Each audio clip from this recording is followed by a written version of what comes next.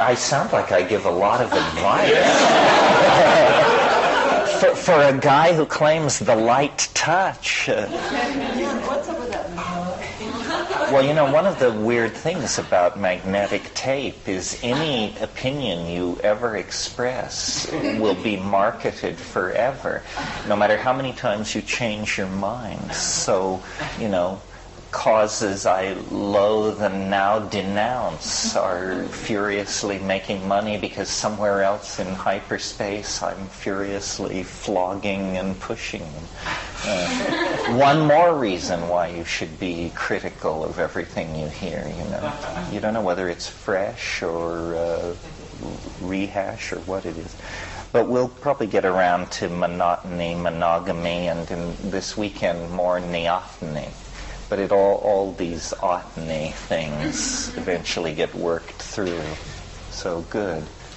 Well, that was very exciting, because somewhere around Nicholas, I began to realize that we were headed for a perfect no-hitter. Nobody said that they were a psychotherapist of any sort. Bolt the doors and let the record show that for the first time in 40 years, a group was able to be held at Esalen that was not dominated by psychotherapists. Of course, they're the 35 people who are not here this weekend. But that's fine. It's great that, it almost is like an argument for the morphogenetic field, because my interests are evolving and changing, and it feels like, I'm a bird in a flock, and the whole thing is slightly shifting direction. Did anybody not get who needs one of these seed source? I'll just move this on around. So many people in the arts and in media, and to have 3 people even claim to be writers is an astonishing record. So it must be, the stars are in a slightly different position or something. I actually thought, coming over here this evening, that probably most people coming to this workshop would have been ultimately better served if they'd stayed home and read Mason Dixon, Tom Pynchon's new novel. But then I thought, saying that to any group I've ever had would just provoke baffled bewilderment. But it seems like something you might be able to hear. So why didn't you stay home and read Mason Dixon? We've been reading it here. And discussing it as much as my staff groups would tolerate. And, it's not a small thing in a culture to be able to bring forth great literature. And I don't think there's been any great literature on the American scene for a long time. I'm not fond of those East Coast tormented realists, the John Cheevers and Sal Bellows of this world. I consider that stuff hideously second-rate. Tom Pynchon is a great writer. Problem is, he usually scares the shit out of your moral self because his vision is so dark. V is extraordinarily dark. We said in the staff workshops, there are passages in V that probably most people should go to the grave without ever reading. Dimensions to the human soul most people don't need to know about. Now you'll all, of course, rush out and read it, I know. But Mason and Dixon is not like that. It's an incredible summation of his life and his literary power, so forth and so on. I don't want to spend too much time on that. But how would you compare it to Gravity's Rainbow or the novella Crying Lot 49? Well, Crying of Lot 49 is a pretty minor piece. Gravity's Rainbow, Joyce said of Ulysses, he said it was his day book. and that Finnegan's Wake was the night book. I would say Gravity's Rainbow is Pynchon's night book, and I really read V as it's all the same, V and Gravity's Rainbow, the same characters even up here. Mason and Dixon is his day book, Pynchon's day book. It's life-affirming. It leaves you with a tear in your eye, if you can believe that. And yet it's curious, because here we are at the end of the millennium, at the end of the American century. This is our greatest writer. He produces a work of staggering genius, but something about the circumstances of the time force him to set it entirely in the 1760s and write it in the language of Jonathan Swift. So, it's not, in the ordinary sense, contemporary. It isn't about scarified people with dilemmas. It's about people who wear powdered wigs and have dilemmas. And what he makes clear is the difference ain't that great. One of the themes of that book, and one of the themes we'll talk about this weekend, is this curious feeling which adheres to being associated with cutting-edge technologies in all times and places. Right now maybe it's VRML or something like that, but once it was powered flight, and once it was the telegraph, and once it was the astrolabe, and once it was, you can fulfill this list as you please.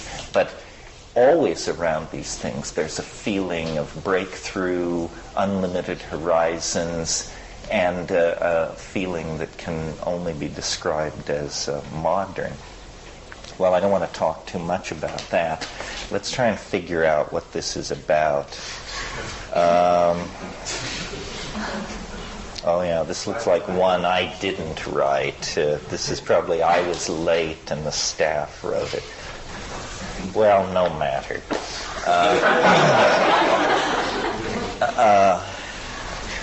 The only predictable thing about this weekend, I guess, is that usually we set aside Saturday nights for a discussion of the state of the art of novelty theory and the time wave. How many of you have heard this rap at least once? Okay, most of you. Well, we'll do it again anyway. However, there is news. There have been developments that I've been very quiet about over the past year, and that I'll talk about for the first time tomorrow night. For those of you, for the 5 people in the universe who actually care about this, it will be epical. The rest, spectator sport. Okay, well, I suppose I should make a sort of introduction of myself. I was born, I'm 50. I was born a few months after the atom bomb was dropped on Hiroshima. I was born in November of 46. I'm a double Scorpio, or I don't know, something like that. And born in western Colorado, and lived there till I was 16, came to California, finished high school here, went to Cal, was around Berkeley for 8 or 9 years when I wasn't in Asia, and I was in Asia a lot. First in the Seychelles, where I tried to emigrate, then in India, mostly smuggling hash and buying art, and then when that became untenable, I went to Indonesia and collected butterflies for Singapore Chinese for a while, and then taught English in Japan, and then went to the Amazon in 71, and that trip to the Amazon is the subject of a book I wrote called True Hallucinations, which is the most narrative and novel-like of my books. The other books are pretty hard, slogging essays, or without even the decency of chapter breaks, just long, poly-subject harangues. But True Hallucinations is about my brother and myself and a number of other people going to the Amazon and encountering really psychedelics. We had encountered them before in Berkeley, subculture in the form of LSD and cannabis, but actually encountering psilocybin mushrooms, ayahuasca, and that was the intellectual compass that set the direction of my life. And I was just completely stunned and transformed that such a thing could exist, A, and that it could be not subject, A, on everybody's plate all over the world, B, that seemed to me completely bizarre that people weren't talking about these transformations. And then, of course, I had the satisfying experience of watching the whole culture become obsessed with, convulsed by, and then later to reject these substances and then go through a period of denial. January 20th, 1968, I left the 10th of January and didn't come back until around Watergate time, when he was definitely on the ropes. In the past few years, my interests have, I see everything to me as referent to the psychedelic experience, but it's gone from being, for me, a lens to personal understanding, to being the clue to understanding much about the circumstance of being human, generally speaking. And I've written about the impact of psychedelics on early human evolution and how alkaloids in the early human food chain had unique properties which tended to focus and elicit what we call higher consciousness, or a very advanced kind of coordinated perception of the world, which leads ultimately into myth-making and language.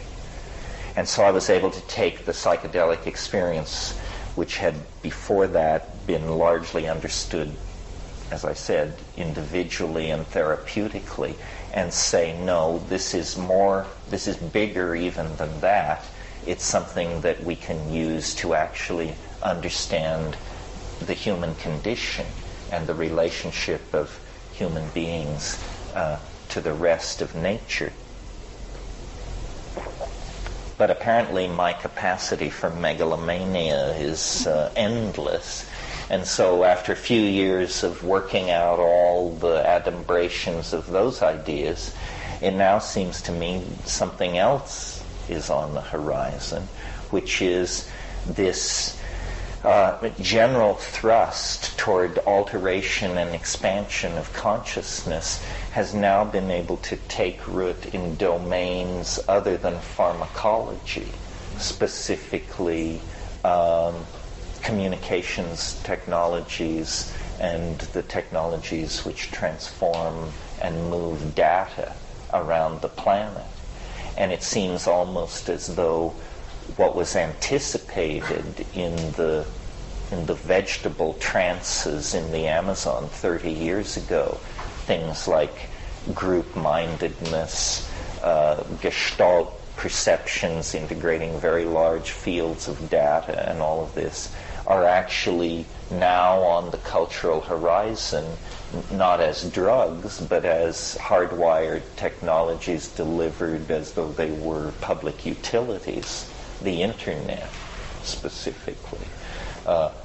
my thunder has sort of been stolen on this subject by Dogbert, because I saw last week in Dilbert that Dogbert was explaining to Dilbert that the internet was going to become God.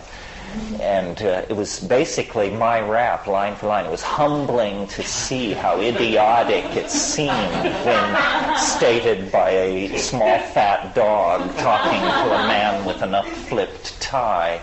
A caricature of a small fat dog. Yes, a caricature.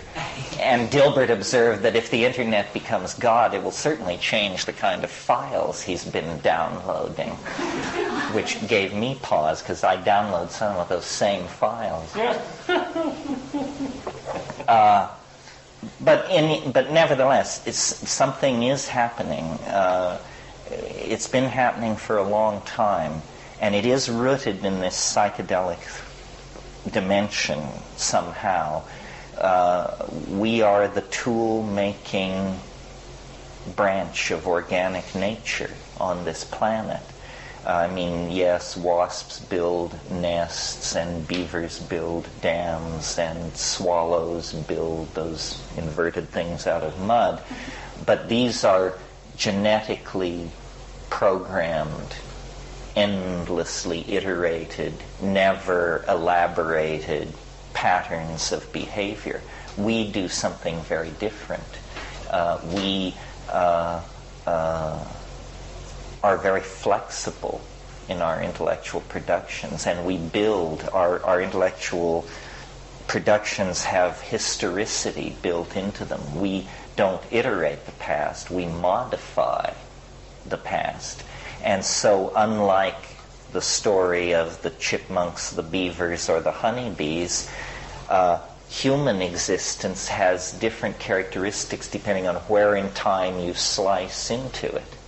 A population in Paleolithic France is very different from a population in modern Manhattan, and yet the species remains the same. Well, what is this tool-making business that we're about, and where is it taking us? What is it doing to the human body image, self-image, community, so on? As you listen to me, if you know the territory, you'll recognize that I'm a thoroughgoing McLuhanist in many of my assumptions.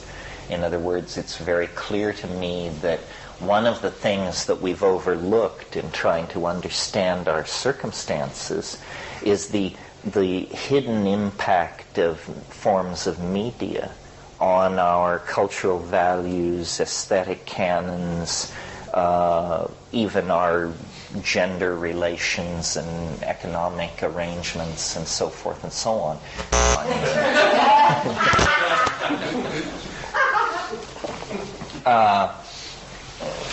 McLuhan was very keen, sort of his special area of expertise was print, and he was very keen to sort of tease apart the impact of print on the Western mind from its inception to the present. And he concluded basically that we are essentially print-created people, or at least the people of his generation were, and that all of the institutions of Western culture that we unquestioningly give our loyalty to are in fact peculiar adaptations sanctioned and made inevitable by print. He saw the uniformity and linearity of print as permitting such things as the concept of the nation-state, democracy. After all, isn't democracy a notion of interchangeable parts, all of equal, the one man, one vote concept? This is an idea which McLuhan felt only made sense inside a print culture. He talked about what he called sensory ratios being subtly shifted by the introduction of new technologies. In some of his more specific predictions, he proved himself to be as culture-bound and capable of absurdity as any of the things he was criticizing. But I think in his general approach to things, he was pretty spot on. And any information transforming medium can be treated this way. In understanding media, McLuhan talks about the electric light as a form of media. He never wrote about psychedelics, but certainly psychedelics transform the sensory ratios and the modalities of perception. I would argue that what psychedelics do is they are, in a sense, deconditioning agents. And what they wipe out is local forms of conditioning, culture. Culture is something more and more that I like to talk about. And I've sort of gone down a line of thinking that is not very PC, but that gives me a lot of intellectual relief from the agony of my life. And I suspect it might work for other people too. It's the concept that culture is not your friend, and that we need to get right up front about this, about how culture is not your friend. The role of culture in the lives of societies has changed in the 20th century. We all live too long now to be duped by culture in the way that previous populations were. You know, if the average member of a population only lives to age 40, the cultural con can go on and on and on. But if you give people lifespans into the 80s, then they get 40 years to think about what they went through between 0 and 40, and eventually they'll figure out just who and what screwed them. And when they do, they are not going to be very happy with the cultural values that they attempted to come to terms with and work through. I was thinking about how I would talk about this tonight, and though we've been talking about these kinds of ideas in the staff teaching all week, I didn't realize till this afternoon what a frontal assault this concept is on one of the most cherished notions that has flourished around this place, which is the idea of the inner child. And I realized that really what I was about was not the inner child, but a quite different program, overcoming culturally induced neoteny. Neoteny is a biological phenomenon that we will also this weekend talk about as a sociological phenomenon. Neoteny is the retention of juvenile characteristics into adulthood. It's a strategy in biology. For instance, our hairlessness is a neonatal trait, evolutionarily speaking. All primates are born hairless, but we retain this into adulthood. The ratio of our skull to our torso in adult human beings is a fetal ratio when compared to other primates. And I'm fascinated by the question, and Dennis and I got into an argument in our hotel room because we both spoke at a conference a week ago where I said this, and he said, well, is all culture have this infantile and juvenilizing property, or is there something specifically pathological about Western culture? And at first I was willing to argue that all culture does this, makes children of its members. But I think to some degree it's true that all culture is somewhat unfriendly to the individual. When their heavy arm falls on your shoulder and they tell you that you're going to be sent off to some foreign hellhole to kill people as a young man, you definitely suddenly get the notion that culture is not your friend. But perhaps, if you're a 12-year-old boy in an Amazonian tribe and they announce that now it's time for the 2-week abandonment in the woods, from which if you live to tell the tale, you'll become a full member of society, I'm not sure those kids greet that with a leap of joy in their hearts. It's like, oh my God, now this. We knew it was coming. I went through rites of passage like that were excruciating. Where I grew up in Western Colorado, you weren't a real man unless sometime between 12 and 16 you killed an elk. Hunting season every October was an excuse for this insane rite of passage, and my father was an unquestioning inhabitant of his culture, and so this was always in front of me. And when I was, I guess when I was 12, I went the first time. I didn't get anything. The second year we went out, and my father, I'm sure, had no idea what a wilted pansy I was in this situation, because I had hid it from him. I mean, I was concerned about all kinds of things, and eventually this situation arose where they put me up on this point and gave me a gun and said if anything came by to blow it away. And, by God, this thing, chose to sacrifice itself as far as I could tell. I mean, it did not behave at all like elk behaved. It basically just came out of the woods, stood still. I pulled down on it, closed my eyes, prayed. There was an enormous noise. When I opened my eyes, there was nothing whatsoever to be seen. I felt an enormous relief that this thing had escaped, and walked over to find it dead as a doornail. And, the oak leaves dipped in the blood, the cup of blood, the whole thing. I mean, I couldn't believe how atavistic this stuff was. However, I never had to please my father again. I was home free. Everything was forgiven from that moment on. But it brought home to me how uncomfortable culture is, and always has been, I think, and is getting more so. This is something that's going on because of a hellish marriage between psychology and modern advertising.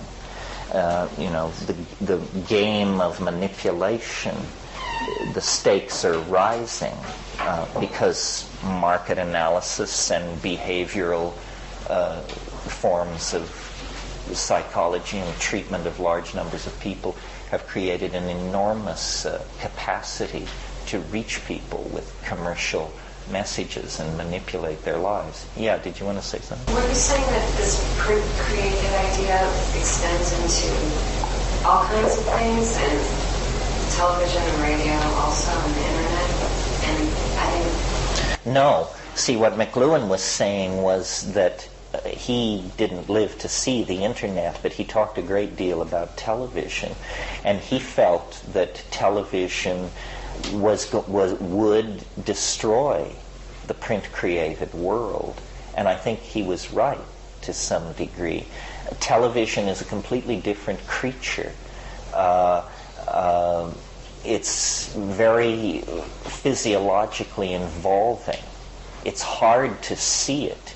You have to look at it. And McLuhan talked a lot when he talked about print. He contrasted it with manuscript culture, which is what culture in the Middle Ages was. And he pointed out that in manuscript culture, you do not read manuscripts. You look at them and you figure out what they say because you're unfamiliar with the handwriting style. In print, especially in the early years of print, there were a very limited number of fonts, and every lowercase a was made to look as much like every other lowercase a as possible. So this new function comes into being called reading. And reading is a very specialized form of looking. Thomas Aquinas was, or was it St. Augustine? I can never remember. But anyway, one of these fathers of the church, he would prove his sanctity to doubters by having them open books of scripture in front of him. And he would look at these pages of scripture, and then they would close the book and ask him what was there, and he could tell you. And they thought it proved that he was a saint. He was the only man in Europe who could read silently. He was the first European to be able to read silently. Now, this is a ubiquitous skill among us. And in fact, if you move your lips while you read, it probably indicates that English is a second language for you. I recall, I think it's in Pale Fire, Nabokov sneers. He says, I didn't write for people who move their lips when they read. The high culture, right? A literature, looking down at the sense ratios induced in peons. And the very notion of high culture is a print-created notion. Well, anyway, what psychedelics are about is deconditioning all of these culturally induced sensory biases and ideological biases. Basically, it reshuffles the intellectual and sensory deck. And it's a wonderful, salutary thing to come along for Western culture at this moment, because we're basically running out of intellectual steam. Technology is moving ahead lickety-split without looking over its shoulder. But our social systems, our religious ontologies, our theories of polity, city planning, community, resource sharing, all of this are 19th century at best. And so really, whether we live or perish as a species probably has to do with how much consciousness we can raise from any source available. If that means psychedelic expansion of consciousness, if it means pharmaceutical expansion of consciousness, if it means artificial consciousness, the coming of expert systems and AI-type entities to manage large parts of our global society, well, then so be it. I mean, if consciousness is not a major part of our future, then what kind of future can it be? Any imaginable human future includes the concept of consciousness as a central linchpin. Of course, the other end of that pendulum is there is a certain amount of phobia that we have summoned some kind of alien intelligence into our midst in the form of an artificial intelligence that is going to somehow spring from the technical matrix.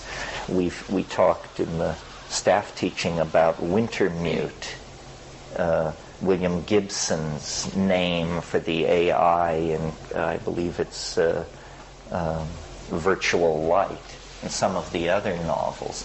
How real is Wintermute as a possibility? Very hard to say.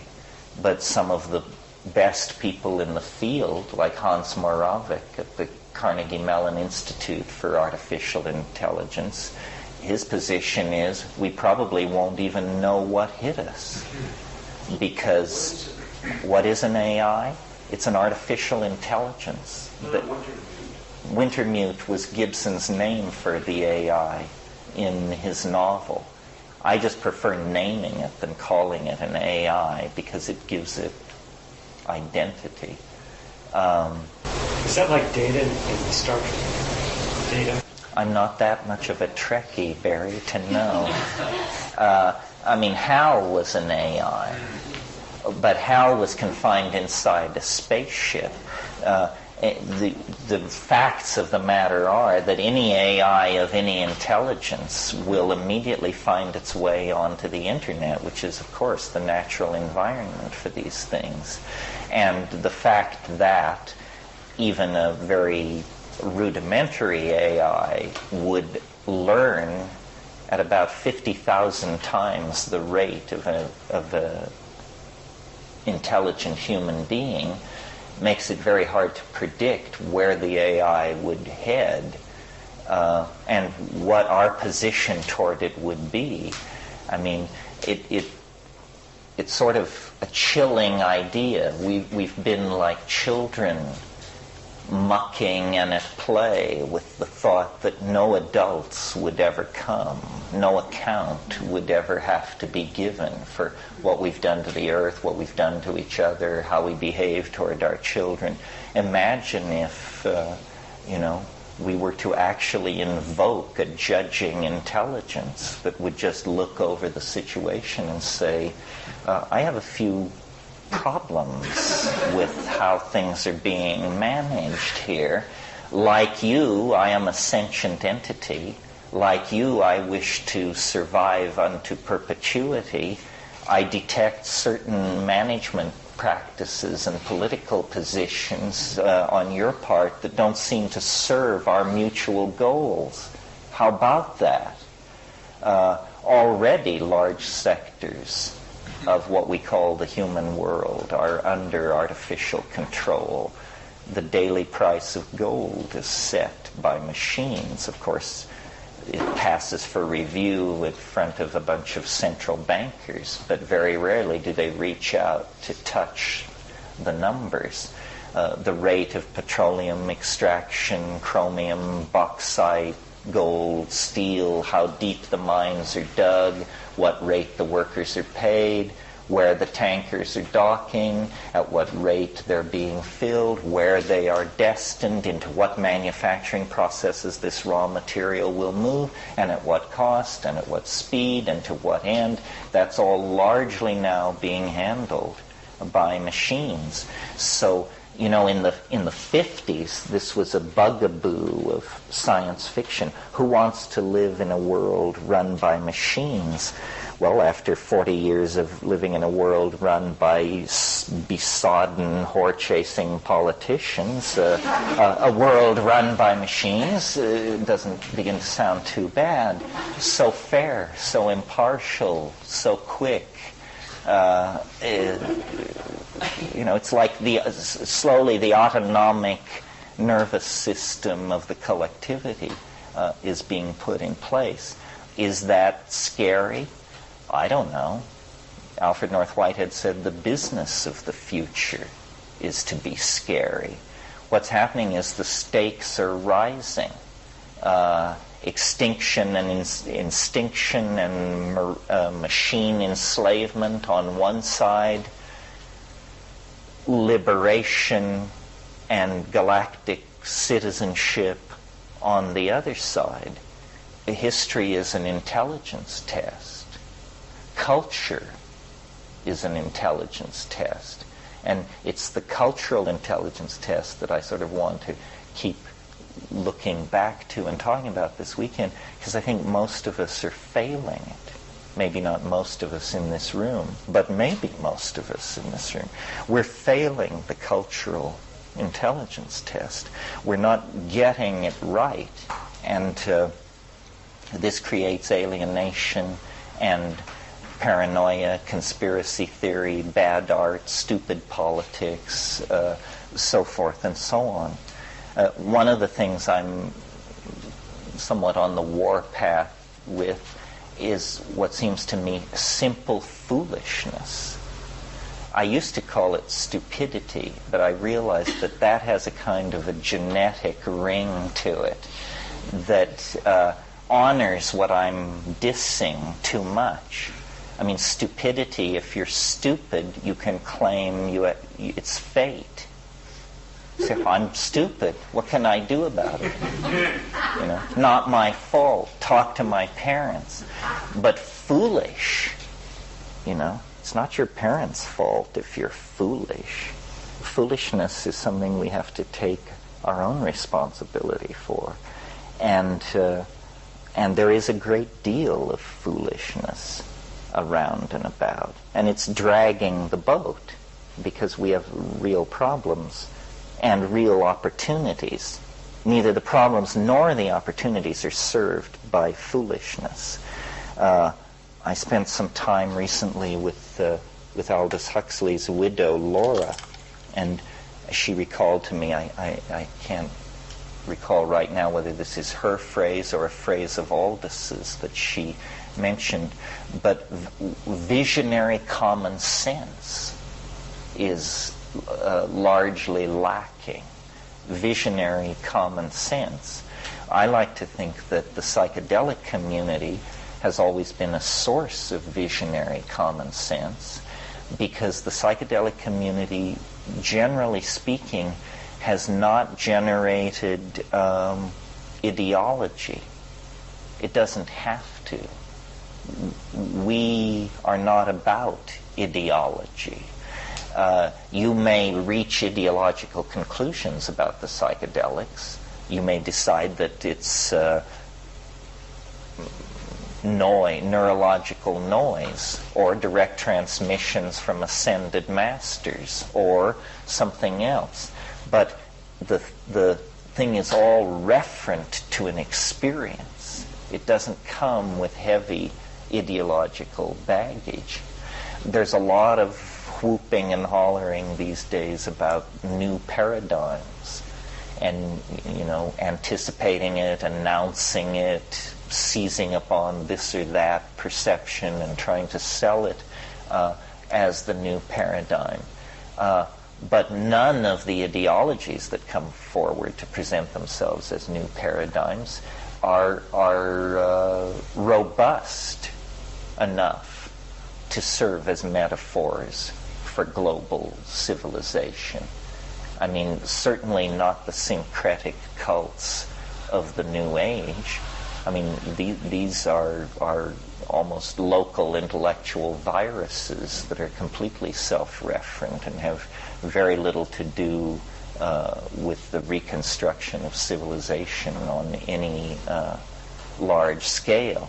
I think the psychedelic thing has a claim to being a new paradigm simply because it doesn't offer ideology at all. It says, no, what has happened is civilization has lost touch with a certain category of experience. And in the absence of this experience, mistakes are being made, juvenile mistakes. And this leads me back to this theme of neoteny.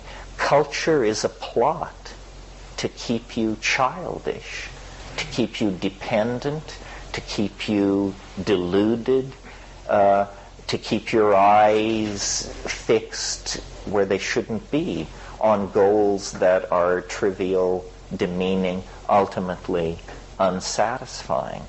I don't know how we can directly reverse this except by a concentrated effort to examine our first premises and grow up. And it's there's a lot of youth bashing that goes on in this culture. We're told that the Gen Xers are shiftless, druggy, gender confused, so forth and so on. This rap against neoteny is not directed at youth. They are young. They have that excuse. You only get it once in your life, but you should use it as often as possible because it will soon be pulled from your grip. But it's preposterous for middle-aged people and people past middle age to try and use this same out what is their excuse for their childishness, their cluelessness, their fetishes, addictions, and intellectual shortcuts that flatten and simplify the world and turn it into an epistemological cartoon? And it's sloppy thinking.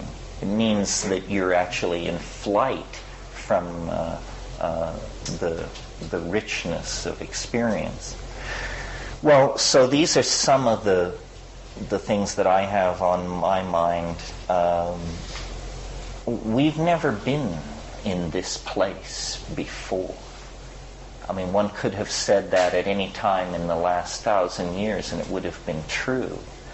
But the contradictions grow more extreme, and the we grows ever larger. We who have never been in this place before, because it now includes Amazon Indians, Kyrgyz, nomads, people in Mongolia and Kazakhstan and Turkmenistan and Tonga and so forth and so on.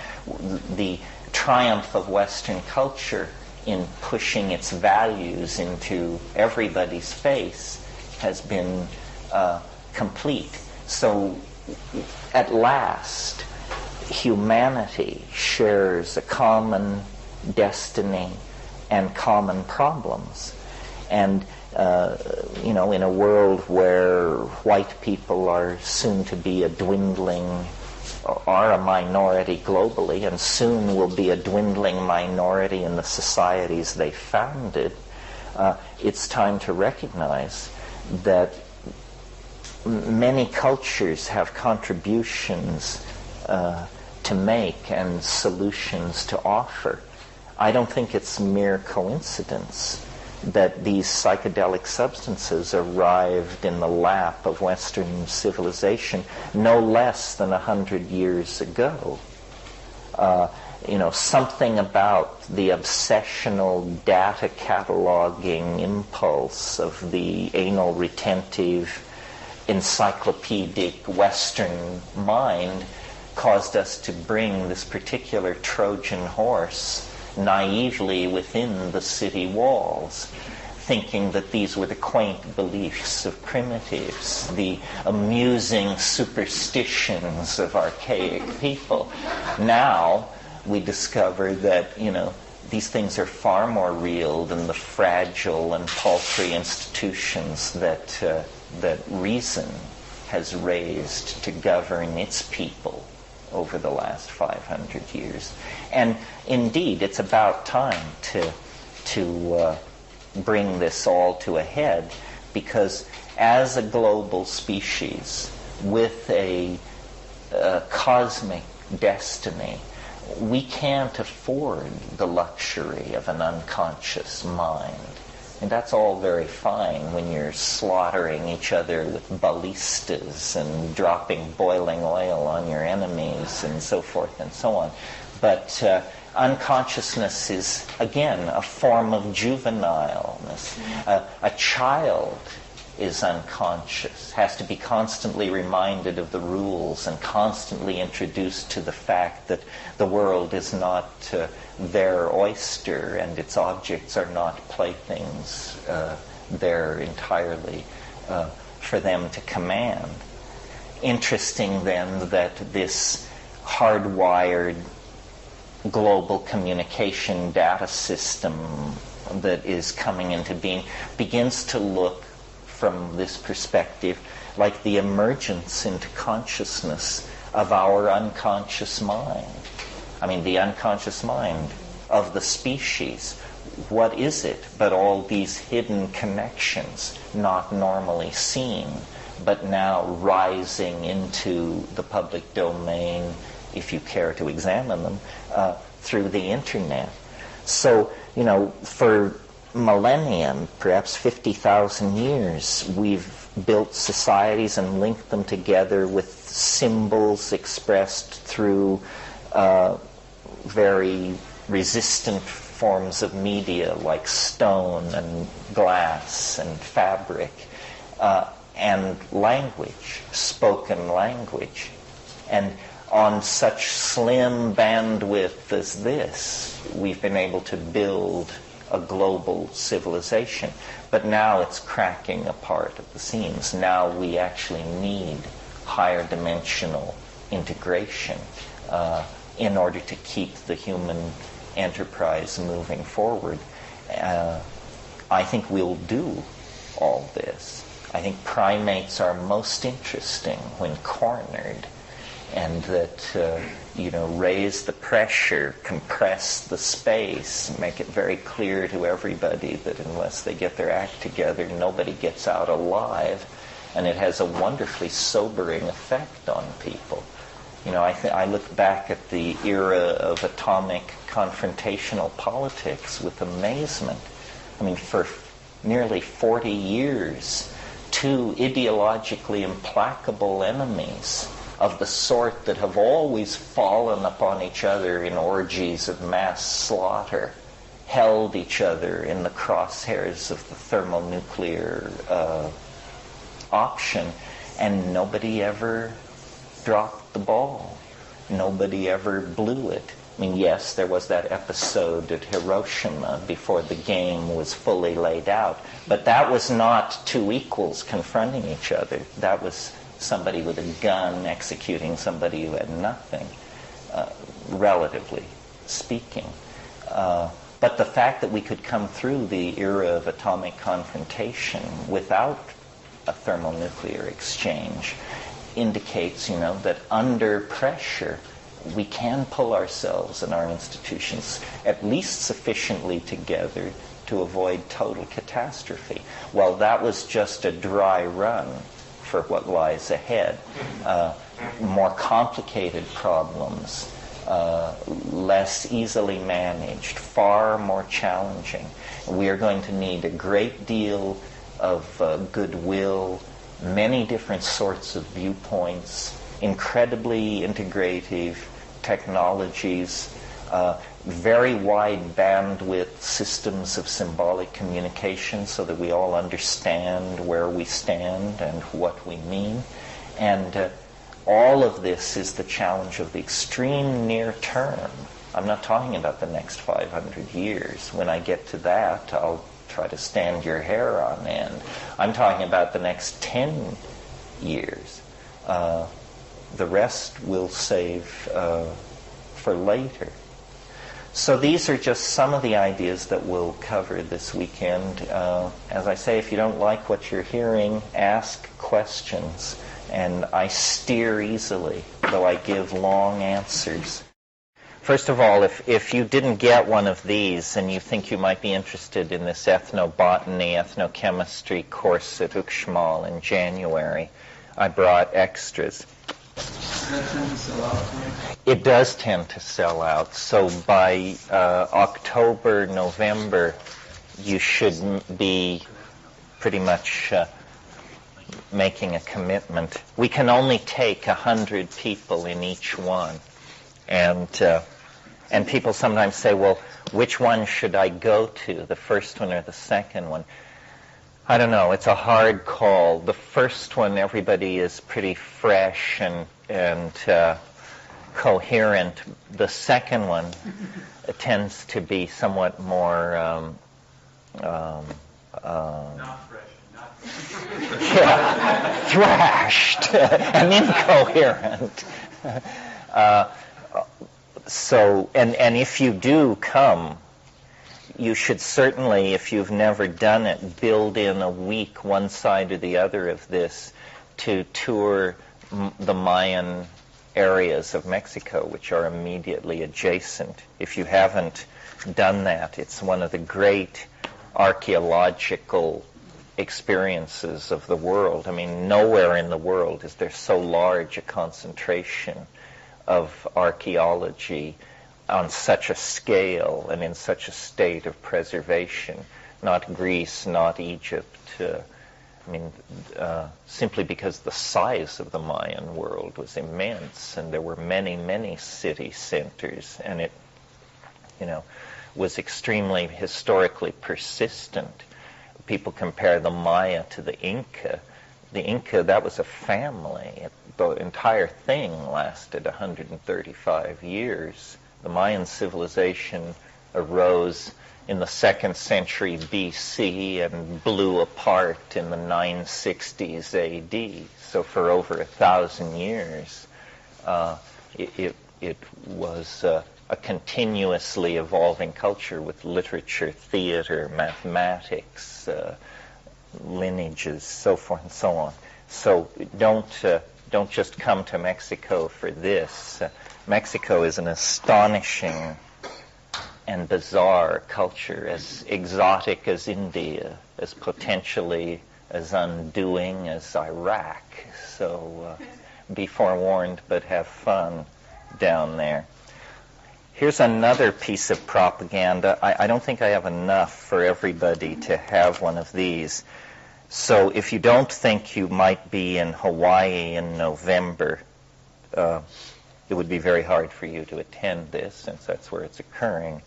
But this is an event. This is a whole bunch of people, a course, great diversity. This would just be me for 5 days. The perks are you get to stay in a Frank Lloyd Wright house in Waimea, which is a beautiful part of the Big Island. So if you think you might be interested, take one of these. Otherwise, pass it on. If there are any not used, you can hand them back to me. Okay. And then before we start this morning, I just wanted to, it's sort of become a ritual at these things, to briefly discuss relevant new publishing in the field, just to give people a feeling of what's out there that they might not be aware of. So much is being published that without some kind of vetting, it's hard to know what's what. So in no particular order, I guess from smallest to largest, here's some interesting new publishing relevant to this field. First of all, this book is just out in England by Paul Devereux, The Long Trip, A Prehistory of Psychedelica. And it just arrived in Paul's mailbox a couple of days ago, and he loaned it to me. It looks to me like basically a history of psychedelic use worldwide before the 1960s. Paul Devereux is better known for writing on earth energies, ley lines, and that sort of thing. But this seems like a pretty good book. So few of these books come out that, you know, the number of books that have been written on the history of psychedelics are probably, you can count them on the finger of one hand. My book, Food of the Gods, is in that category. It's available in the bookstore. So I should say, or most of my books, and I'd be happy to sign books at some point. Not after this morning, because I have to run out of here to a meeting. But at other times, I'll be happy to sign books. Trying to think of other books besides this one and mine that cover this area. It's mostly, strangely, the publishing seems to be coming out of England on this subject, which is odd because the English contribution to the psychedelic phenomenon is pretty much restricted to the musical division. Speaking of the 60s, in other words, who can name a great English pharmacologist? There's a good book, Storming Heaven. Storming Heaven, that's an oldie, yeah, that's by J. Stevens. And that's a very interesting history of the psychedelic movement. There's also LSD, the CIA, and the cult, acid dreams, LSD, the CIA, and the cult of intelligence. Is that what it's called? Yes. Anyway, that's a more, if you tend toward conspiracy theory, I mean, I don't. Everything I know Martin Lee, that book is quite true. Generally, conspiracy theory is a form of epistemological cartoon making that comes under the heading of simply damned foolishness and a ticket to irresponsibility. The real news is no one's in control. Not the central bank, not the Jews, not the Communist Party, not the Pope. No. Nobody's in control. This is a book that's come out just in the past year, edited by Bob Forte. Some of you may know Bob. He's a longtime figure in this field, psychedelic activist and literateur. And this is a bunch of essays by some of the top folks. The title is Entheogens and the Future of Religion. And some of the contributors are Albert Hoffman, the discoverer of LSD and the synthesizer of psilocybin, Gordon Wasson, our own brother David Stendelrast, who's lived and taught at Esalen many years, Jack Kornfeld, myself, Anne and Sasha Shulgin, and then some of the younger people, Robert Jesse and Tom Reidlinger, Rick Strassman. Very interesting book, probably a good buy for the money. I don't know if this is in the bookstore. It certainly should be. Does the book deal with the future of religion, or is that kind of the title? No, it does. Some people discuss it more cogently than others, obviously, but it doesn't escape notice. This is a book more to be read for fun than to be taken seriously. I disagree with a lot of what's in here, but on the other hand, I've never seen this kind of stuff in print before. Again, what's going on in England? I don't know. While HarperCollins is chewing itself up here and Wired is going mad, English publishing seems to be getting some traction. The Post-Human Condition by Robert Pepperell. And this is sort of a parallel track to some of my thinking. If you cruise the net, you encounter people who call themselves transhumanists or extopians or this sort of thing. These are not psychedelic people. These are people with an enormously inflated faith in the power of human engineering. So these are the people who want to dissolve humans into machines, build ring worlds, go nanotech, that end of the big picture. And Pepperell actually tries to produce what he calls a post-human manifesto, which is printed in the back as a series of statements. And actually, as I read through them, I disagree with most of them. I don't think that's how it's going at all. But this is sort of like an introduction to somebody's notion of the approaching chaostrophe. So that's that. And then the one which gives me the greatest pleasure to recommend to you, a book actually unambiguously worth buying, reading, and recommending, is Mason and Dixon, which is Thomas Pynchon's latest novel, certainly probably the best novel written in America in the past 50 years. I mean, Pynchon is the greatest living writer of American English. I wasn't sure about that till Wednesday, but Burroughs died, so it appears secure. If you've never read Pynchon, I wonder where you've been. But his novel, I guess, was it 17 or 20 years ago, Gravity's Rainbow, really codified a whole complex of social and aesthetic issues. This is a much different book. I mean, it's vintage Pynchon, but it's also a celebration of America and of the buddy system. And it's a scathing look at the embryonic birth of big science and big government projects. As you know, Mason and Dixon were an astronomer and a surveyor who accepted a royal commission to define the boundary between Pennsylvania and Delaware in the 1760s. and cut a line due west into the unexplored North American continent. Later, that line, called the Mason-Dixon line, was the division between the Confederacy and the Union. This has nothing to do with the Confederacy and the Union. This is set in the 1760s, when America itself was simply a caffeine-driven hallucination in Philadelphia. It hadn't come into existence yet. But this book is about how people struggle with new technologies and revolutionary modalities in the evolution of society. So, enough of that.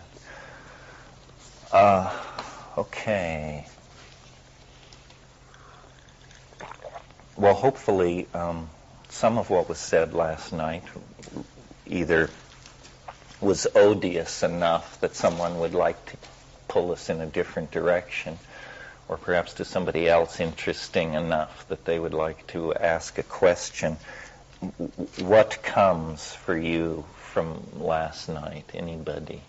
As I said, these things are best driven by people's agendas. What's your agenda, Nicholas? Well, what I thought about, or one of the things that made me think for a while after I left and as I went in and out of sleep, was the idea of artificial intelligence and what determines what is artificial, what is non-artificial intelligence, what kind of definition would define that, in a sense.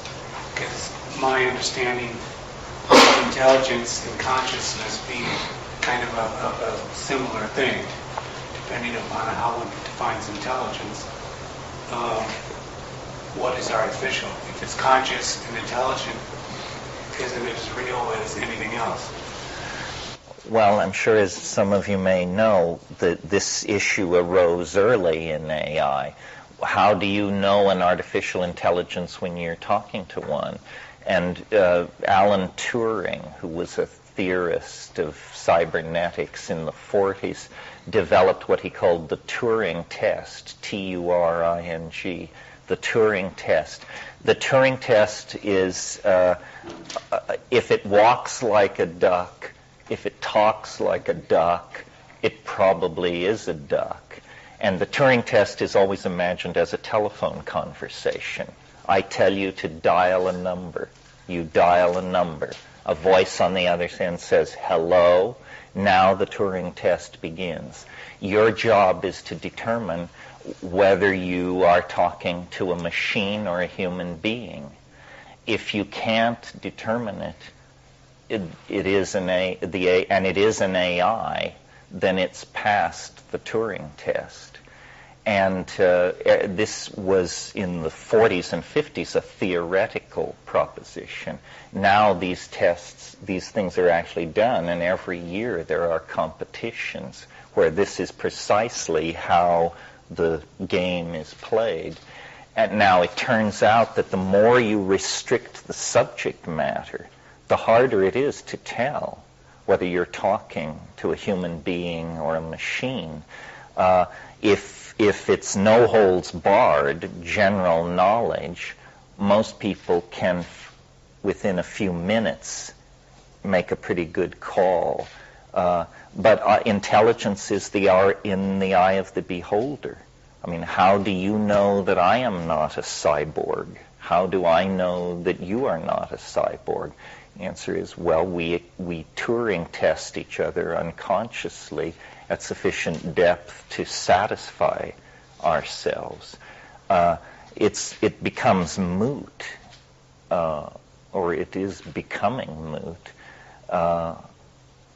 Big Blue is an example. In terms of playing chess, it can pass any Turing test you can imagine, but it can't even formulate an answer to a non-chess question. So it's a very domain-specific AI, and really not an AI, because it's simply the world of chess. Chess is not like reality. Chess is a very high variable game system, but it doesn't have the open-endedness that reality has. You see, in really interesting games, the most interesting rule is that the rules can be changed. And chess doesn't have a rule like that.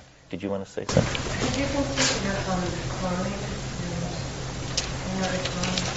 Yeah, I read in the New York Times yesterday they've got some embryos about to be birthed in the Midwest, 10 types of Holstein cattle. Cloning is one of those things. See, there's a whole bunch of revolutions all crowding onto the stage. The one that holds center stage at the moment is the cybernetic internet thing. But somewhat completely independent of all that is the biotech possibility, which is cloning, gene sequencing, getting a tremendous grip on curing hereditary diseases, that sort of thing. And then another area, not entirely connected or related, is nanotechnology, which is proceeding at breakneck speed. And the public relations machinery for telling the public what this isn't even in place. You meet people who are fairly established in their professions or whatever, who don't know what nanotechnology is, who in fact have never heard of it. I don't know if there's anybody in this room in that situation. And after what I said, it would take courage to admit it. But nanotechnology is simply the idea that one could conceivably, theoretically, build in the physical superstructure of our world in a completely different way from the atoms up. This is how nature does it, through processes of transcription of protein through ribosome or crystallization or this sort of thing.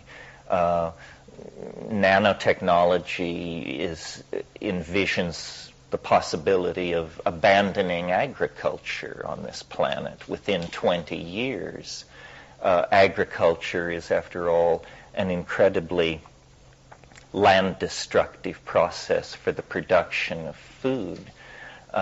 What we want is the food. The food could be produced directly out of available and extremely inexpensive elements. Seafloor sludge is the usual notion of how this is done. What the holy grail of nanotechnology is what's called a matter compiler.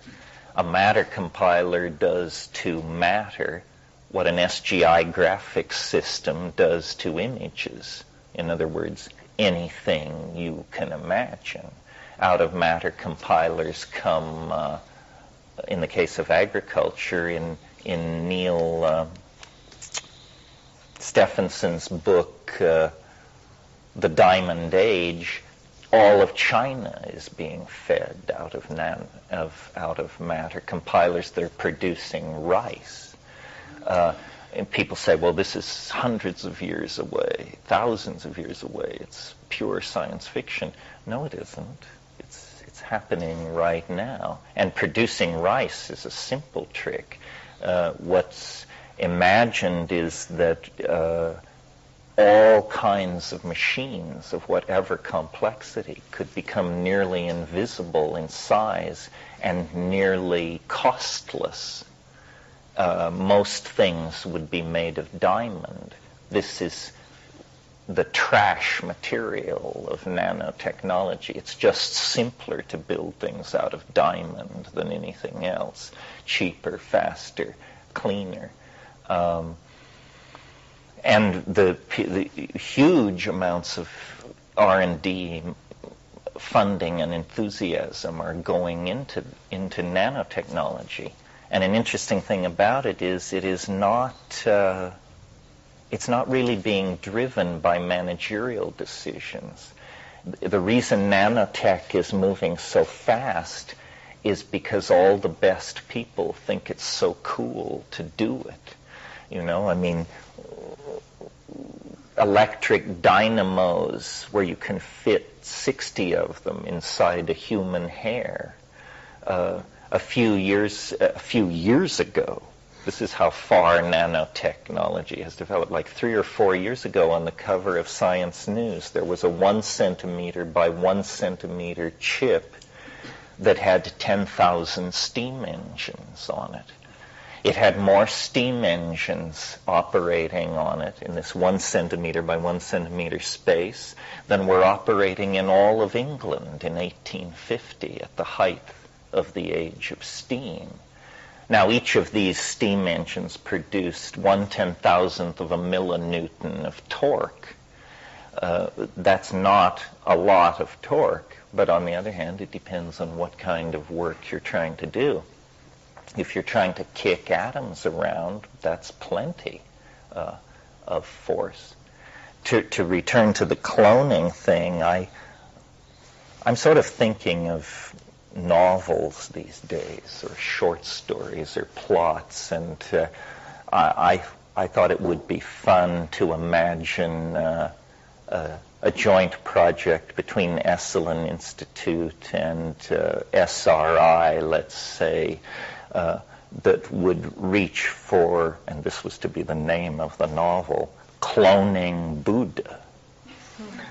I thought that would be interesting. I mean, why should the next Dalai Lama be anyone less than Gautama? After all, we have the tooth, so there is presumably sufficient tissue there, and we're not talking pterosaurs here.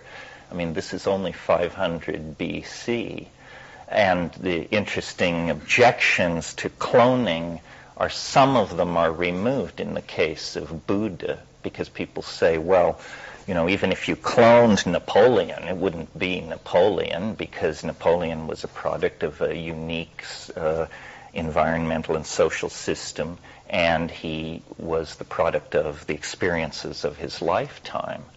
But presumably Buddha was born Buddha.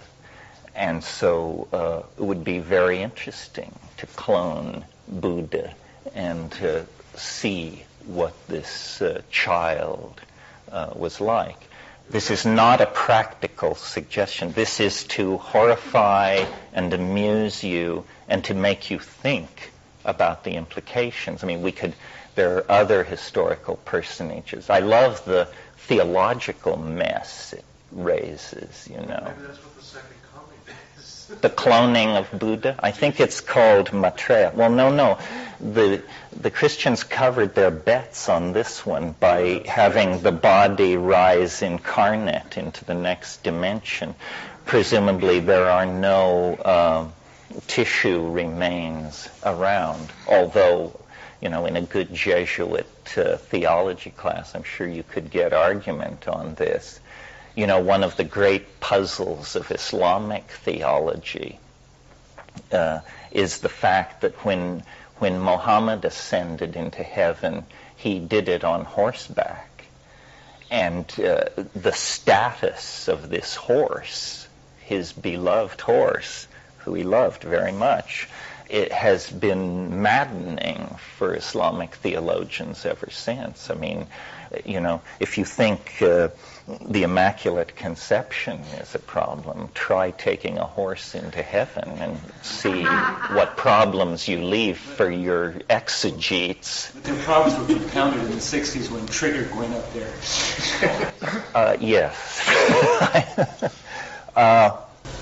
There are a number of shrines that claim to have part of Christ's foreskin. Oh yeah, the Christ foreskin Of thing. course, didn't go, you know, it was circumcised. It didn't go up. Well, this is material for a Tom Robbins novel.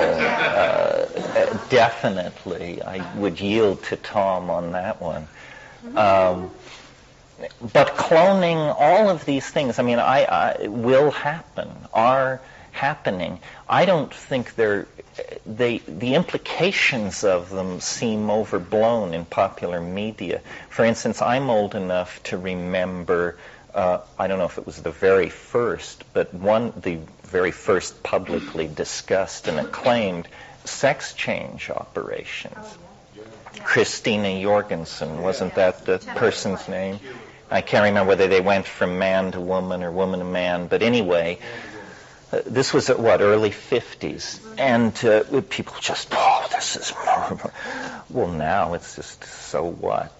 It's a dime a dozen. It's a medical procedure. You want it, you have it. Who cares? We don't convene medical ethics committees or philosophers to discuss what it means.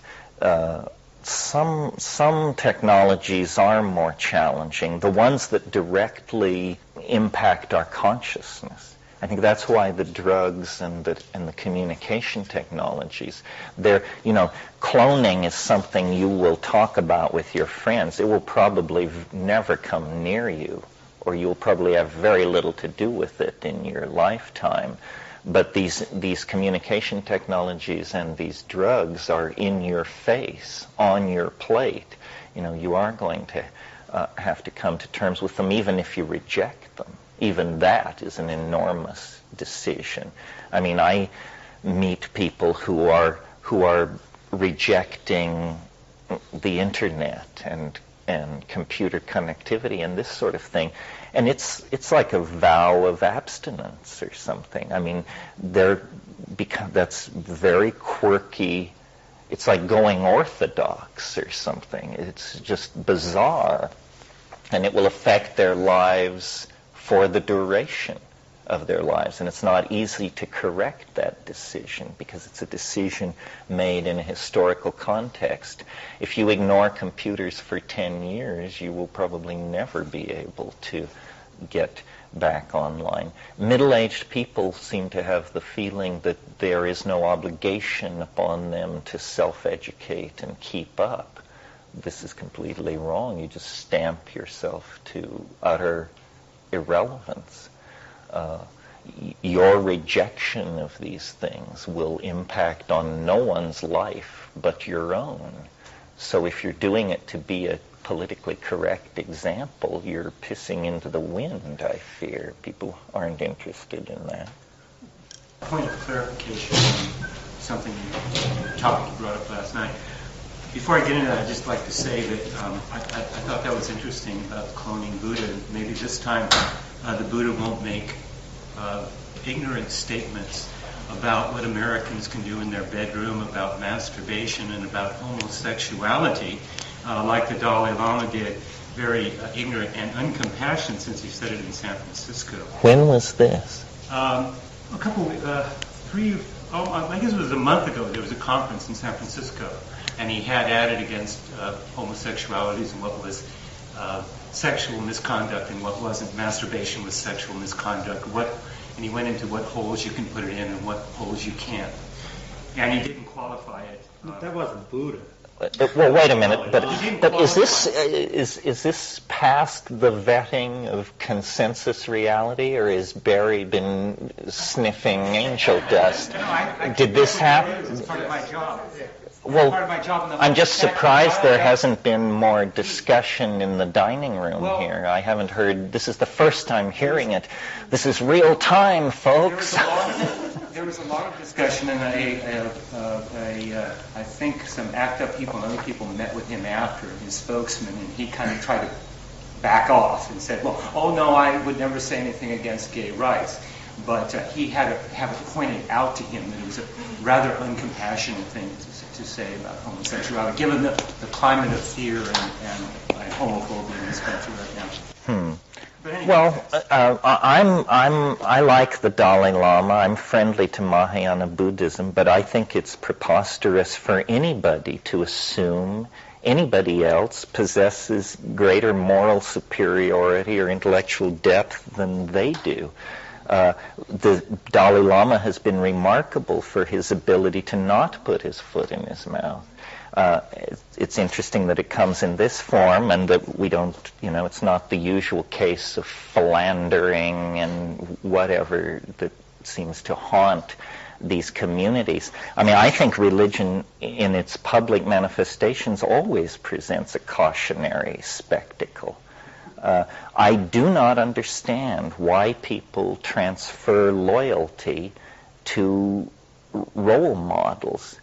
You have to be incredibly naive about what people are to believe that a role model is in fact worthy, because people are just people, and there's no I don't see great differences in spiritual elevation among people. That's why lineages and all that seem to me just another form of foolishness.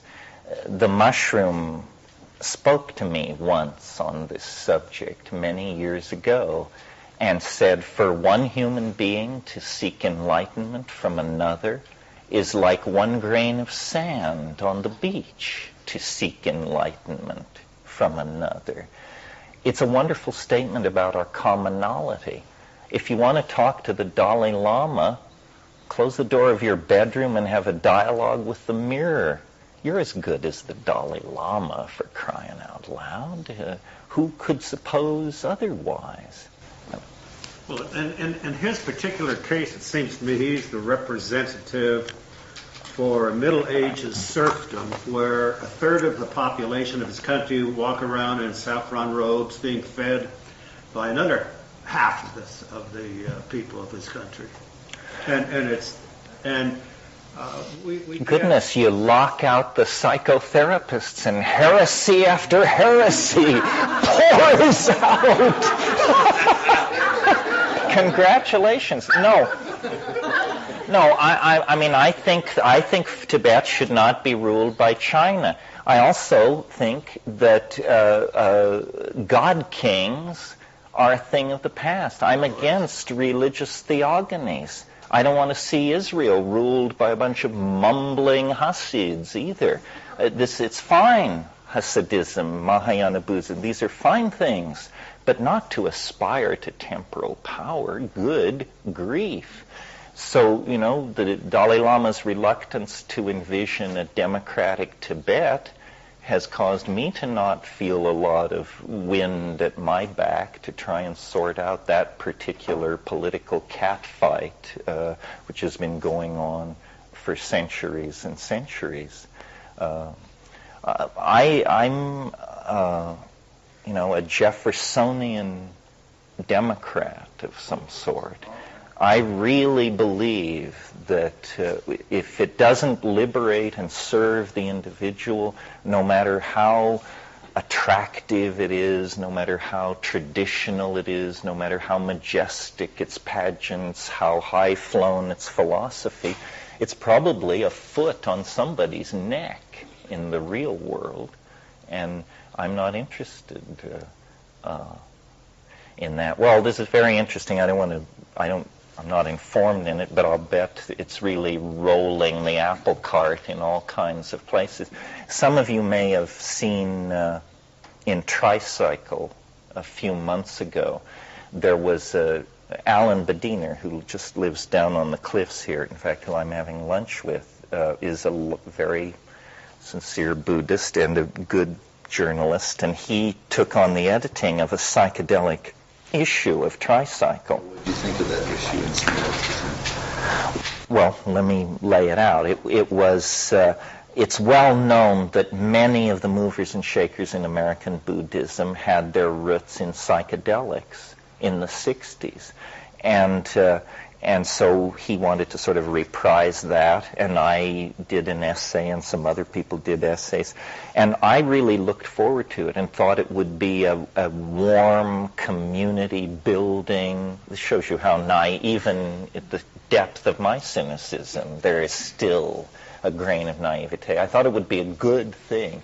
Well, they just dissed completely, just dumped on by all these people. And people wrote in who I have seen loaded out of their minds and said, this is terrible and this shouldn't be there. And I said Buddhism without psychedelics is armchair Buddhism.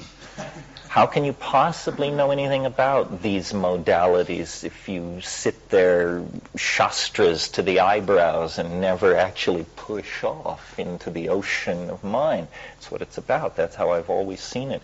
Turned out people thought that was just benighted as a viewpoint, shouldn't have even been allowed. Why do you let Terence Mckenna have a public forum in the pages of this magazine? On and on and on. So then I realized, well, okay, this was a community just one over from our community that I thought we could surely build bridges to. We're all transcendentalists. We're all, all these things. Not. So once again, it was handed back to me on a plate how unwelcome the psychedelic viewpoint is and how uptight people get.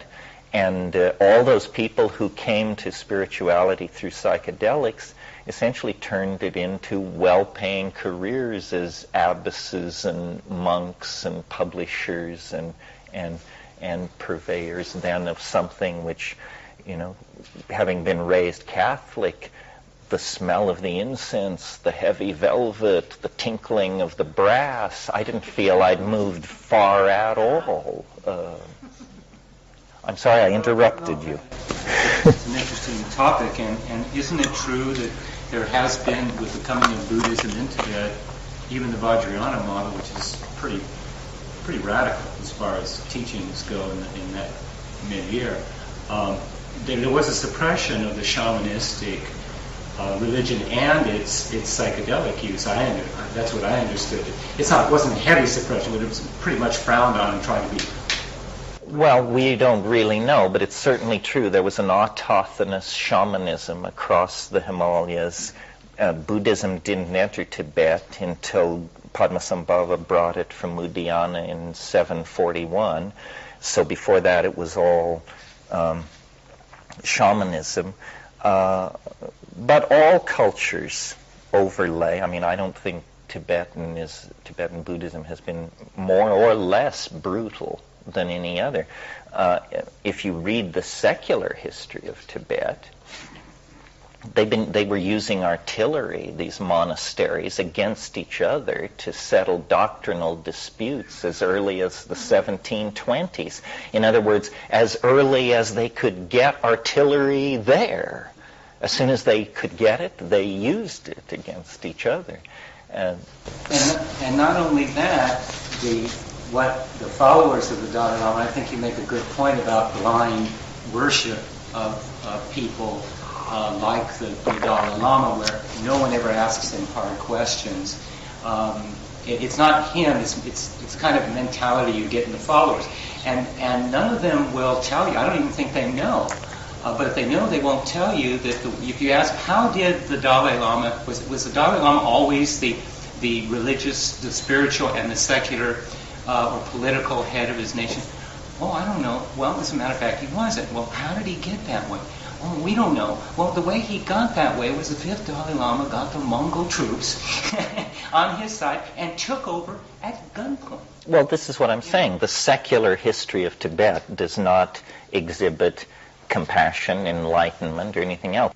Found a way to go to the other side and get help and bring in and heal people with some kind of supernatural ability or ability beyond me with the bag of mushrooms and the mirror. You mean, do people do it without recourse to drugs?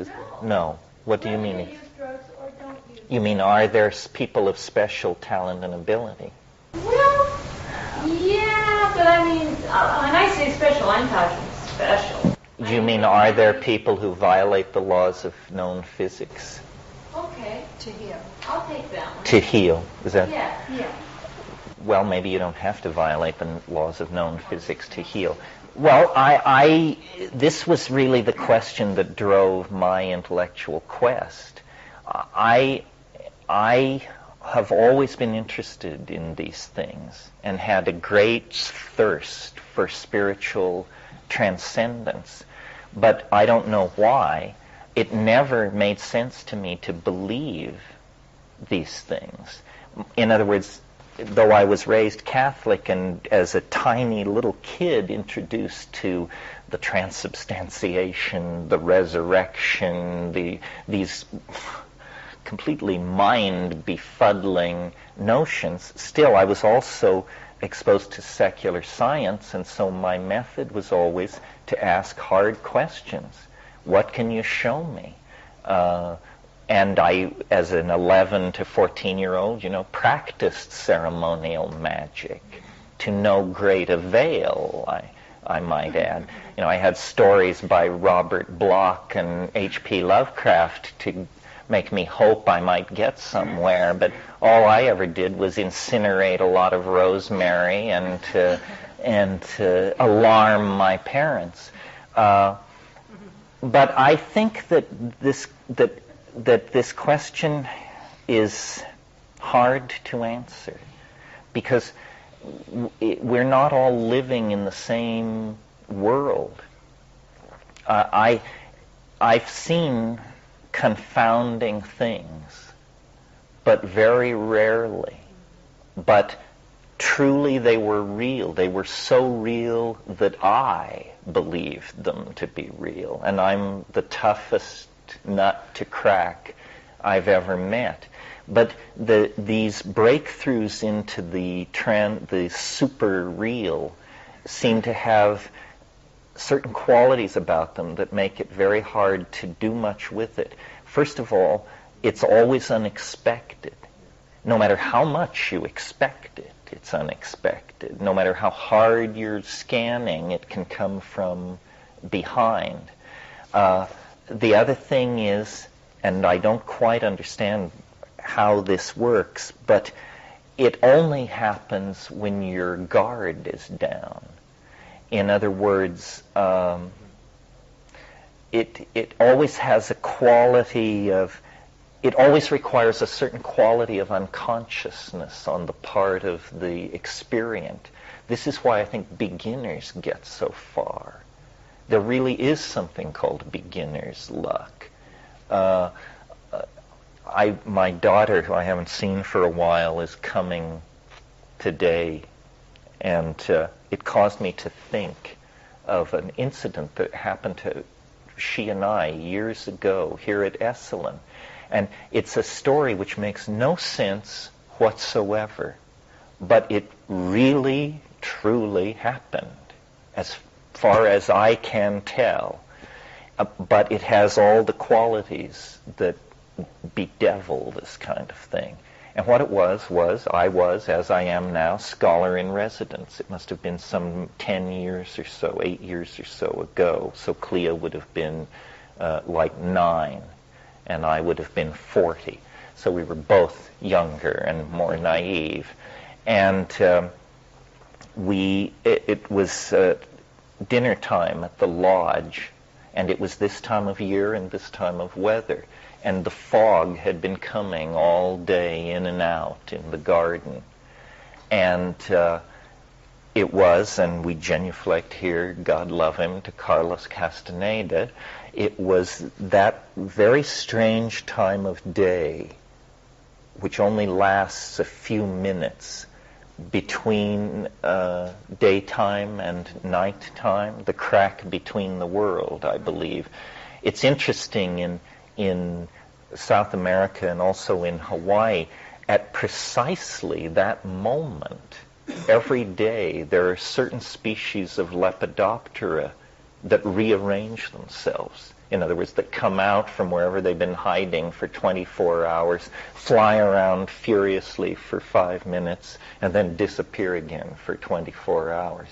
But anyway, it was precisely that time of day, and the fog was coming in and out of the garden, and we were not in a mood for anything peculiar. We were intent on dinner, and we were walking the path through the garden, and suddenly, as this fog moved and cleared, coming down one of the rows was a bunny, a small rabbit.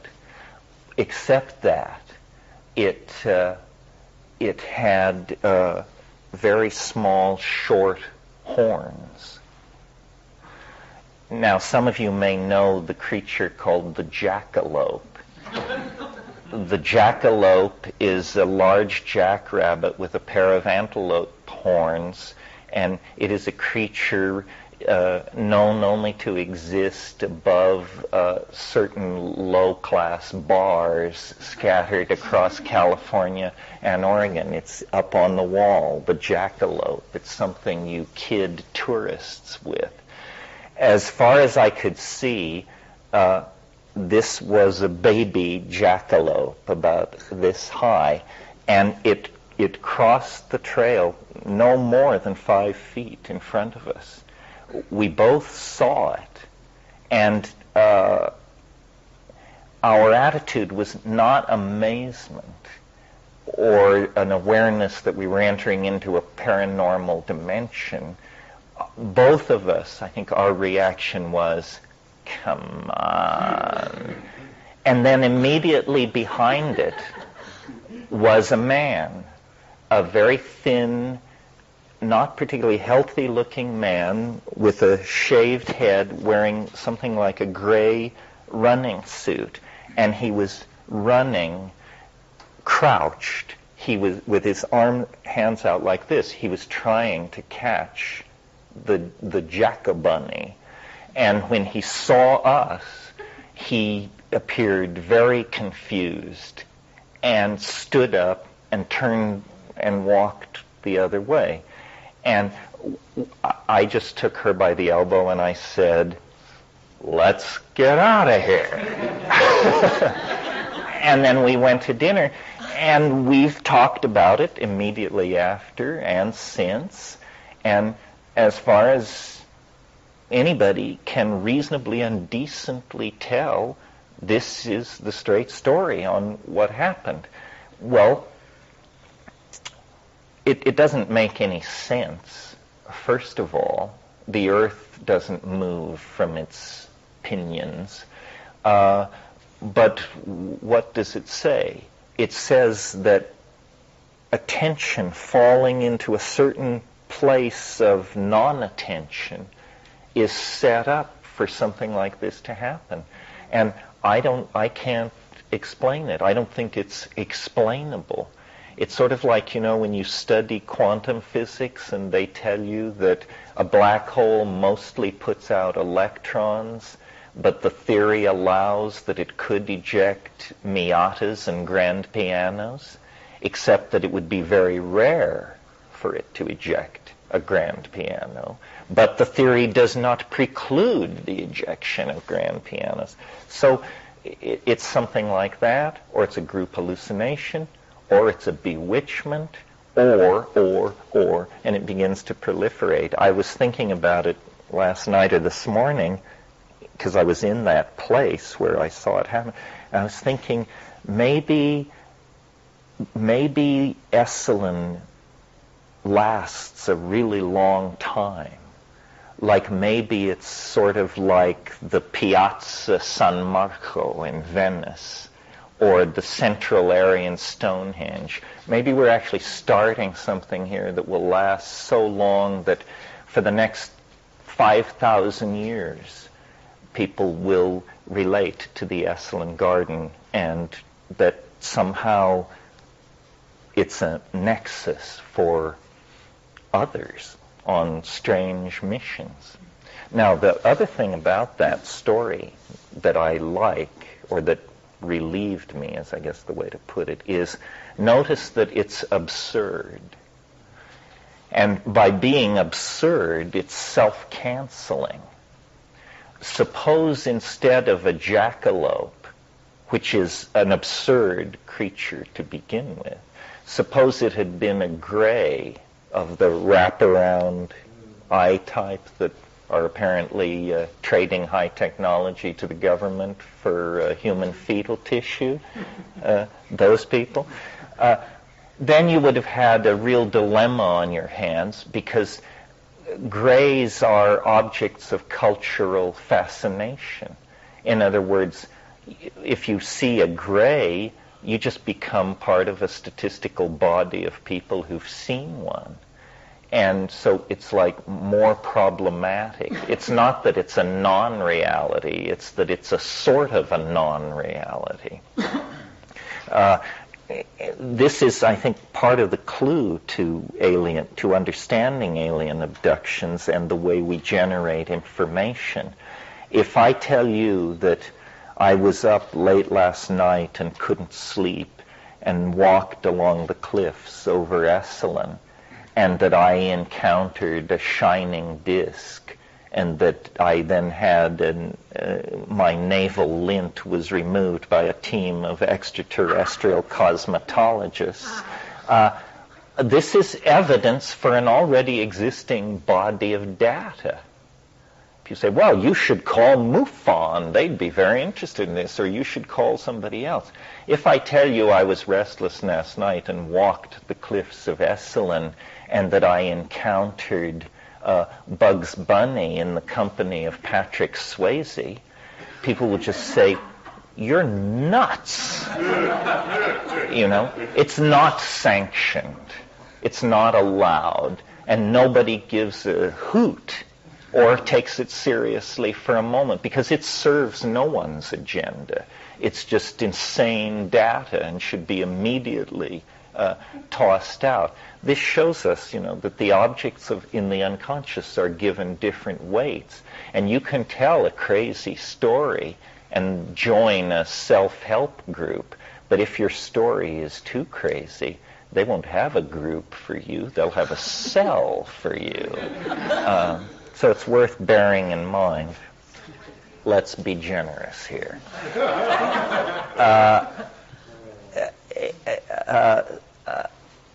Someone had prepared a bunny with horns to surprise someone else with whom they'd had a lifelong running joke about jackalopes.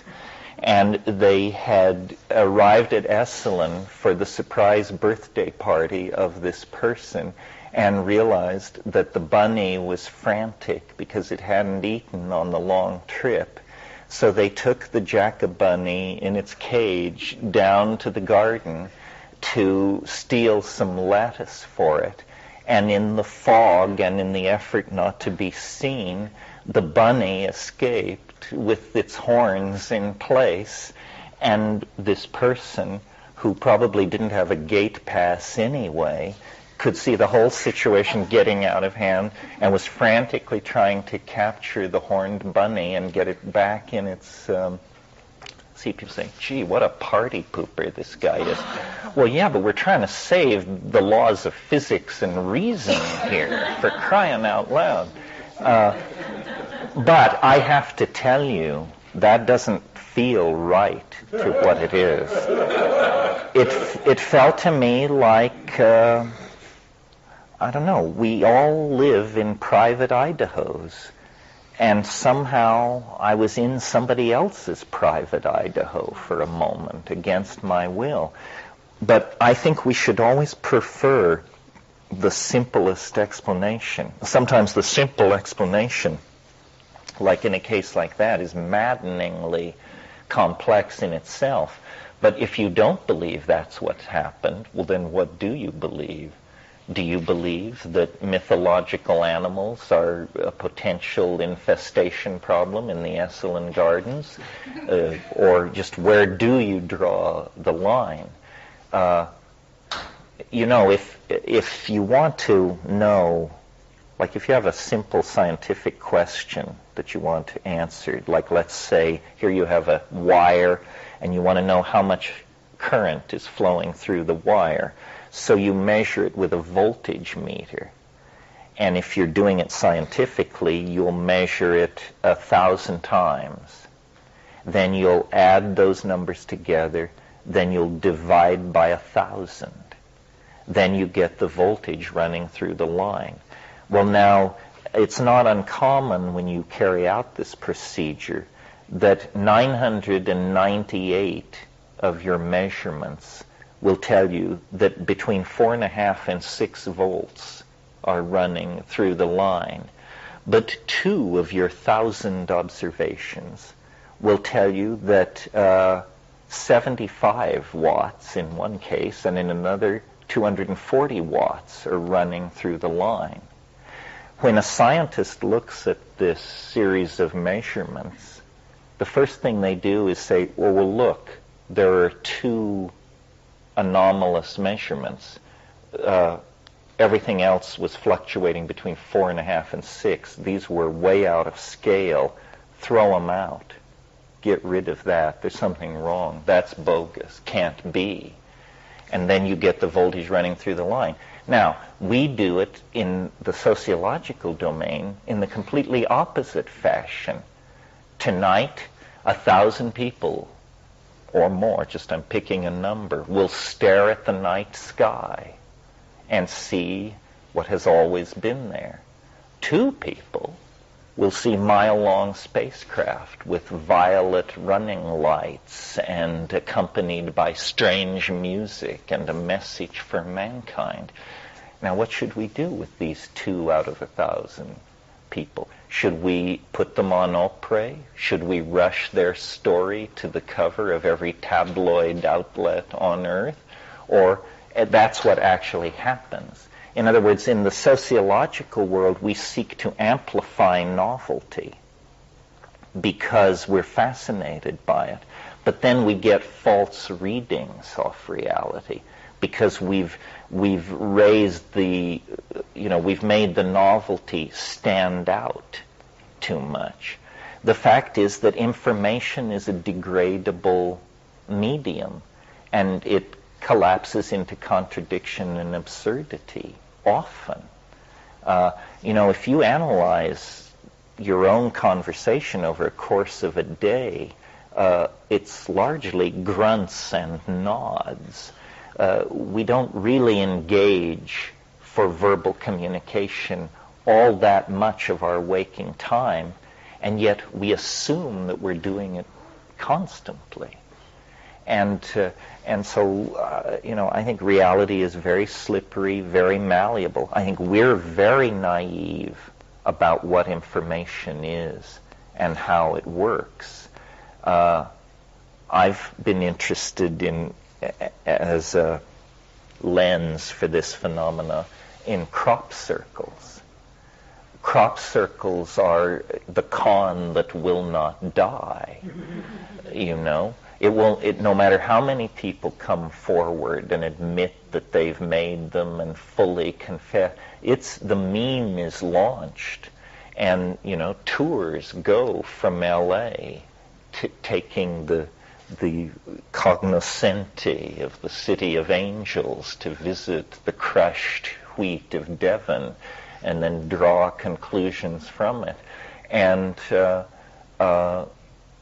yet the phenomenon has been completely deconstructed to the satisfaction of anyone interested in its deconstruction. It just turns out a lot of people aren't.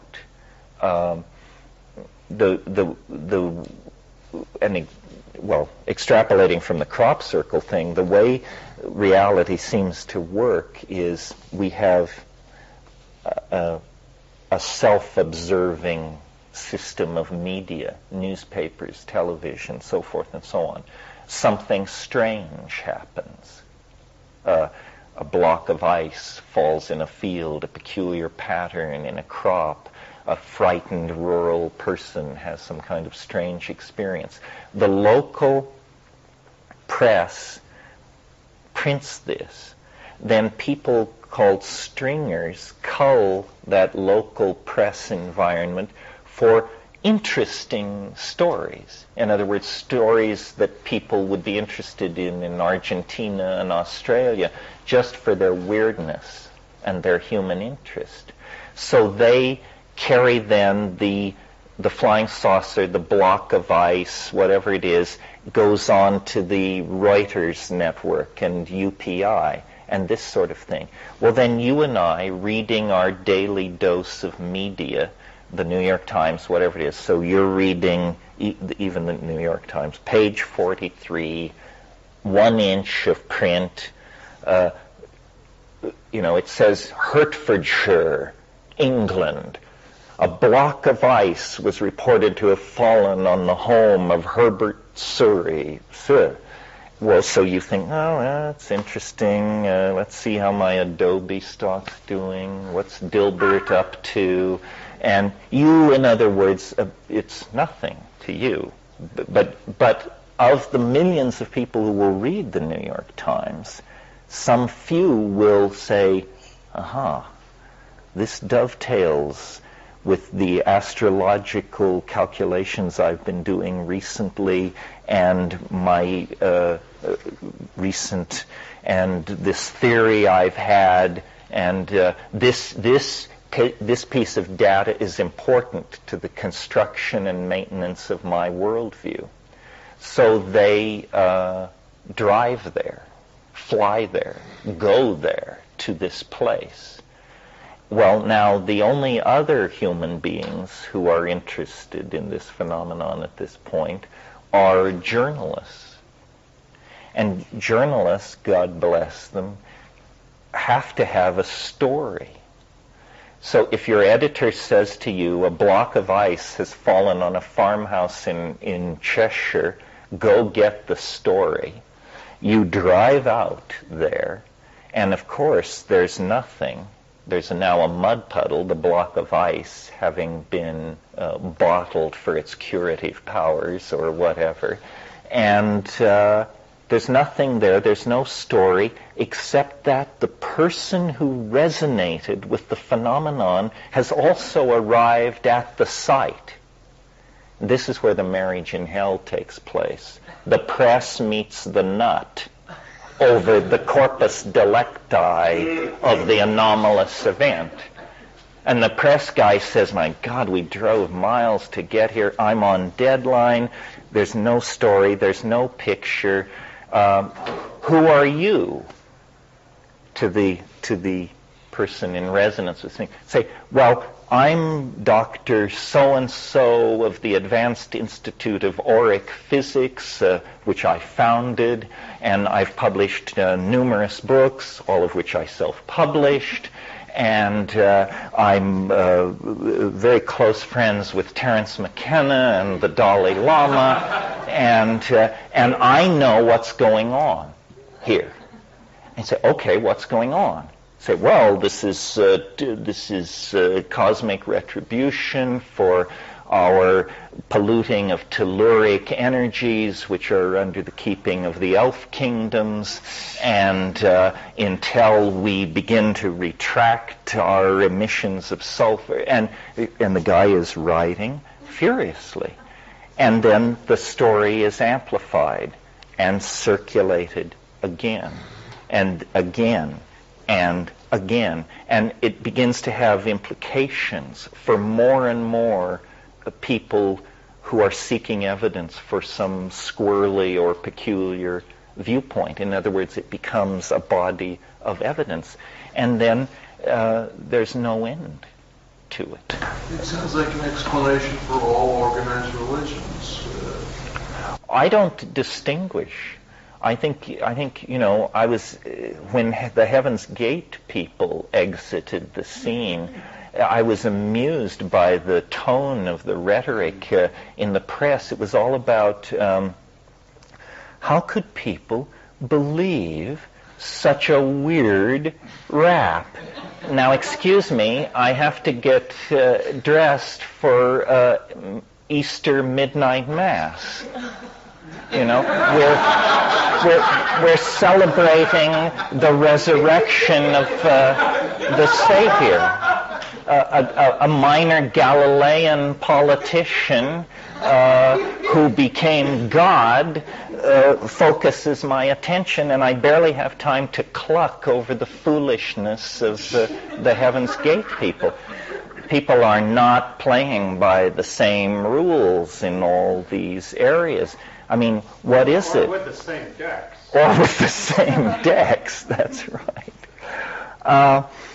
And so people say, well, that's tried and true Christianity. What does that mean? A delusion grows more real over time? That's a peculiar notion. Pliny the Younger, there's a fascinating book published in the last couple of years called The Christians as the Romans Saw Them. Fascinating book, which translates the early texts of the Roman Imperium as it slowly became aware that this strange phenomenon was in its midst. And Pliny the Younger, not the naturalist who was the elder, but Pliny the Younger was appointed governor of Armenia. And his job was to go out there and administer Roman law and so forth. And he wrote extensive letters to the emperor, who was his very good personal friend, about the problems of administering this area. And his letters back to the Roman administration are the first records we have of Christianity. They were being oppressed. They were on some piece of land. And some townspeople, they were like gypsies, I guess, and some townspeople had moved them off this piece of land, and they had petitioned to the governor for redress of grievances. And in the course of settling this, he had inquired of their beliefs.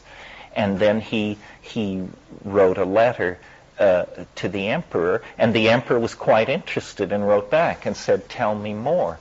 And he said, "Is this a new religion?" And Pliny the Younger wrote, and he said, "No, this is not a religion. Religions are concerned with the great issues of cosmic fate and cosmic destiny. This is a cult of Christ. It's a cult of personality."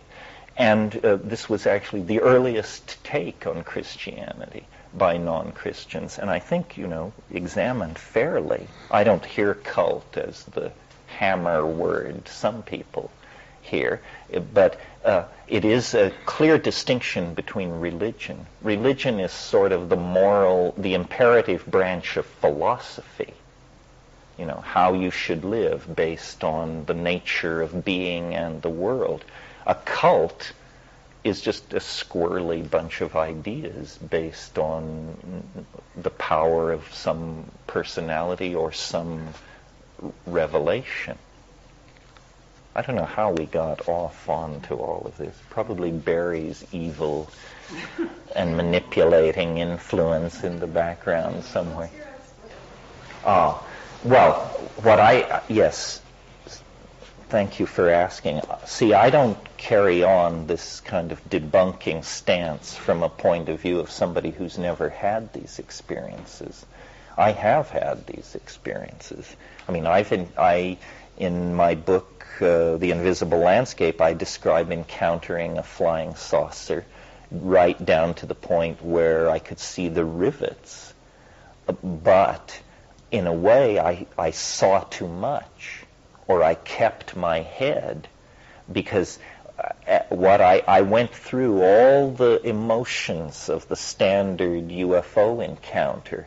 In other words, awe, paralysis, acceptance that it was going to take me.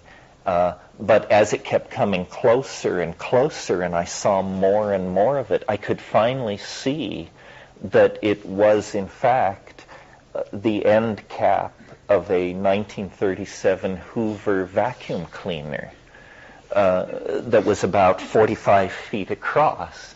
And if you're a flying saucer enthusiast, you know the famous George Adamski photograph of the debunked photograph that shows the end cap of a 1937 Hoover vacuum cleaner, which he suspended on monofilament line in his garage and then shot with his Brownie. It's the famous flying saucer with the 3 half circles on the underside, the little round portholes, and the twiddle on top.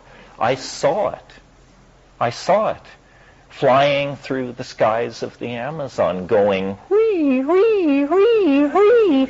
And as I saw it, I knew what it was. I knew that it was the phony the phony saucer. Psychologists call this cognitive dissonance. What it is, and Jacques Vallée and other people have written about this, the encounter with the UFO or with the other always has an element of self-canceling absurdity in it. If the witness can be fully honest and can give a full account of what happened, the story will not make sense. It never makes sense. And in my case, it didn't make sense on the spot. Now, my conclusion from that and from the encounter in the Amazon, and I guess this maybe goes to your question about supernormal power, there is something loose on this planet, is that what I want to say? Or behind reality? Or something? We could call it the unconscious, but that might make you feel more comfortable with it than you should. But what this power can do is it can manipulate your mind. And what it has access to is the complete contents of your experience. It has more access than you do. You, the ego, are a fragile and forgetful creature.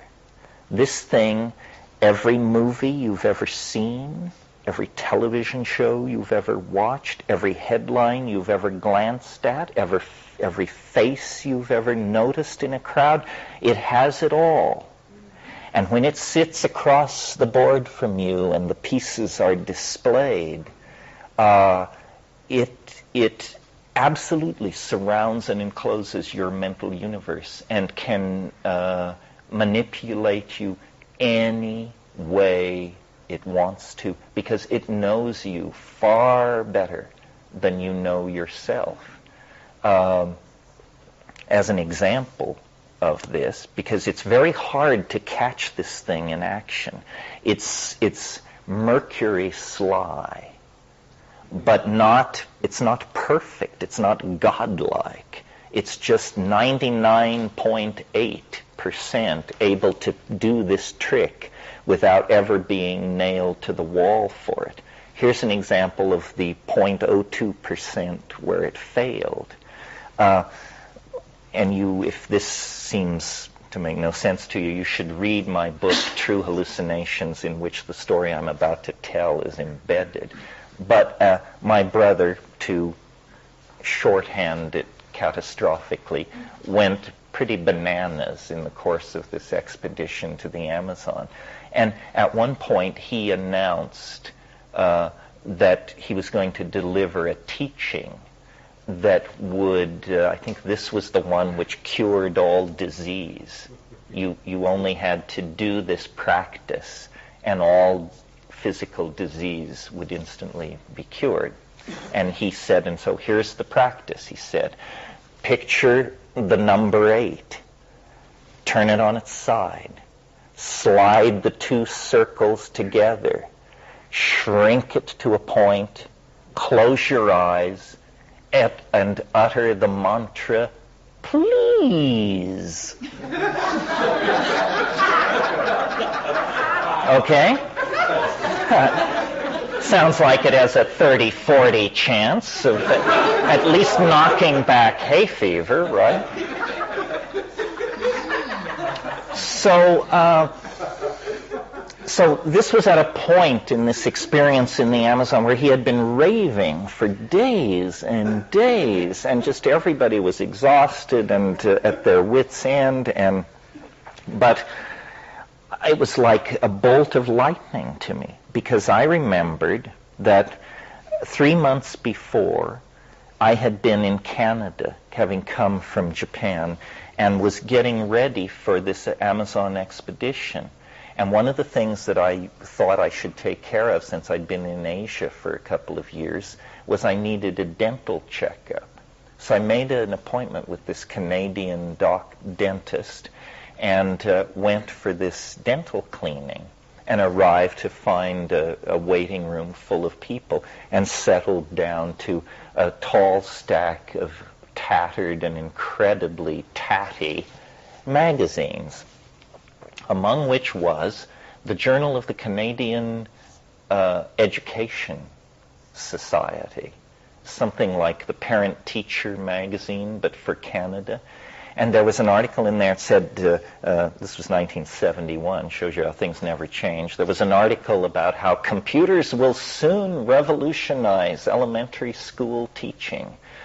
And so, in desperation, I turned to this article. And here's this article. You can imagine what it was saying. But there was this little sidebar next to the article. And it said, the schools of the future will be nothing like we have known. Children will learn in completely different ways. And then it said, imagine little Susie sitting down in front of a computer screen, visualizing the number 8, turning it on its side, sliding the two circles over each other, and shrinking it to a point in order to command an arithmetic operation or something like that. And it was like, nailed. We know where this stuff is coming from. It's coming from our own minds.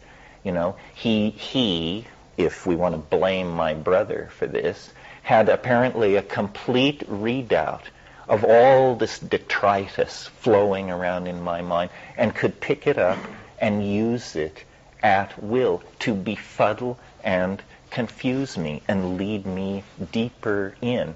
So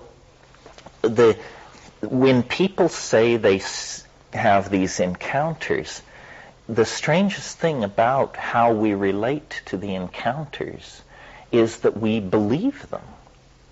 We take it at face value. If you stopped me in the dining room this morning and told me that you had culminated an incredibly intense affair last night, I would not take that at face value.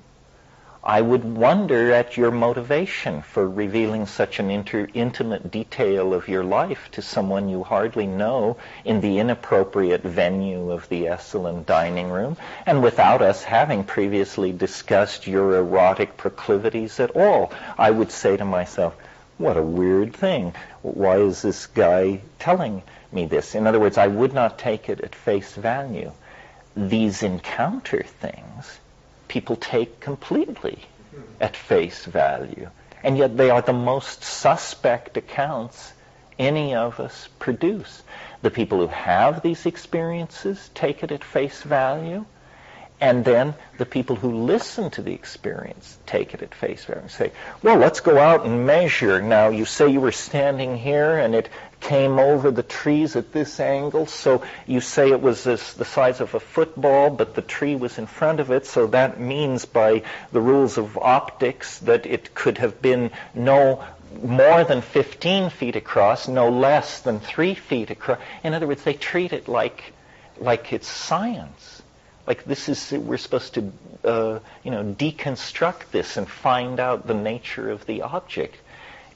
You wouldn't subject a dream to that kind of analysis. That would be absurd.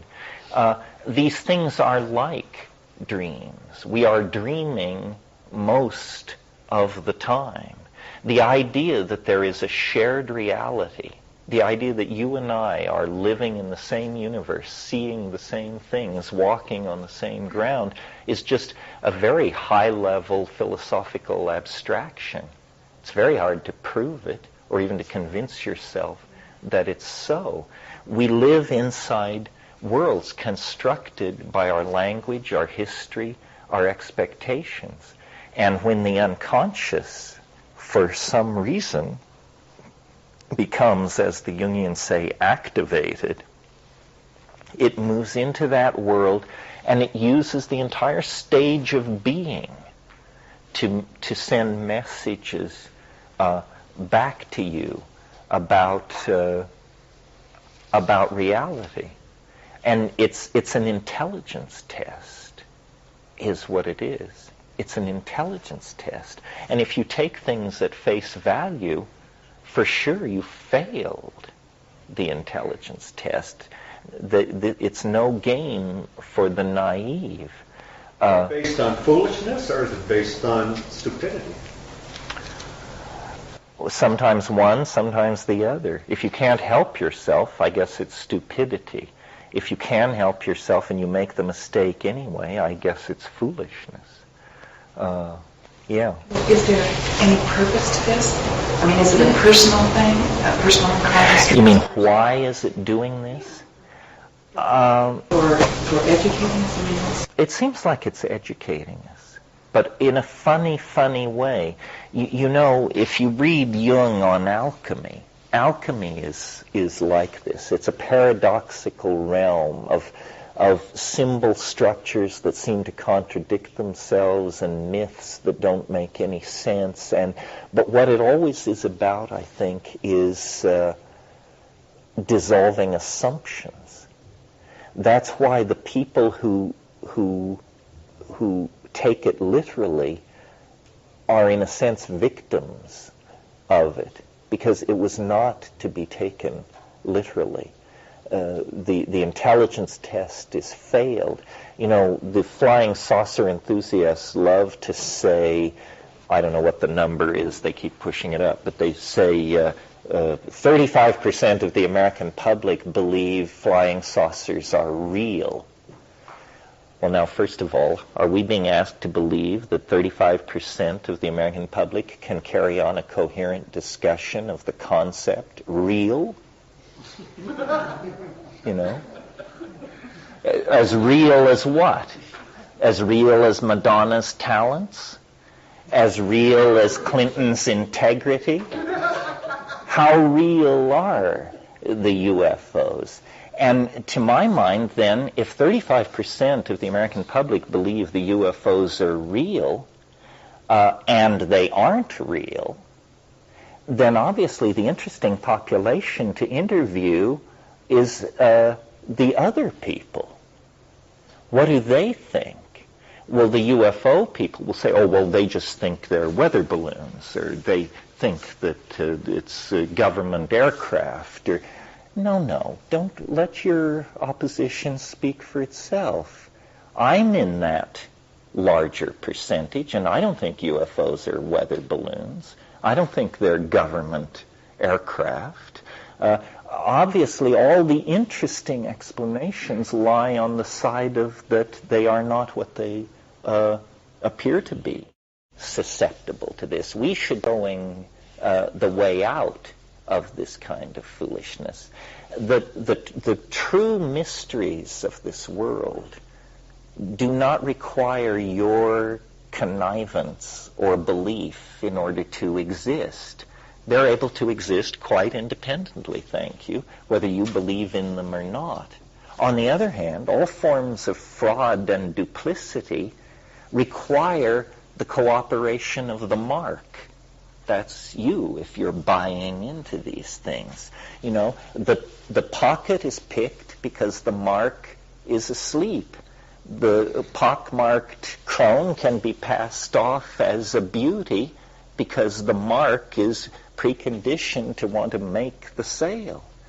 Psychedelics should liberate people from the tyranny of these projections from the unconscious.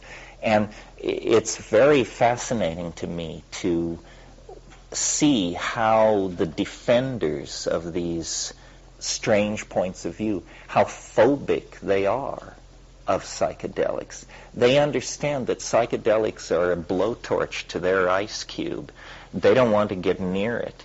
You know, they used to have the excuse that even though they were going to spend a lifetime criticizing psychedelics, they couldn't invest 6 hours to find out what it was about.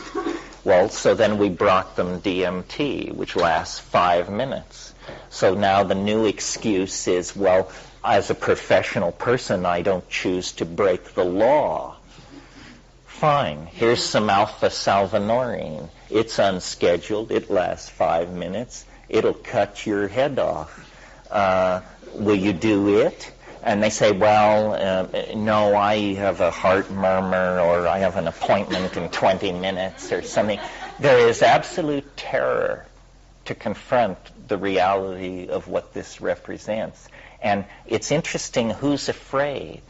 Scientists are afraid. They say, well, I would lose my objectivity, and we don't do it like that. I'm the observer, not the experiment, and we like to have things kind of off where we can handle them. So scientists don't want to do it. They sense it would destroy their ontology.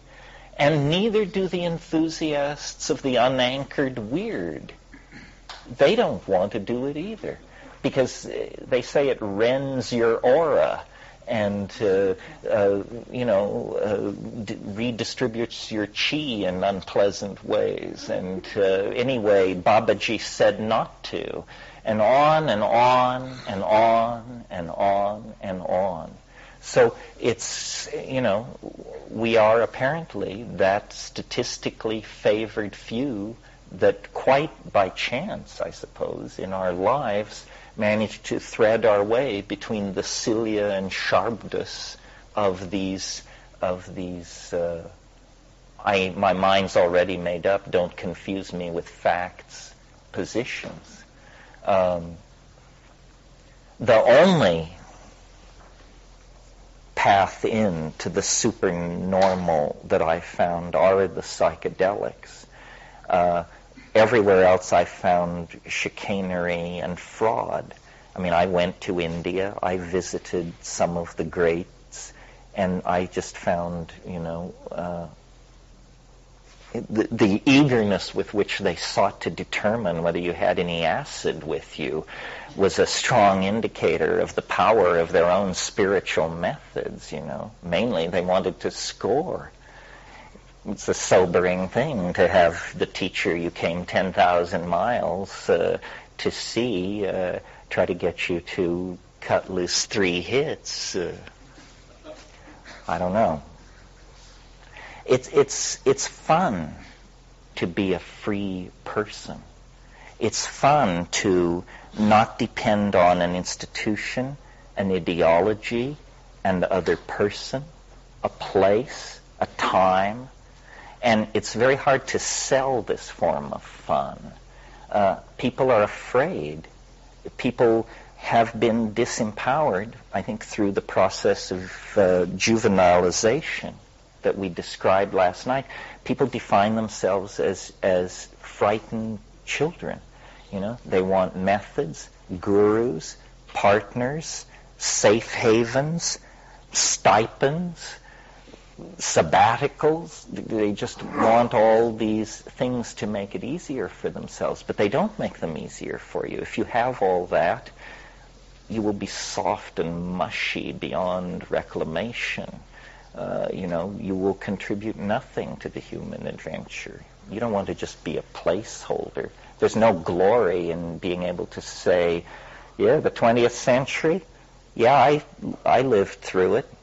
Contributed nothing, said nothing, had nothing to say about it, but I lived through it. A lot of people didn't live through it. You might consider that you're standing in their shoes and act out of a commitment to them and what they might have achieved. I think often, strangely enough, about Anton Webern, who's one of the great modernists of European music. Webern was killed in the streets of Vienna in 1945 by an American GI for stealing a loaf of bread. This is what happened to European culture in the aftermath of the Second World War. We have been incredibly privileged in the 20th century. Europe has been smashed to dust twice in the 20th century. All its dreams, all its assumptions, all its hopes cast into the frying pan. We had nothing like that. And again, I think it permits an enormous amount of foolishness in our society, and an unwillingness to take things seriously, really. These things are not playthings. Fascism, futurism, communism, These things can ignite and consume whole societies. That means human lives. If we're really serious about new paradigms, I think we have to go to the bedrock of experience. It's not about rearranging or reshuffling the ideological deck.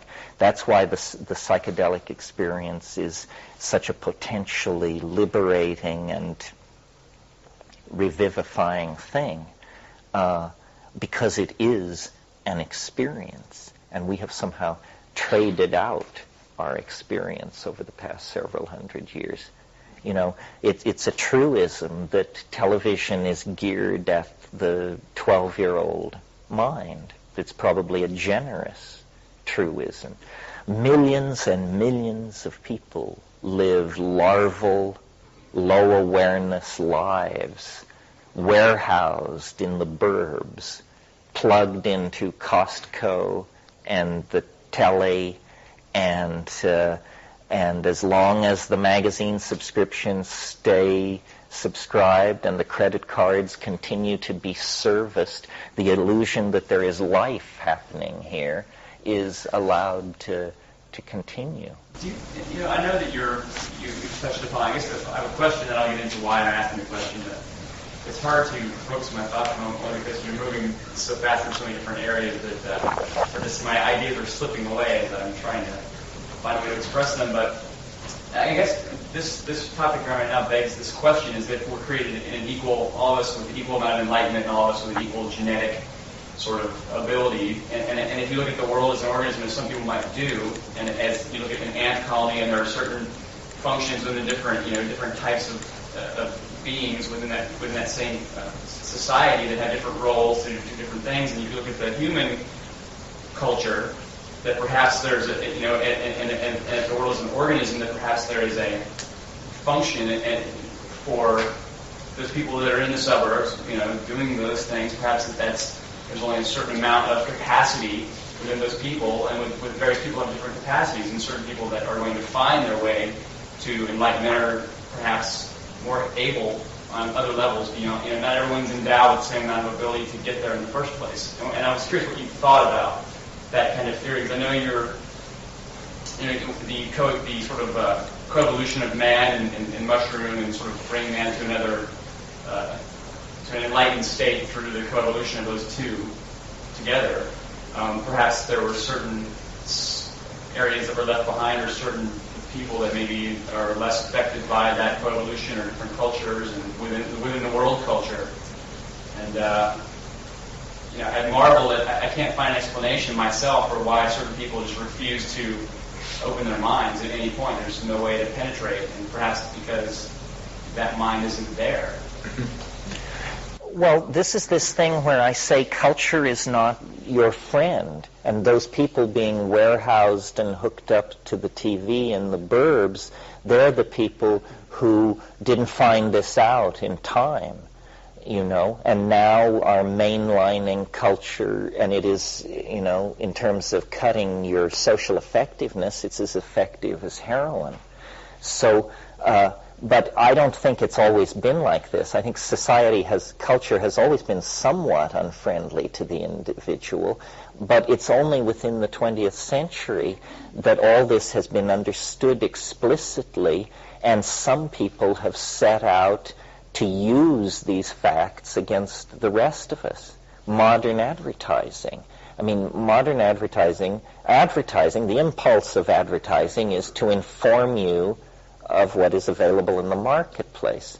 Seems a harmless and reasonable thing. You should know what is available in the marketplace.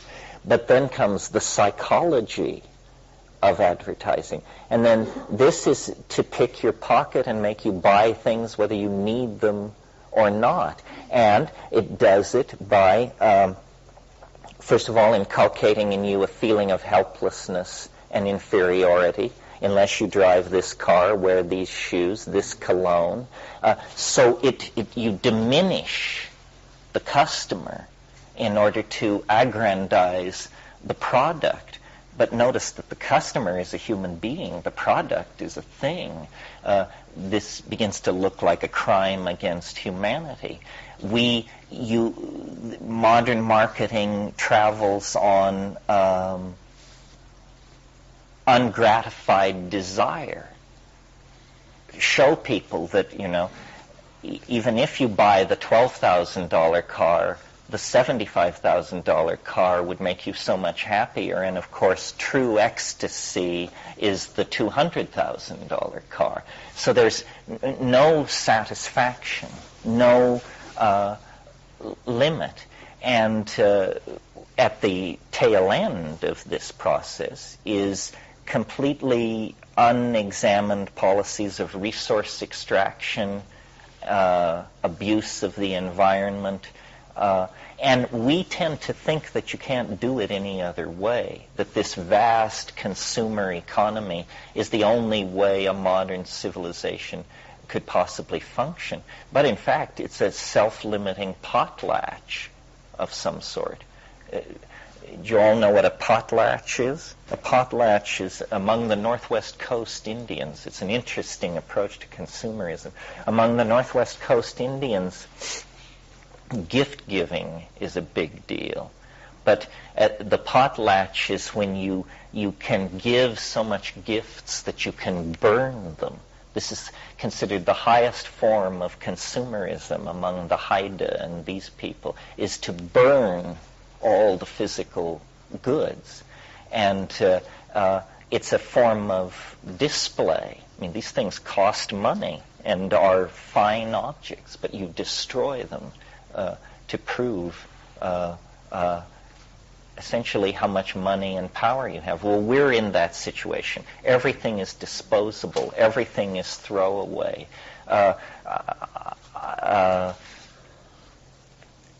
And growing away from this is very difficult. I mean, it essentially requires responsibility and integrity, which is the last thing anybody wants to hear. They want to hear that, I don't know, chelated enzymes or a particular form of therapy or darshan with Guru Ma or something else is going to make it all right. No, just individual moral responsibility is the basis for intelligent existence. And this should be obvious to most people, except that the cacophony of the marketplace is making it so hard to figure this out. Did you? Yeah. I'm interested in how a lot of the things that you've been discussing relate to what you allude to as living in the imagination. Talking about cultural limitations makes me think about limited patterns of perception. And what psychedelics seem to help you do is decondition you from those previous limited patterns of perception, give you a glimpse of what is possible, although if you try too quickly to define it, you fail the intelligence test, as you say, because what is trying to help you to glimpse is what is beyond another level of limitation. And culture can be like a group mind that you buy into, that's a very limited pattern of thinking. Technologies, cutting-edge technologies like nanotechnology seem to be moving in the direction of living in the imagination. That is, what previously is only envisioned is now materialized. And again, psychedelics seem to intimate that the experience itself seems to point towards what is previously thought of as beyond the possible, as now an opening towards envisioning that possibility. And again, you allude to a future vision of living in the imagination, the union of spirit and matter. And that's kind of the common theme that I pick up with a lot of the things that are being discussed here. And I'm curious, what your concepts are. Well, the reason I think psychedelics are an antidote to this commodification and juvenilization is because they not only dissolve boundaries, but they also show you inner worth. In other words, they show you that you, who you previously dismissed, have more beauty in your head than Cartiers and Tiffany's and all the rest of it put together. So you don't need to go to Harry Winston or Cartier's. You have inner worth. You don't need a car, a house of great expense. And then the other thing is, these technologies are allowing us to vivify the imagination and to make it very real. In fact, to make it something we can walk into. I tried it out on my staff group, and it didn't seem to get very far, but I really think every single one of us should be learning how to expand our communication skills. That this is our task for the rest of our lives, to learn how to communicate with each other, to communicate verbally, by touch, but also accept these technologies. I've spent the last 6 weeks learning how to three-dimensionally model objects and then animate them, texture map them, color them, because I've spent my whole life clawing the air and raving about hallucinations, and no one could ever see what I meant.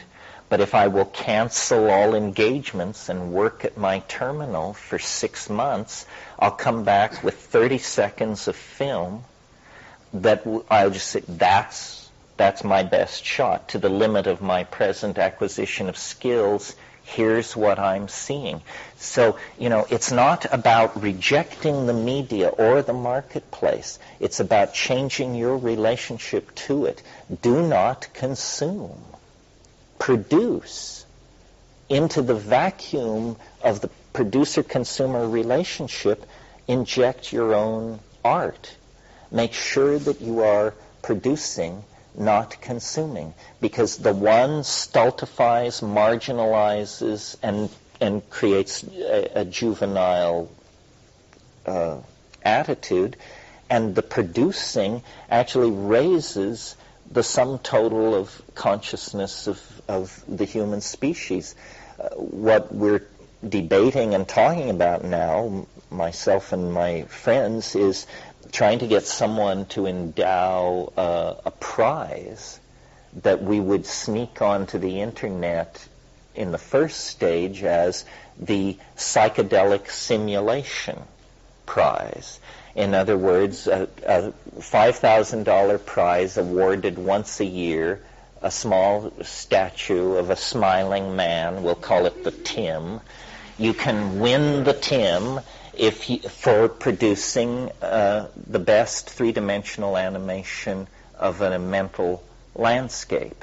Well, probably from now till 2000, these will simply be videos, QuickTime movies. But sometime beyond 2000, these will become VRML coded virtual realities, and people will begin to walk into them. And we'll still call it the prize for psychedelic simulation. But notice that once you can walk around inside these things, they become much more present. And, one of the things we've talked about over the past week is I don't believe alien spaceships are visiting Earth to pull our chestnuts out of the fire or to do anything else of much interest. But I do think there is an alien presence. It's non-material. You contact it in the psychedelic experience. It's non-material. Well, then what is the nature of the alien presence? Well, its nature is informational. It is made of information. Well, you know how in all flying saucer cults and all B movies of the 50s, there's always the awareness of the possibility of contact, and then there is the landing zone has to be created. And in Close Encounters, it was Devil's Tower out in Wyoming. This seems to be part of the archetype of the alien. What the alien needs to manifest among us is a suitable landing zone. And people say, well, the Nazca Lines, that was the landing zone. that's pretty lame. I mean, I won't even bother to deconstruct it. Surely if you can come from Zenebel-Ganubi, you don't need airport running lights to be waiting for you when you get here. So the landing zone, and I'm beginning to think that in a sense the internet is a net to catch an alien. And the way you catch the alien is by writing the weirdest code you think you can think of and integrating it into all the other weird code you can find. Let's set out to build a virtual reality as alien as we can possibly make it.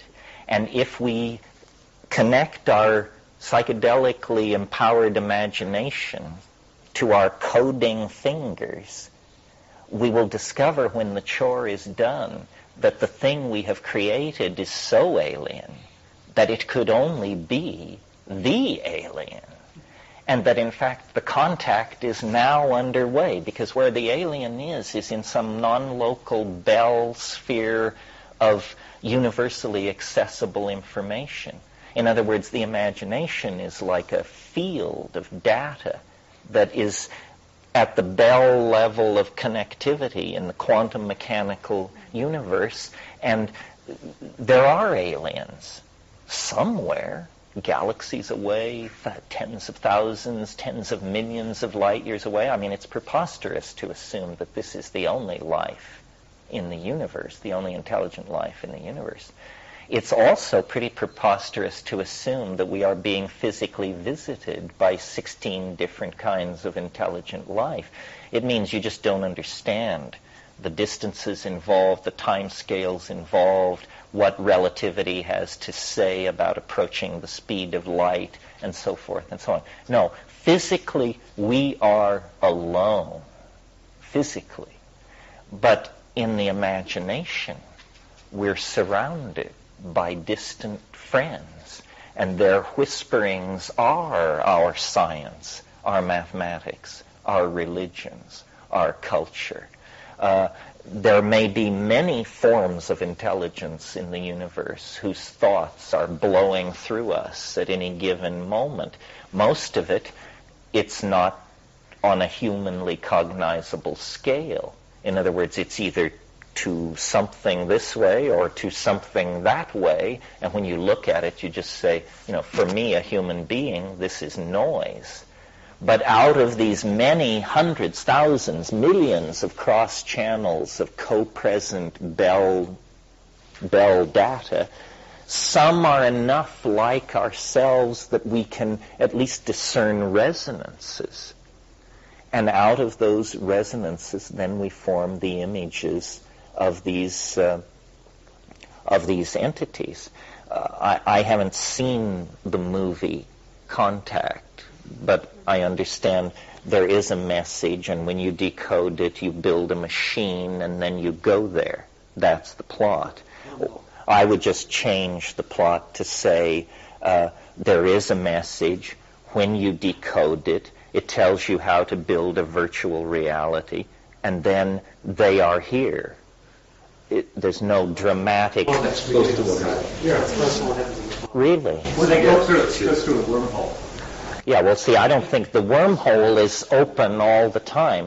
When you look into the imagination to the degree that you can decondition your human expectations, the data will become more and more alien.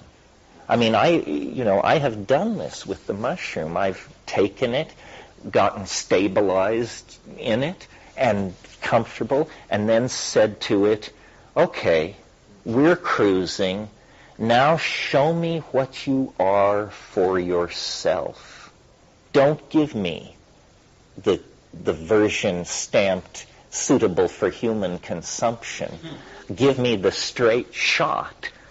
Well, then the temperature begins to fall, black draperies rise, there's an enormous organ tone, and after about 30 seconds of that, you say, could we go back to the suitable for human consumption version of this?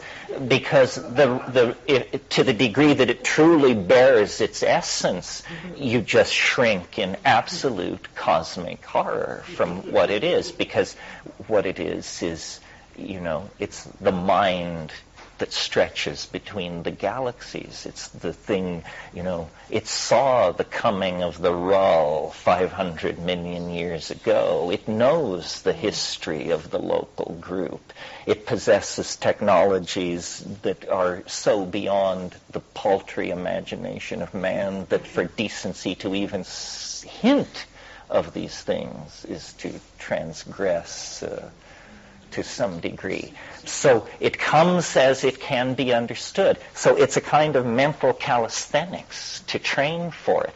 A friend of mine said, every time I take mushrooms, my goal is to stand more. To stand more. And to say to it, okay, here I am again. Let's start where we left off. I'm ready to try and stand more. So people who think this is some kind of a lark or some kind of, they are skimming the back of the beast. They're never really, it can take you further than you want to go. It won't, usually. It's usually quite benign. It seems to sense our limitations. But if you present yourself as a warrior, it will give you a warrior's experience. And then the key coming out of all this is the second part of it is the download. And we've been having these astonishing experiences now for 30, 40 years. Very hard to communicate with each other. Now we have the tools, the 3D modeling, the animation. Anybody can learn these things in a few weeks of application. And we need a higher definition, higher dimension language than small mouth noises to convey this stuff. We need to be able to see what we mean. We need to let other people see what we mean. We need to be able to freeze these incredibly complicated images and modalities so that we can then analyze them aesthetically, mathematically, energetically, and write papers about them and talk about it. I mean, this is the great new frontier, the human imagination. It's only been 400 years since we discovered the lost half of this planet. I mean, you think we've got a hold on reality? That's how lame our story is. 400 years ago, it was a matter of debate if there was North and South America. And, people just kept pushing, and sure enough, real estate beyond anybody's wildest dreams. Well, I think there's real estate in the imagination. I think it's the country we're all going to live in. We're like English colonials, restless with a mad king and waiting to book passage to the new worlds of America. Our sails are filling. The technologies exist to do it. And in 200 years, it wouldn't surprise me if the imagination was, the major industrial and population center of the human world. People say, well, what does that mean? Well, who knows, and why do you care? It's of the nature of an inevitability, a self-fulfilling prophecy. We have exhausted the exterior world, and yet the interior world beats like an enormous uncharted ocean. And what is ordinary historical consciousness but a tiny island protruding above that ocean? So as we grow in sophistication and in our sense of who we are and what we want to do in the cosmos, extremely exciting destinies, I think, will unfold for us. We've just fought our way out of the jungle, away from the influence of the glaciers. We've lopped off the heads of the other megafauna on this planet so we can have a little breathing room. Now we need to ask the question, what is it all for? What is it all for? It can't be for masturbatory consumerism and gratification of the historical ego at the expense of all future generations. We've flopped on the seamy side quite long enough. It's time to be up and about the great and exciting business of being truly human for the first time. All right, that's the morning session. I'm going to have to run. Thank you very much. I hope you get massaged and so forth. I will be back at 4. I wish I could stay, but I'm here so briefly. Okay, well, let's see here. I have one thing to put before you, which is just so you know how current we are and how cutting edge, I can tell you that this book, called Bots, The Origin of a New Species by Andrew Leonard, will receive a rave review in tomorrow's Sunday New York Times, which is not yet printed. And this is a book about the rise of AI. These bots, as you know, info bots, all kinds of bots running around on the internet, tracking down facts for you, doing all sorts of things. They are probably the embryogenic precursors of the kind of artificial intelligence that we've been talking about. This book was a gift to me, and I've just been looking through it, and it really looks like lots of fun and definitely cutting-edge stuff. Probably won't be carried in the bookstore, at least not for a while. But that's Bots, The Origin of a New Species by Andrew Leonard. What's the last name? Leonard, Leonard. And it's a hardwired book. They're having a rough week up there, too. Quite a week for turmoil in cyberspace. Terence? Yeah. I don't know what direction you're fixing to go, but even though this might be familiar territory for a lot of people here, possibly it's the first time I've heard you in this workshop, and I was wondering if you could address some of the practical considerations of like the various psychedelics and which ones that you feel have more value and why, the importance of set and setting and approaching the psychedelic experience, just your view. Well, yeah, my own psychedelic experience, I was pretty much very typical, I think, of people of my age and situation. I began to hear about sometime in the I guess in the early 60s it must have been, I read The Doors of Perception. And it was fascinating to me, but I had no access to mescaline or anything else, nor any knowledge of pharmacology or botany. And I then became interested in the counterculture, and I subscribed to the Evergreen Review. I think I was the only person west of the Mississippi River who was getting the Evergreen Review in 1961, 62, 63. And there was, they were publishing people like the French surrealist André Michaud. They were publishing, they published parts of Terry Southern's book, Red Dirt Marijuana. And I just became obsessed with locating these things. My first attempt to get high was I had heard that morning glories would get you high. So I went out and gathered bindweed, which is this little morning glory like you see along the highways here, and had a hell of a stomachache. The first of many in pursuit of this. And then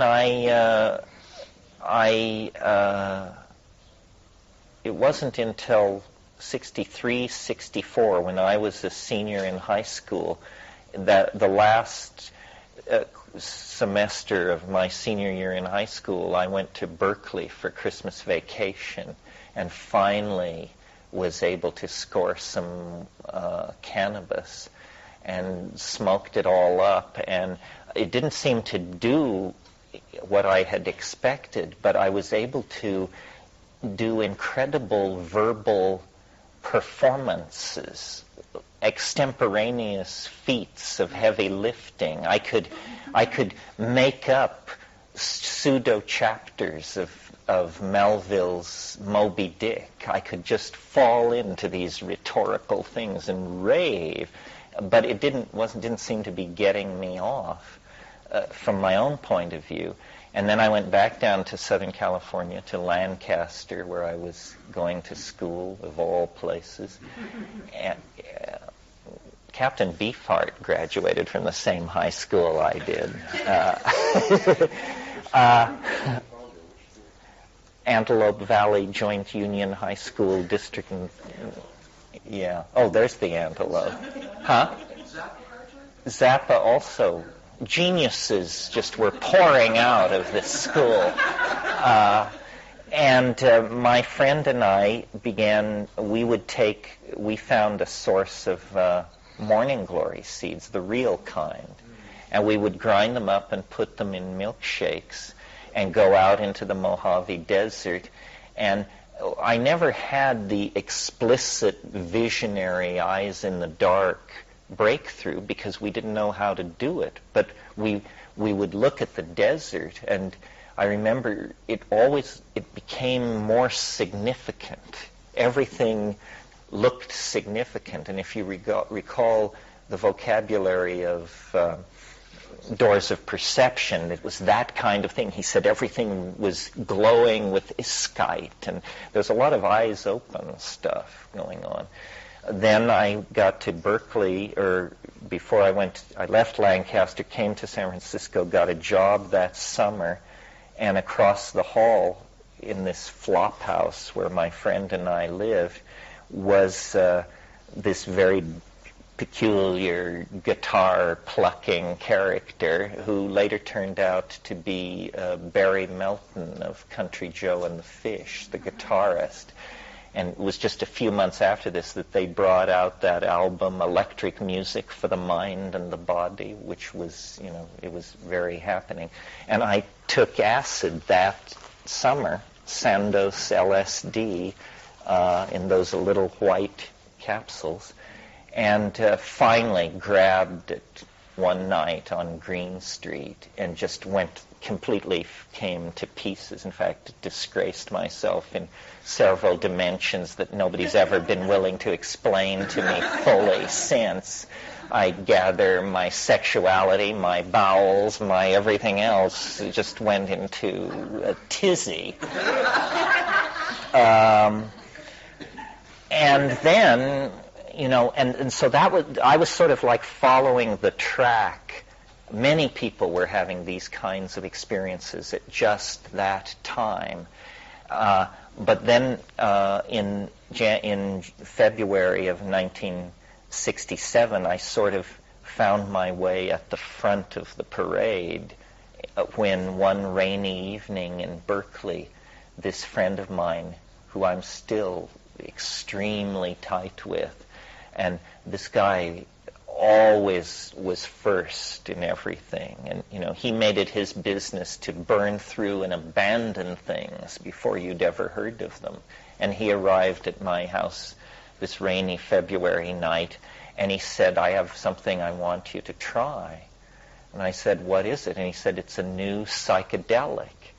And I said, "How long does it last?" And he said, 3 minutes. And I said, "No problem, we're acid heads. We can handle 3 minutes of anything." And sat down and smoked my first DMT. And, it's never been the same since. I mean, it worked 100%. Yes, this was the famous 55-gallon drum that was boosted off a Army conveyance vehicle when it was moved from SRI to some proving ground in the Southwest. The U.S. Army was trying to develop an aerosol artillery shell that would land in a Vietnamese village, drive everyone nuts, and you could send your people in and take over in all this gaseous, hallucinogenic confusion. And DMT and even then more debilitating psychedelics were being looked at in the service of this. And it's a famous story in the underground that there was this one 55-gallon drum of pure crystalline material that somebody just made sure fell into a ditch in Menlo Park somewhere, and somebody else came along 5 minutes later and picked it up. And rumor persists that that 55-gallon drum is not empty yet. Apocryphal stories abound of burial sites near Hudson's Bay, in the deserts of the Namib, other places. It's been moved around. Even the Dome of the Rock was indicated at one time. So I don't suggest you go looking for it under the Dome of the Rock. Anyway, DMT really, we had to then do our own research. We weren't getting information from the culture about DMT. It was talking about LSD and this and that. And the first thing you find out when you look into what DMT is, and at that time it was true, was that it occurs in a lot of plants. Later, Wade Davis, on and on, were just this amazing ethnographic and chemical data was like being downloaded out of the Amazon and declassified. And it just was revealing the entire picture of a shamanic, hallucinogenic religion. And having smoked DMT, you know, we were inside from the start. I mean, we knew that this was just the most important thing to ever come down the pike. And so quickly for myself and my friends, the emphasis shifted toward how can we extend this experience? Because if you've smoked DMT and you're like me, it's very hard to grab onto. While it's happening, it's the most intense experience you've ever had. But it's so strange. And there may even be a physiological tendency for it not to transcript into short-term memory. Because when you come down from a DMT trip, it's like awakening from a dream. You have this kind of crazy sense that something has just been happening and it was all around you and now it's gone. So we wanted to understand how can you get in there for longer. And we tried simple things like taking it at the top of LSD trips. This is a hell of a launch, but it doesn't particularly prolong it. It maybe doubles the time from 3 minutes to 6. But we were saying, you know, if you could get in there for an hour, you could learn something. You could bring something back. That was always the goal, to bring something back, an idea, an artifact, an equation, something. Well, further research indicated then, and I think probably the key source here is that book that William Burroughs and Allen Ginsberg did in the late 60s called the Yahé Letters, where I can't remember what the order of it is. I think Ginsberg goes down looking for it, writes letters back to Burroughs. Burroughs then goes down a year later looking for it, writes letters back to Ginsberg. Ginsberg comes off as somewhat of a nervous Nelly in that book. He didn't really care for it. It was a bit much for him. Burroughs, of course, ever the trooper, was completely gung-ho. And so this brought up the issue of Yahé, which is what ayahuasca is called north of the Putumayo River as a general as a generalization. Well, then in the meantime, other things were happening for me. I went to Israel. I tried to emigrate to the Seychelles Islands. I spent time in India. I was a smuggler, an art dealer. Then I got in trouble for the smuggling, so I had to hide out from that. So I went to Indonesia to be a butterfly collector. And that, for the first time, plunged me on a day-to-day basis for months into the heart of true tropical nature, which I had never seen before. I mean, I was born in Colorado, raised in California. I had never been to the equatorial tropics. Yeah. You started at Berkeley. What were you doing then? Because it sounds like your interest in botany and geobotany evolved from. Well, when I first went to Berkeley, I accepted entry into an experimental college called the Tussman Experimental Program, and I went 2 years to Berkeley, 65, 67, 67, 68, and then I left. And then when I returned years later in 72, I majored in systems theory and ecology and botany, and I actually had a self-directed major in shamanism. I had written The Invisible Landscape with my brother at that time, and I just sort of presented that as a series. Whenever they wanted me to write a paper, I'd submit a chapter from the book I'd already written. But it was sort of the DMT and the plant connection of it that led you in that direction. Yeah, absolutely. Before that, I had, in the course of my life, I had had sort of a love affair between the natural sciences and the sciences. I mean, the natural sciences and the humanities.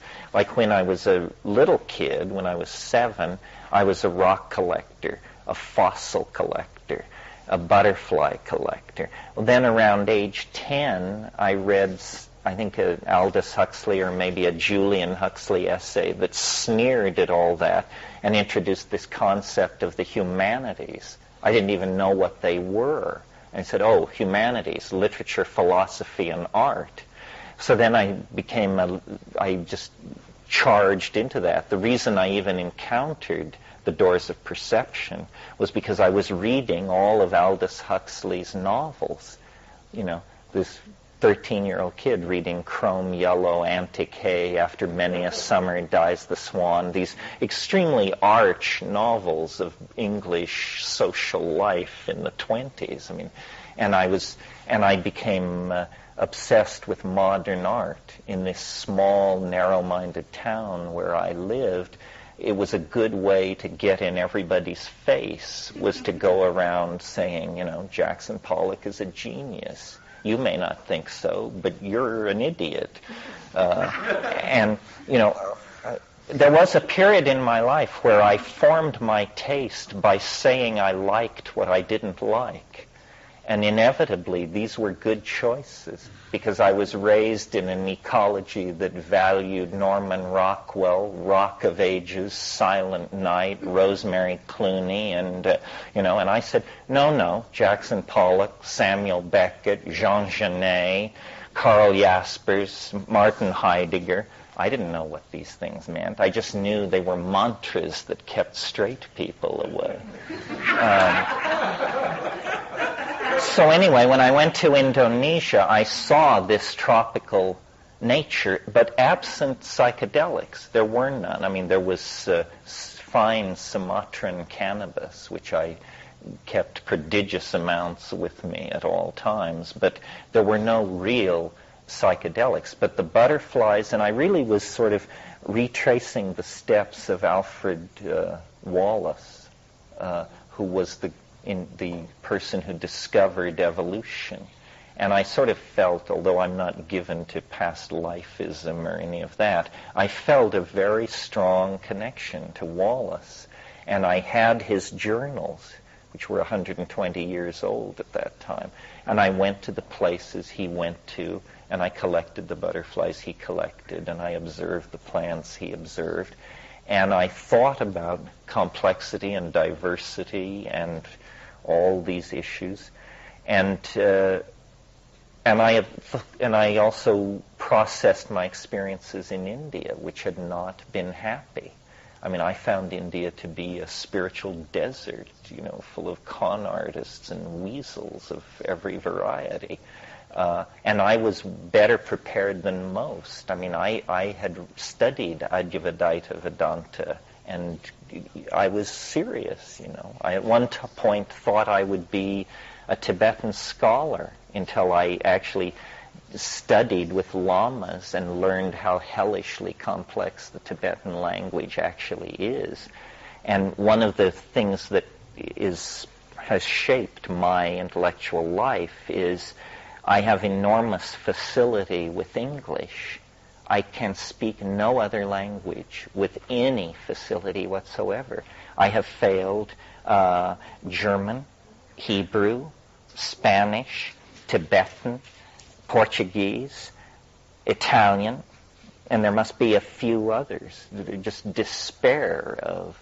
So that made it clear to me, well, a life of scholarship, you can never be a Tibetan scholar. You can never be a number of things because you have this funny blockage.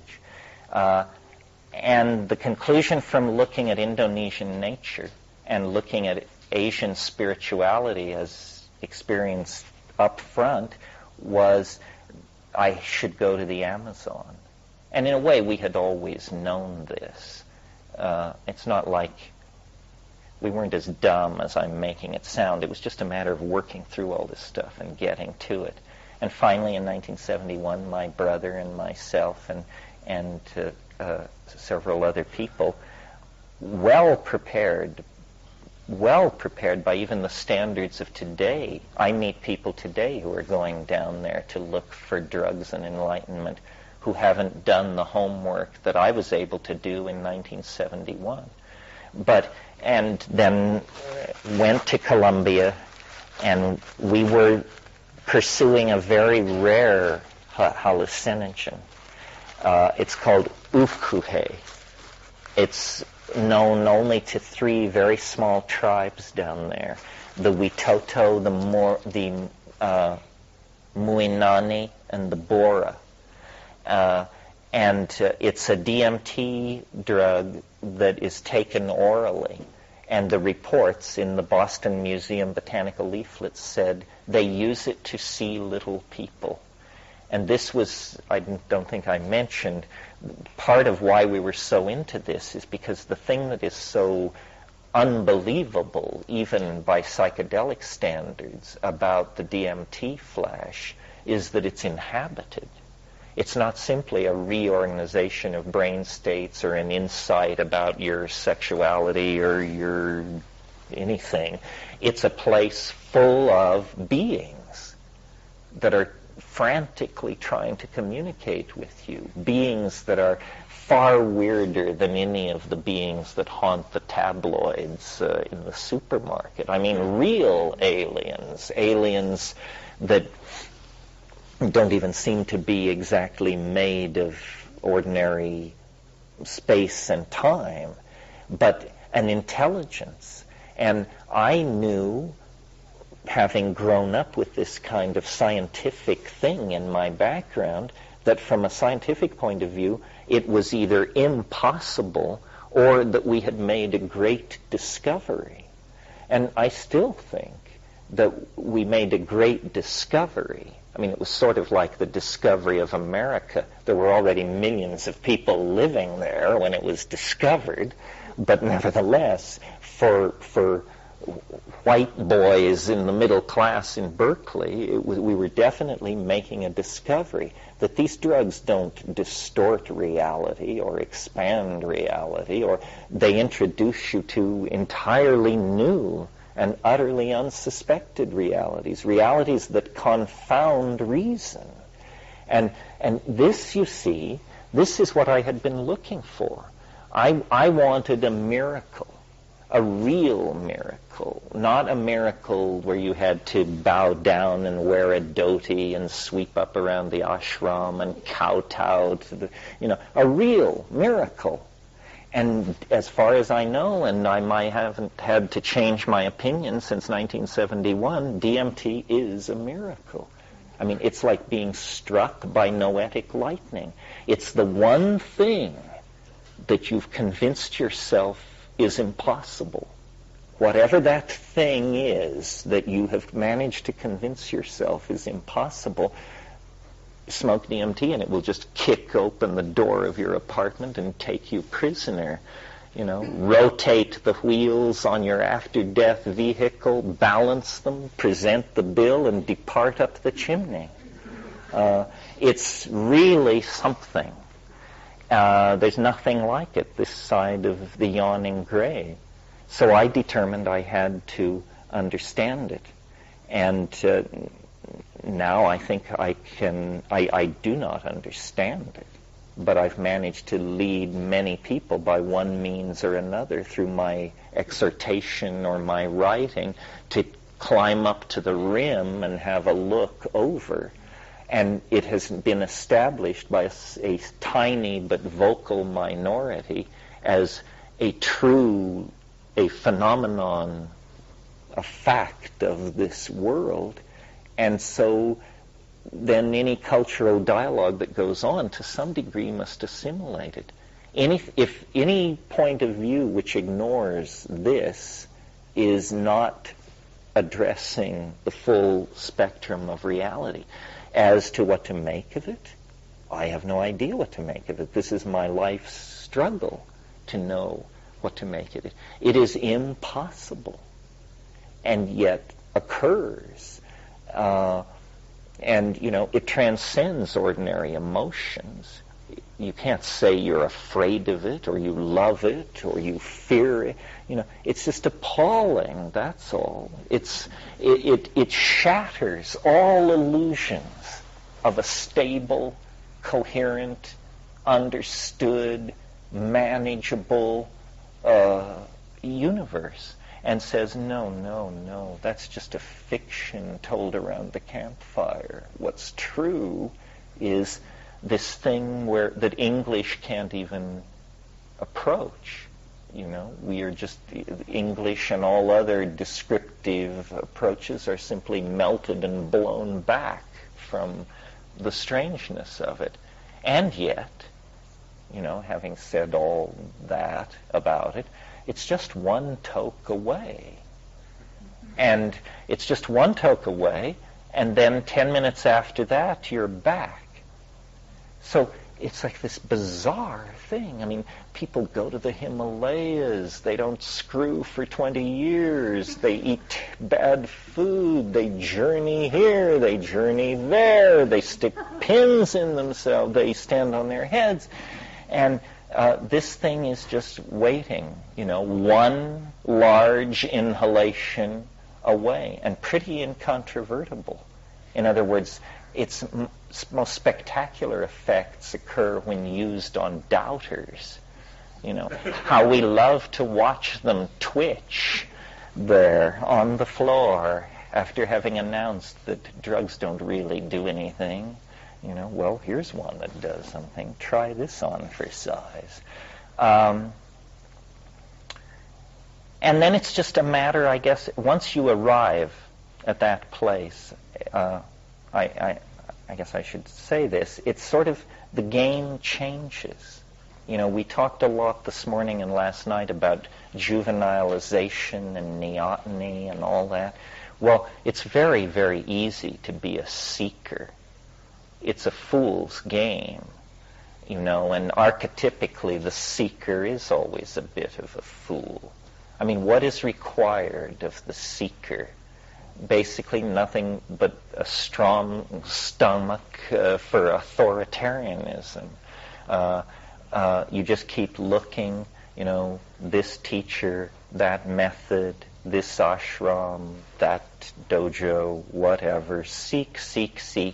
And after you've sought for 20, 30 years, it's pretty easy to assume that there's no reason to expect you'll ever get anywhere.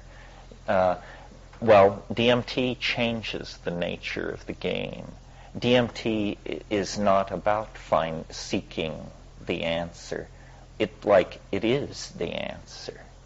And so once you have, by chance or design, encountered it, or even the rumor of it, the game becomes quite a bit more grown up. Now you have to face the answer. You've found it. No more trips to Ceylon are necessary. No more journeys down to be with Don so-and-so or any of that malarkey. You can just put that on the shelf now. You're now an adult. You have entered the big time. No opening of chakras or revelation of shastras or passing of mantras or, building of yantras is going to carry you any further than where you finally arrive. You have found the answer. Now you have to face it. And people hate that. It's appalling. It doesn't feel like fun at all. It's like, the answer. Here it is. What to do with it? And I don't know what to do with it. Kathleen? Did you find other mixtures that extended that experience besides ayahuasca, or is that the main? Any MAO, if your MAO is inhibited, for the rest of you, this is an enzyme system that operates in the guts. Normally DMT is destroyed in the intestine, but if you pre-treat yourself with a monoamine oxidase inhibitor, it will survive in the guts and pass into the bloodstream and hence into the brain. So ayahuasca, yahe, these things are strategies for making DMT orally active. Any MAO inhibitor will make you hypersensitive to psychoactive tryptamines. But I think it's important to follow the tradition of these South American shamans, because some of these MAO inhibitors are too strong. Some last days, some weeks. The compound in ayahuasca that is doing the MAO inhibition is harmine. It's known, its pharmacological profile is that it's reversible in 4 to 6 hours. Great, perfect, exactly the right time window, because you don't want a 12, 36, 48, 72-hour trip, nor do you presumably, if you're trying to get away from this flash effect of DMT, do you want a 3, 4, 5, 10-minute trip? So a 4 to 6 hour MAO inhibition is just about right. Can you recommend harmine, a source of harmine? A source of harmine?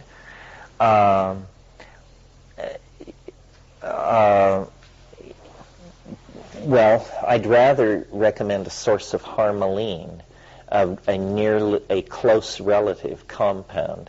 And the reason for that is harmine, which is what actually occurs in Banisteriopsis caapi, has as one of its effects, it tends to cause nausea. Harmaline is much less active on the stomach. And an excellent source of harmaline is the seeds of Pagaman harmala. Pagaman harmala is a zygophyllaceous shrub that grows naturally from Morocco to Manchuria. Huge stands of it exist in the American Southwest, in places like Deming, New Mexico, and up near Lake Tahoe on Route 50. And it produces a hard little black seed, which if you take 2 grams of this seed, it will very effectively inhibit your monoamine oxidase. If you don't take it with a psychedelic, you will probably notice only a kind of sedating effect, nothing dramatic. But if you complex it with DMT, it will turn on all the lights on the Christmas tree. Pagaman, P-E-R-G-A-M-U-M, Harmala, H-A-R-M-A-L-A. It's sold in Iranian markets under the name Hurmal and is used as an incense. So it's also in the Allies catalog. be selling it for replanting. Uh-huh. It takes such a small amount. On that list that I set out, the first one is Ally. Do not take more than 2 grams of this. It works. Now, to be fair, and to, if you're going to start doing this, I mean, you really should.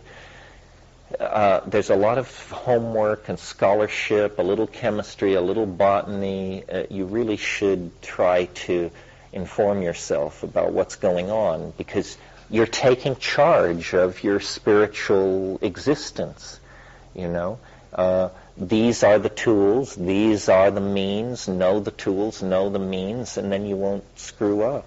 Yeah. What we have to do is look at all drugs news groups on the internet, and you'll see how reckless people can be and how misinformed about these things. So, it really needs to try to do this and also inform other people, because there's a lot. Yeah, there's a lot of bad information around. Yeah. Is there any, one book or a couple of books where you can fully inform yourself about this stuff? Well, some books are more trustworthy than others. For example, Jonathan Ott is a meticulous scholar. Very rarely makes technical mistakes. So he's one person to look at. There aren't a lot of how-to-do-it manuals in drug taking, because it's a thankless task for an author. You just gain social disgrace, There are some lists on the internet, like at Lyceum. There are very large data archives maintained, and people with an interest in keeping the integrity of the data high. But never trust. I mean, always, as Gorbachev said, trust but verify. Because it's not like if you get your mantra wrong, something terrible will happen. But if you get your molecule wrong, something terrible might happen. So you have to be more careful and more responsible, because these things actually work. The way I think of the categories of these psychedelics, people have done different maps of it, but the way I think about it is like a bullseye, like a target, and in the center is DMT. And I'm on record, I guess, as saying if you can get more loaded than that, I don't want to know about it. However, now you should never say never.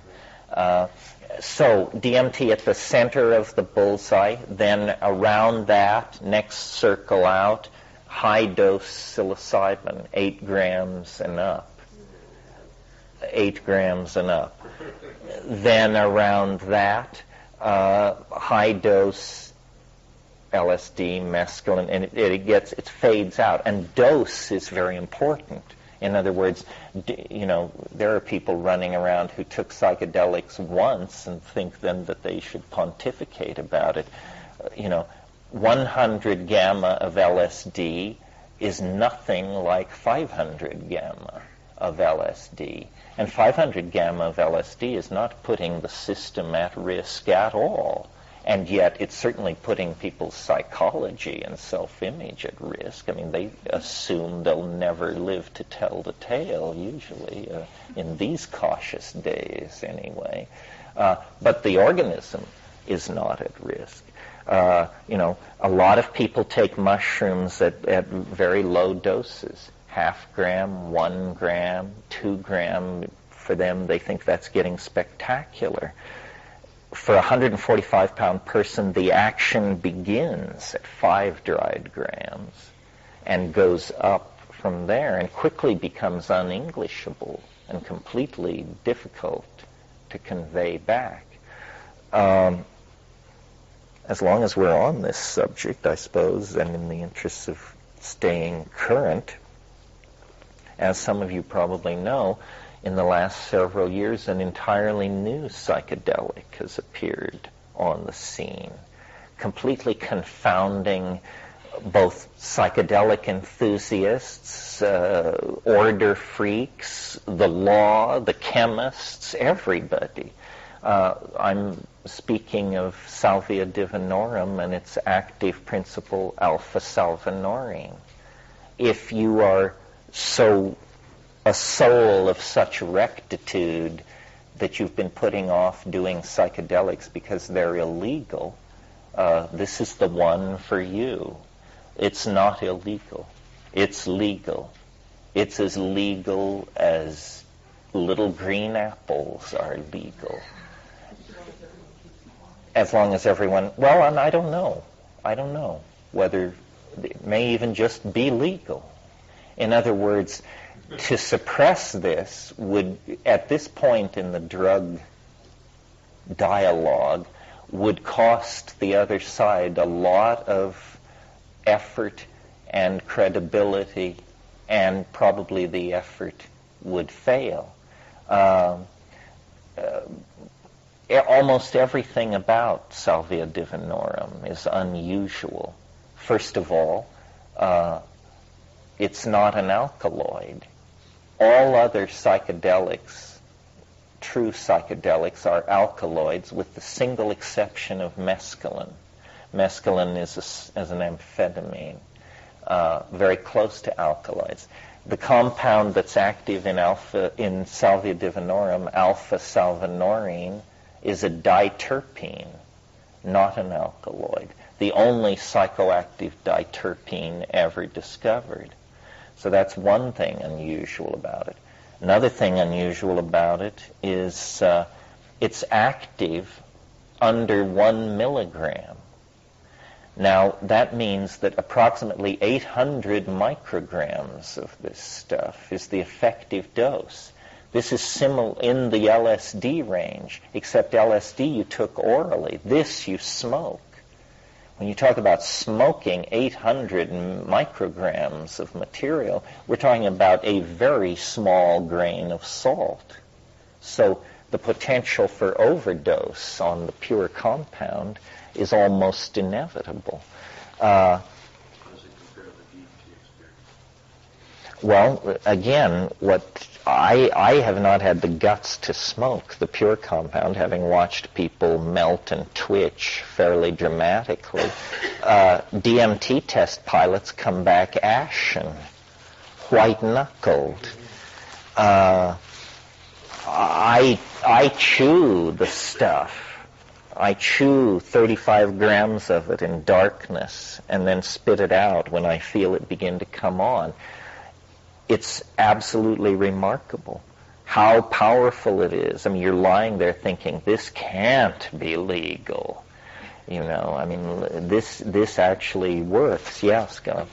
Has this actually been extracted or synthesized? I was just thinking of that as far as then the legal implications, because if it were to become extracted, that would, I think, it's difficult to kind of nail this, just that. I don't know if it's been synthesized. It's been extracted. I think that it's a very interesting situation for our community. This stuff is not illegal. If we want it to remain legal, we should not provide horrific examples of its abuse.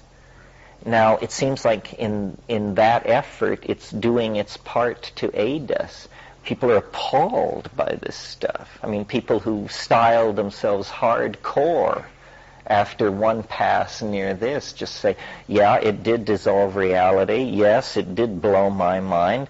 But they don't come out of it clawing to do it again. But I don't say a psychedelic has to be pleasant to do its work. What its mission is to dissolve boundaries and conditioning. But you're using as part of your definition as them being a psychedelic too. That was the other question I had. So what categorizes that? Well, there's just a certain clarity of vision that if you get that, I think you have to call it psychedelic. For instance, ketamine. Ketamine isn't a psychedelic. It's a something. It messes with your mind for sure, and it certainly dissolves boundaries and on and on and on. But it occludes in some way. I mean, it is, after all, an anesthetic. Its purpose is to knock you out. If higher consciousness lies in the direction of anesthesia, what is higher consciousness? But the Salvia divinorum, and it's used shamanically in Mexico, and the plant is easily grown and transported. I think it would be a fine notion for people who are interested in all these things to grow and cultivate this stuff and come to terms with it.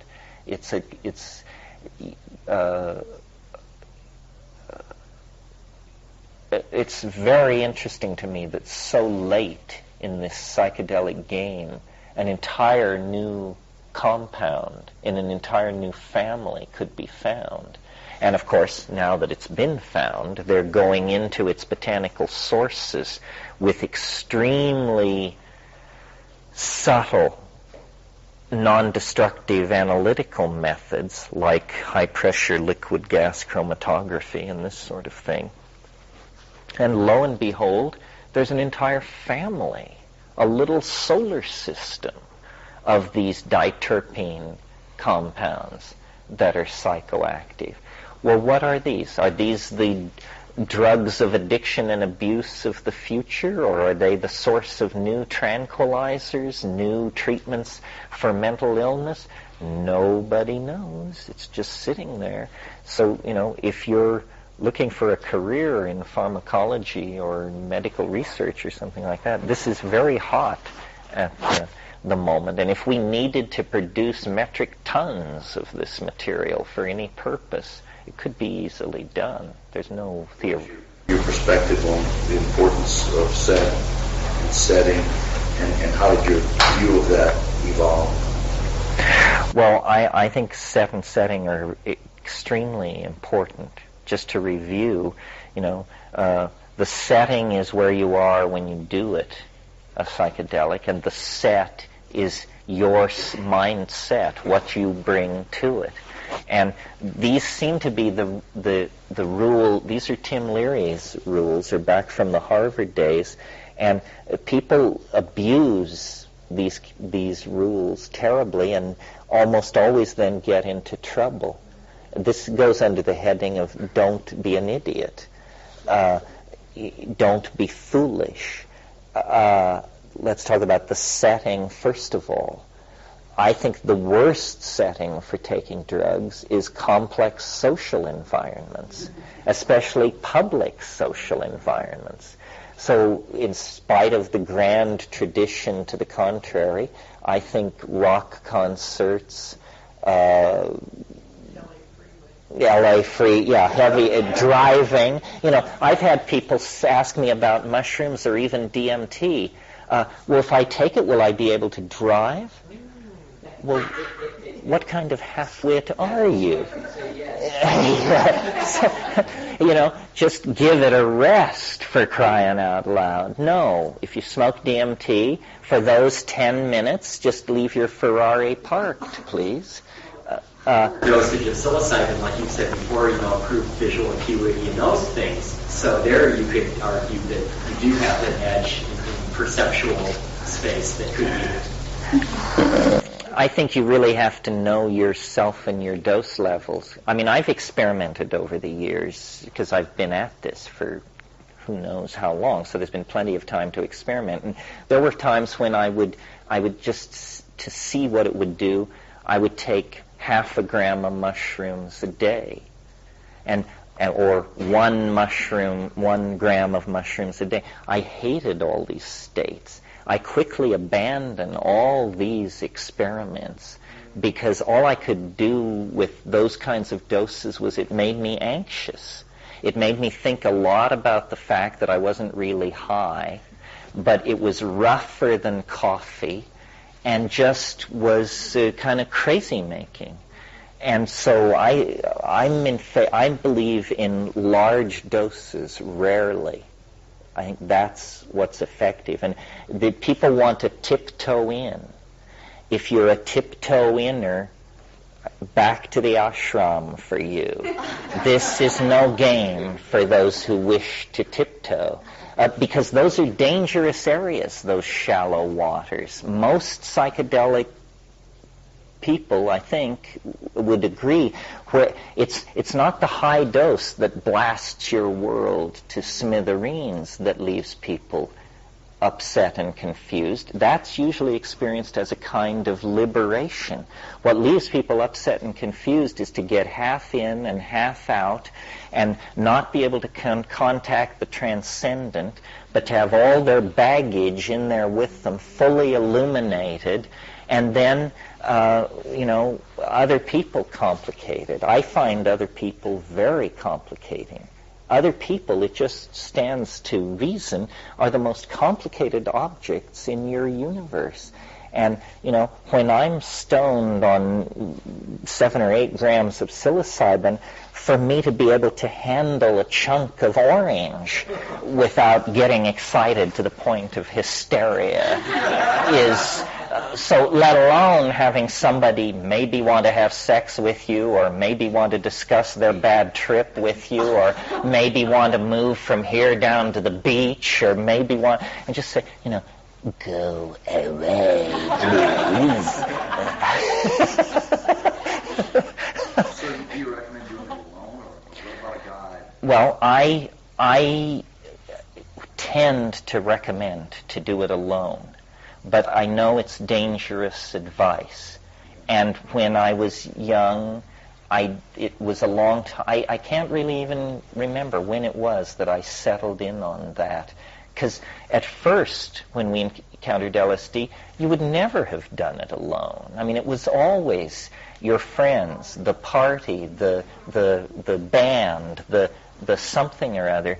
But I just had too many LSD trips like that where I came down holding my head saying, I've been fucked with basically because I let other people into my head.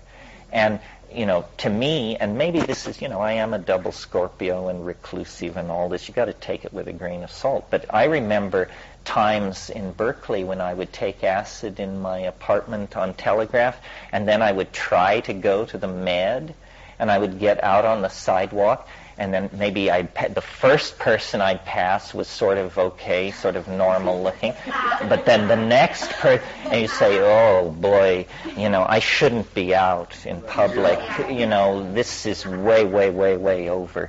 And the other thing is, and I don't pretend to understand this, but any psychedelic voyager will tell you this is true, synchronicity goes mad on these things.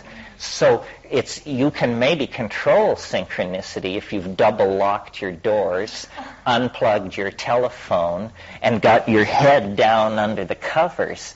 It's still pretty hard to manage. But, if you go outside, bank robberies will be committed in front of you. Your grandmother, who lives in Hong Kong, will choose to visit unannounced that day, and endless, until finally you just... So my approach, and on the guide question, I think that until you're really confident, you shouldn't do it alone.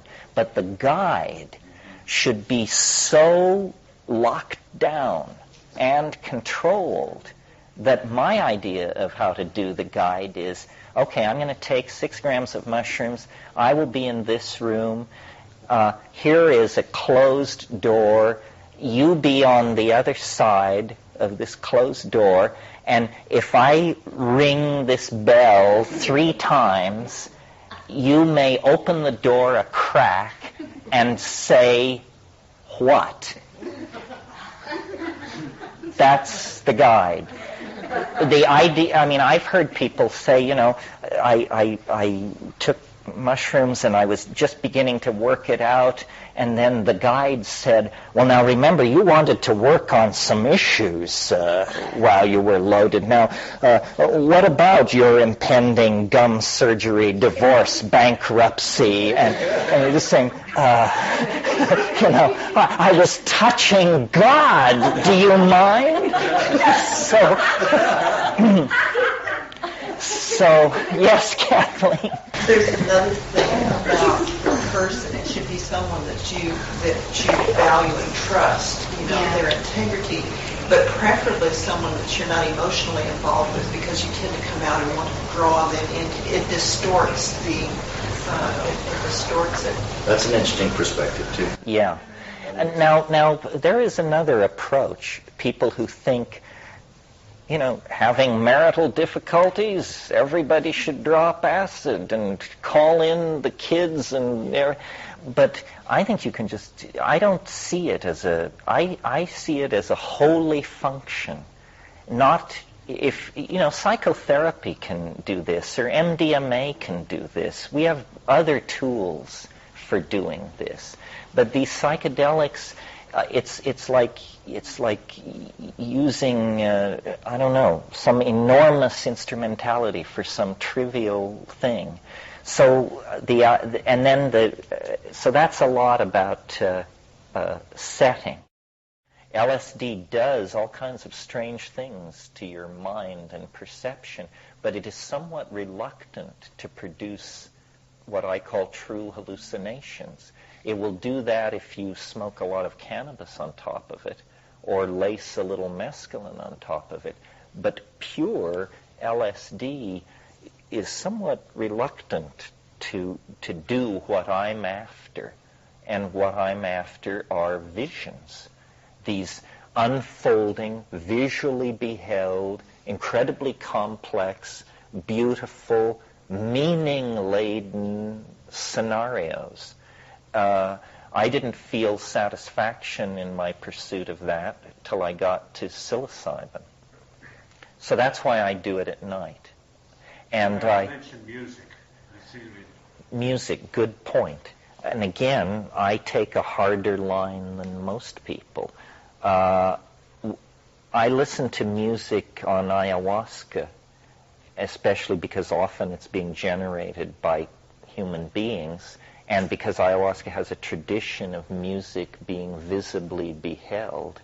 But when I take psilocybin or anything else like that, I don't play music because it's complete sensory overload. It absolutely dominates the experience. Now, if I were to take mushrooms and at the 2-hour mark, nothing whatsoever has happened, I might put on some music to try and coax it out of the woodwork. But at the 2-hour mark, it should already be raging. Something has happened. Either you're full of food, or the dose went off, or something.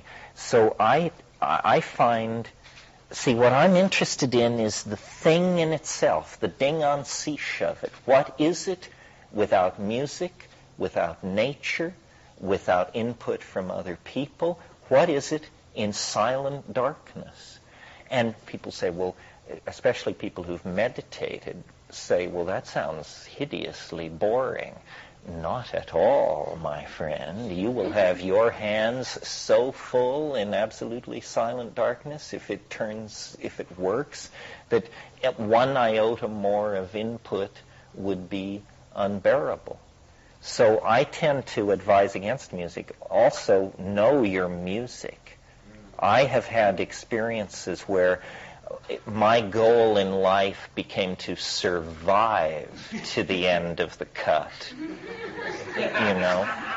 Music is a magical art. And, you just drop something on the turntable, and God knows what the motivation of this was. Yeah. Ego infused in that, and sort of trying to persuade you in some way to... it's definitely insidious. Well, and the art of music is to work on emotional modes. And here's a guy who wrote a piece of music, and his intent was for it to emotionally take people to pieces. Well, maybe you didn't know that was his intent, but you drop it on the turntable. Well, now... That's the advantage of a companion, because if you're under it, you don't want to be changing CDs. No, if you're going to listen to music, you definitely need somebody to run the machinery, I think. Yeah. Barry? The other thing with music, on the other side of it, music tends to, maybe just because I grew up in the 60s, but it brings back memories of the past. There's associations, there's emotional entanglements, associations, and you're there again. You may not want to be in the past. You may want to be free of those kinds of associations. That's one of the problems I've found. The other thing is that I was talking to a friend of mine who wants to purge a tape, and a newfound friend that said that they wanted to try the mushroom, but she said that, and I've heard this before from people on the radio, that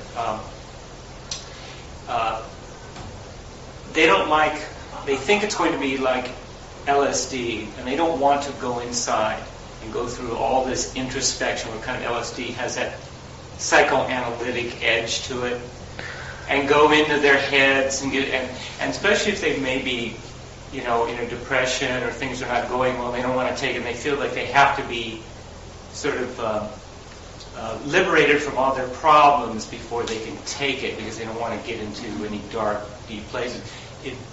When you say you're after hallucinations, is it more external and it doesn't matter what your psychic state is inside? No, we've dealt with setting. Now let's move, following your question, to set. No, that is the question. What should you be like before you take it?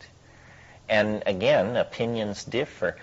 In my opinion, you should be in a state of reasonable psychic equilibrium. You should. I know it ain't easy. It's how many seconds a year do you qualify? But nevertheless, like for instance, I would never take it in the middle of some incredible emotional upheaval with my partner or something like that, because it's just crazy making. So you sort of have to have things a little calm down. And then what I always do, and this is just my preference, and just my preference, is I always throw the Ching. And because it's saying, okay, I think I'm ready, I think the set is okay, I think the setting is okay, now let's get some input. And the I Ching, a surprising number of times, I've thrown the hexagram, I can't remember which one it is, it's the only one that says, inquire again of the oracle if you possess constancy and something else. So in other words, if the auguries are negative, I don't proceed with it. Then another issue we haven't dealt with, sort of back on the other side, is inside or outside. And people say to me, you don't do it outside, you don't do it in nature. Well, at the quantum mechanical level, there's even nature inside my apartment. Nature is everywhere. It's space, time, and energy. It would be nice, I agree, and when I take it in nature, I take lower doses for two reasons. First of all, I'm going to work largely with my eyes open. I'm going to be looking at things. A nature trip is a looking at things trip. And the other reason I take low doses in nature is because sure as hell some wild hair thing is going to happen. You're going to be taken prisoner by naked people, or a ranger is going to ride up and demand what is going on, or just the crazy things that go on, unless you happen to own several hundred acres of nature that's well patrolled, and then you can maybe have some confidence you won't be bothered. I know somebody who took LSD and was in nature somewhere in the Hunt country of Virginia and found themselves being booted off the property by Jackie O. I couldn't have stood that myself. So, and so I do it inside. And then the other thing I do, and again, it's just years of experience, but my preference and relates to my other drug habits, is I always have cannabis, and ready, rolled and ready. And it's navigational aids. I use it in two situations. If the state is reluctant to appear, usually a large hit or two of cannabis will carry it through. Or if you get into some place that is completely intolerable, you can do a number of things to shift your physiological equilibrium, but the least obtrusive and disruptive is to just smoke cannabis. And then the third application of cannabis in that situation is if you have come over the peak and are started down and you still want to stay up there, cannabis will usually somewhat extend the situation. So again, what would you say to people who say, LSD drives me crazy? I go through these incredible moral dilemmas and say, don't take it. Yeah, don't take it. I'm tearing my psyche out with my fingernails, and I don't want that. I want the elusive. I don't want to have to go inside like that. I want. No, I think LSD is abrasively psychoanalytic. Mushroom, DMT could be more outer directed to hallucination. No, it seems like this to me, that somehow LSD talks about who you are, and maybe that's good and maybe that's bad. Psilocybin doesn't care who you are. It has a message it will deliver to any human being who shows up with their hand out, and it doesn't care who you are. So and DMT, it's so brief. The idea of formulating and dealing with a personal dilemma in DMT, it would have to be some really overwhelming dilemma, because it's just saying, look at the view. This is about the Grand Canyon, not the tourist who's visiting the Grand Canyon. There's another aspect of psilocybin I find almost every time I do it, I get incredibly telepathic. I start having conversations with people without physically there. Or if they are physically there, you can hear them in your mind. But then it's almost like there are times when it feels like we're on the same energy wave, and we're both riding it simultaneously. Yeah, all of these things go on. And, simple rules that should be obvious, like don't, clean your apartment before you get loaded. I mean, it's a symbolic gesture. Oh, for cleaning it? Well, take them, clean it, come down, then trip. I don't mean clean it while you're loaded. No. That would be. If you smoke marijuana, like you say, as a Buddhist, you're going to want to clean, and you'll end up remodeling the whole house before the day's over. Well, it may be the only creative thing you've done that month. So, basically, I think you can tell from this conversation, it's something you learn your way into. It's very complicated. You have many drugs, many sets, many settings, many dosages, conceivably even some combinations, although I'm not big on combinations. I'm going to say that alcohol is not a very good ally with psychedelic substances in my eyes. I mean, people do that later coming down at the end of the trip having a beer or something, or, light alcohol is a different thing, but people, they get drunk and it makes it... Yeah, I would never do that. Twisted, uncomfortable situation. What about Hamlet with you guys? That's a controversial thing. A number of people do it. One of the hardest evenings I ever spent was that combination, and I will never do that again. But I haven't been able to line up too much support. The question is, what about combining Pagamen harmala with mushrooms, with Stropharia cubensis? Now, what happened to me was I took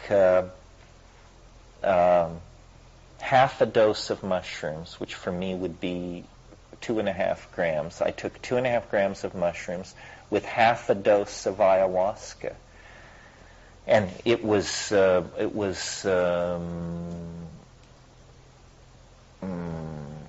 seemed crazy making to me. Very, very, very unpleasant state.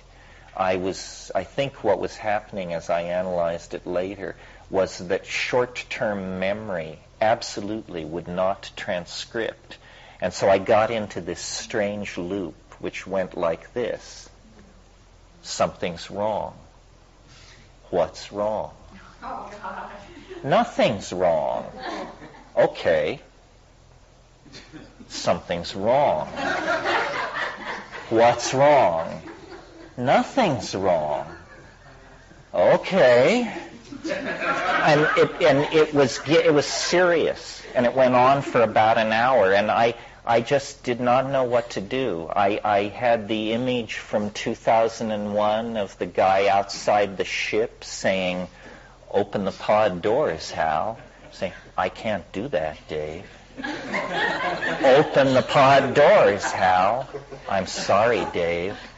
And it really seemed to me I could almost see an enzymatic, I almost had like a nano-engineer's view of the problem. I could see at the synaptic level that the molecular machinery was lodged in some peculiar configuration, and I was broke into a sweat, and I just said, okay, I'm going to sit here till this goes away. I'm not going to start screaming. I'm not going to call for help. I'm not going to do anything. I'm just going to wait until this goes away. And then I started deep breathing as a strategy for metabolizing. And after 45 minutes or so, it kind of jiggled loose. And then it was like, oh, huh. Oh, wow, what a bummer that was. Now I know how Reagan feels all the time. Yeah, that's what it's like. It's a nightmare. Kathleen? I think that mixing is an effort to force a certain kind of content that we get addicted to. And I've come to believe that the visions and the content are not as important as how the neocortex is touched neurochemically. And that the way that's touched, I can carry that into my everyday life, and that's more important to me than a certain experience set in a certain time frame. Yeah, although I think the experience is the signifier of that state that you're talking about. I mean, you do want to come out of it with a sense of relief and accomplishment. I mean, it's sort of like orgasm, you know. There must be release of some sort, and a sense of we did well, we came through, we learned something. We're back. We're ready to go forward with ordinary life. We won't forget.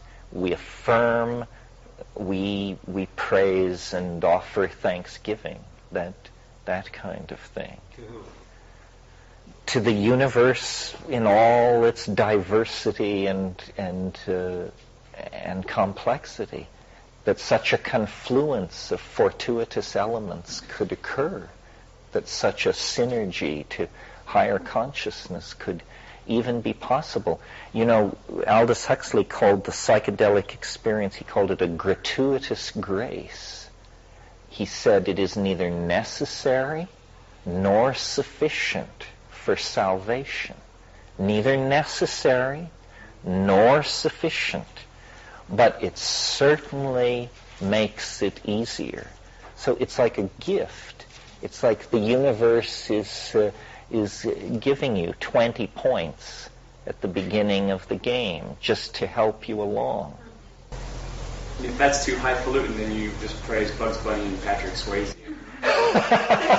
The reason I asked, you mentioned 2001, and Arthur C. Clarke has completed 3001 about 6 months ago. and I bought it, and he writes extremely dull.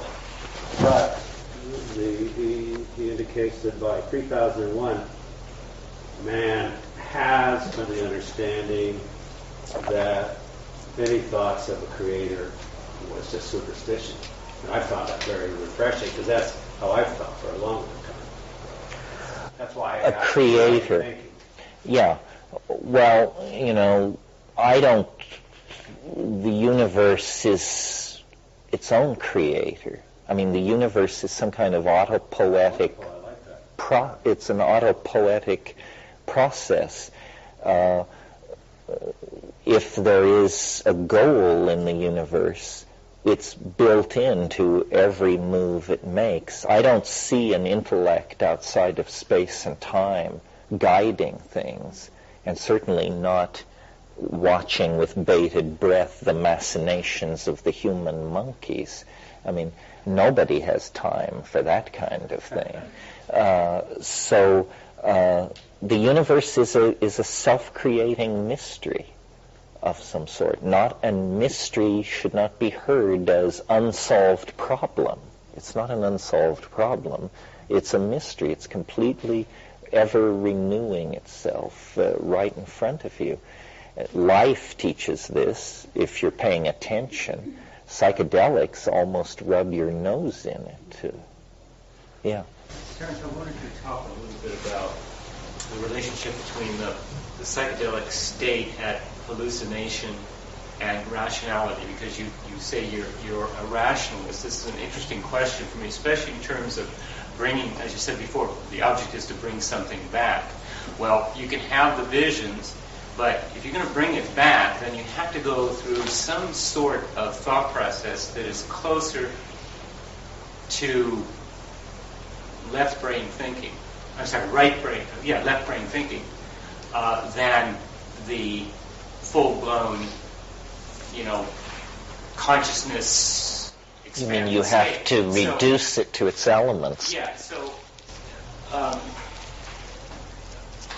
when you say you're a rationalist, it's an odd kind of rationality. I wonder if you could talk about that, because I think I see what you mean, but your rationality, your reason, is more like a supercharged thought process that's the syntax of its logic is closer to poesis and a poetic process like Plato would have, his kind of thoughts, than it is, So would you talk about the relationship where rationality kicks in and what that's all about? Well, when I say I'm a rationalist, I mean that I guess I trust but verify. Everything is to be tested. Nothing is to be taken at face value. Certainly nothing is to be believed in. The reason I even found psychedelics was because I was following rumors of effective force for spiritual breakthrough. And when I followed it to its source, there was spiritual breakthrough. At other times, I followed other rumors of spiritual breakthrough, and when I got to the source, I found a public relations agent and a con artist or something like that. Reason is simply the desire that things have some kind of local logic adhering to them. I mean, if the universe is not rational, it's also not discussable. And, maybe the universe isn't rational, but in that case, this discussion and all others have been completely superfluous. Reason is not to be confused with scientific method. Scientific method is a very locally generated cultural artifact with a very limited intent. But reason is the idea that A is not B, here is not there. Now, of course, you can say, well, this kind of reason breaks down in quantum physics. Yes, but then there's much dancing around the campfire about that, and still somehow reason remains a player even in the presence of non-reason, because it's measured back against the standard of reason. Question: when you're in this full-blown experience, is there some element, however vestigial, present, or is it just totally gone? And then how do you translate from that non-speakable state to being a scholar, being able to communicate it rationally? How does that work? Well, I think you have to have a lot of metaphors gathered on this side of the frontier. In other words, someone who's never been anywhere, never read anything, never done anything is going to have a much harder time with DMT than someone who can command the complete canon of Western art, can refer to certain mathematical objects, knows certain musical forms, is familiar with structural linguistics, has a working knowledge of geology. In other words, your intellectual toolkit needs to be full of adjectives, metaphors, models, and possibilities. And then you can say of DMT, well, it was like the Sistine Chapel altar, except that instead of the kind of light you get in Caravaggio or somebody like that, there was a kind of, the sort of thing Matthias Gruenwald is doing in his Resurrection, where if somebody doesn't know what any of this is, they're having a kind of DMT experience of their own just listening to you. Because they say, what did he say? Was he say? What? But if you know what you mean and speak precisely, all these words have meaning. Sistine Chapel altar, light like Caravaggio, modified as the way Gruenwald did it, and so forth and so on. So somehow it's still an incredible flattening. I don't mean that this is an adequate tool. I mean it's a tool.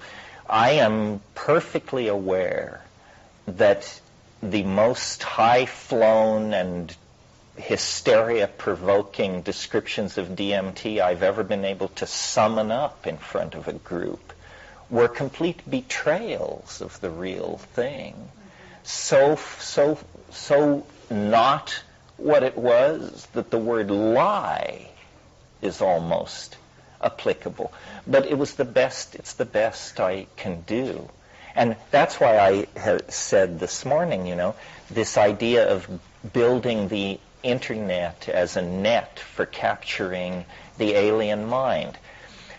If we go into the internet and I build the weirdest and most mind-boggling virtual reality I can imagine, and then turn it over to you, and you come in and add your filigrees, adumbrations, cupolas, and what have you, and then we hand it over to you, and you do the same. By now this thing has gotten pretty weird.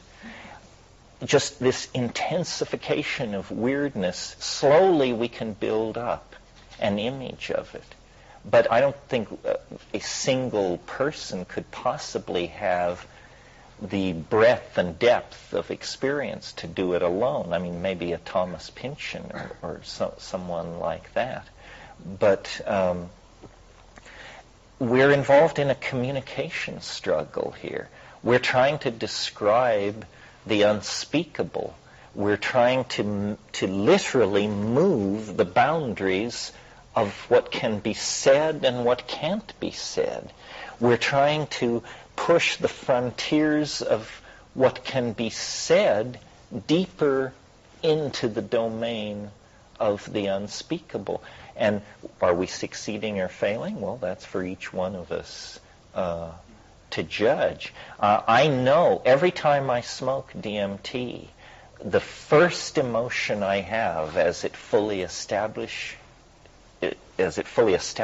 itself in my sensorium is that I have the sense of remembering what it really is and having this sort of guilt/embarrassment about realizing how hideously unfaithful I am to the truth of it.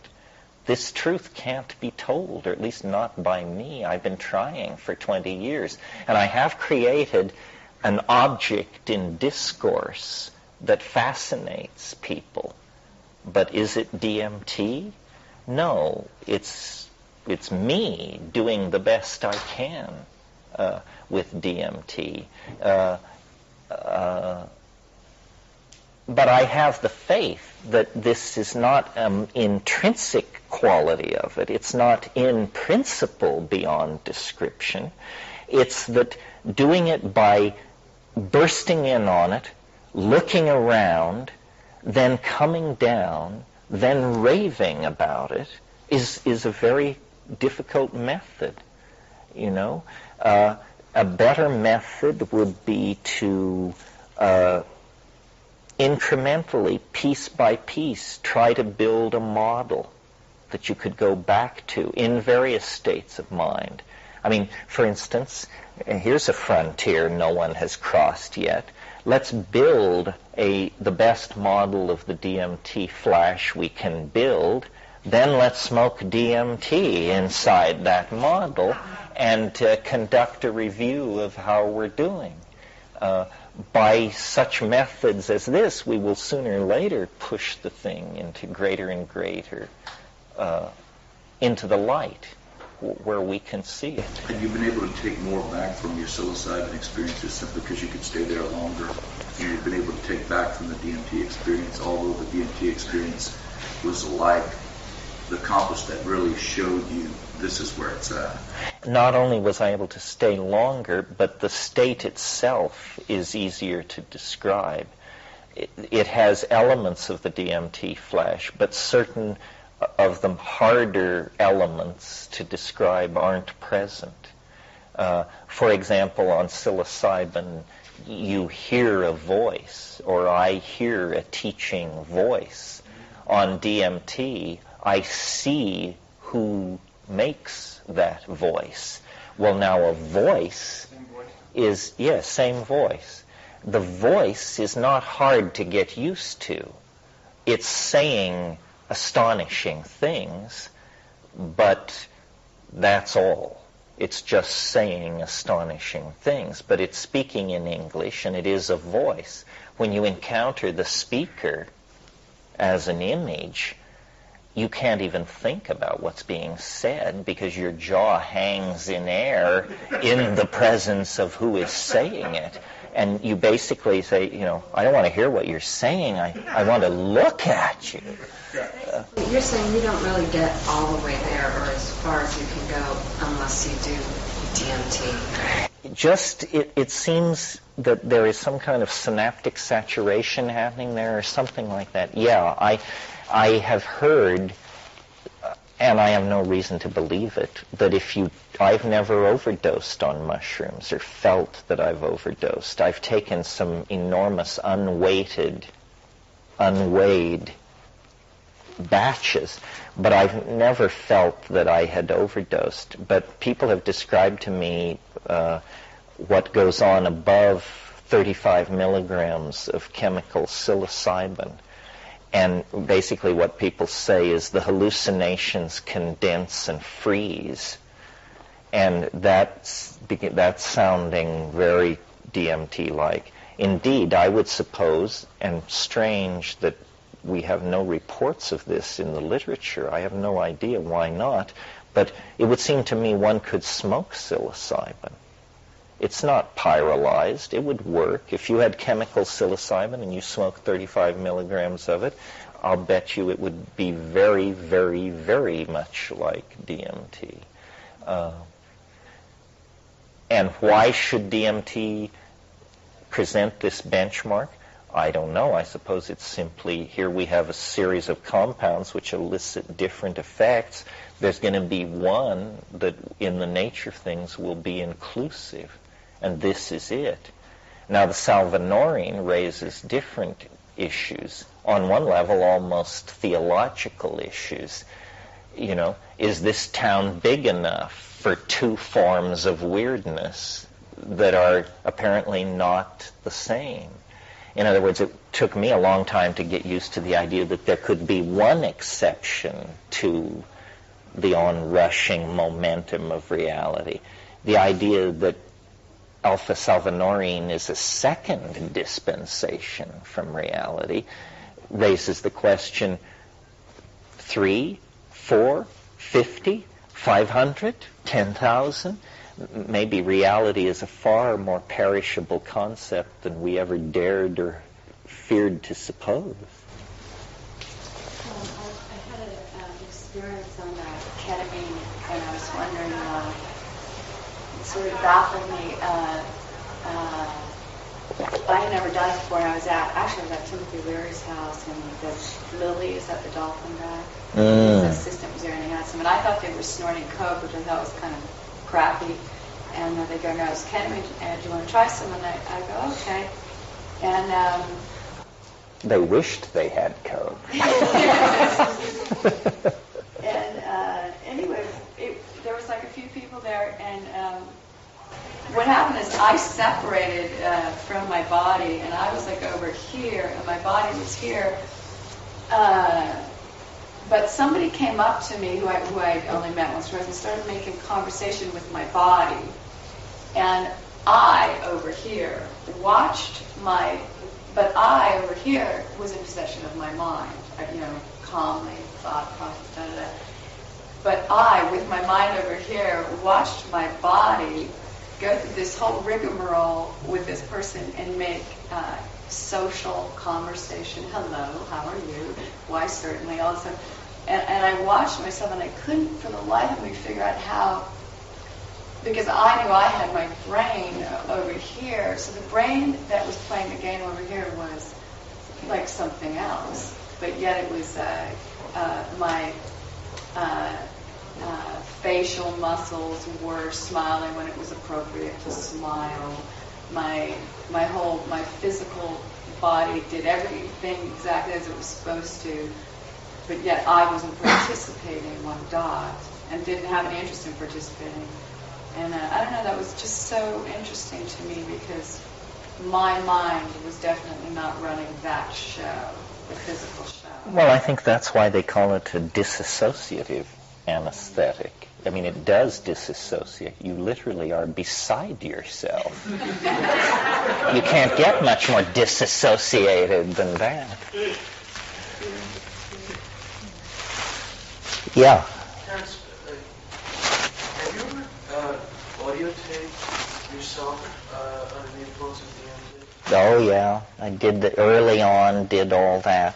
See, I thought I pursued this glossolalia that is induced by DMT, and I thought that if I could hear it for years before I could physically articulate it.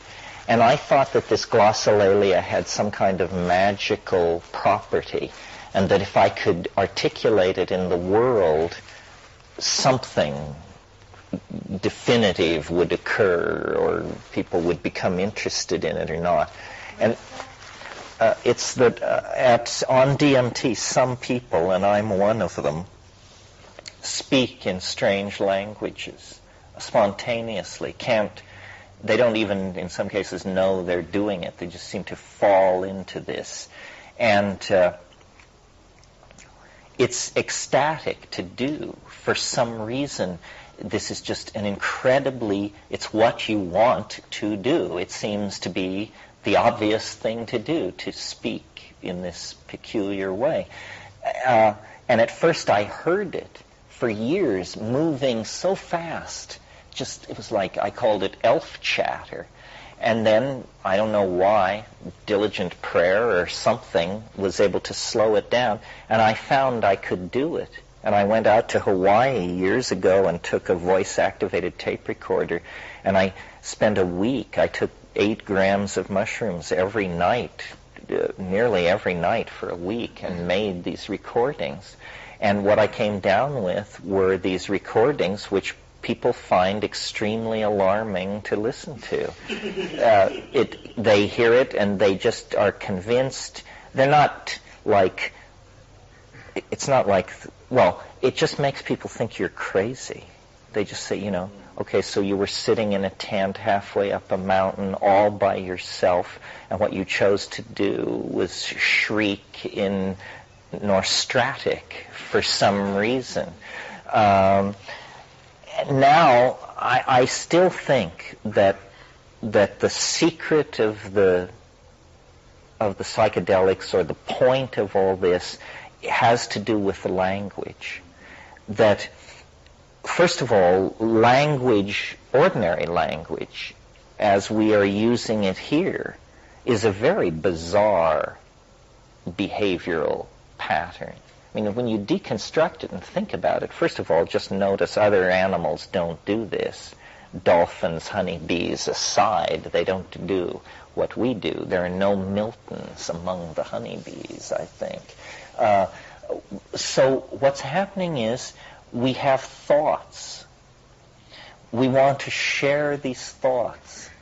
We have evolved a system where the thoughts are transduced into mouth noises, small mouth noises, which are conventionally assigned meaning. In other words, inside the context of a culture, book means book in English. Book does not mean this in some other language. It may mean something else, food, sex, or death.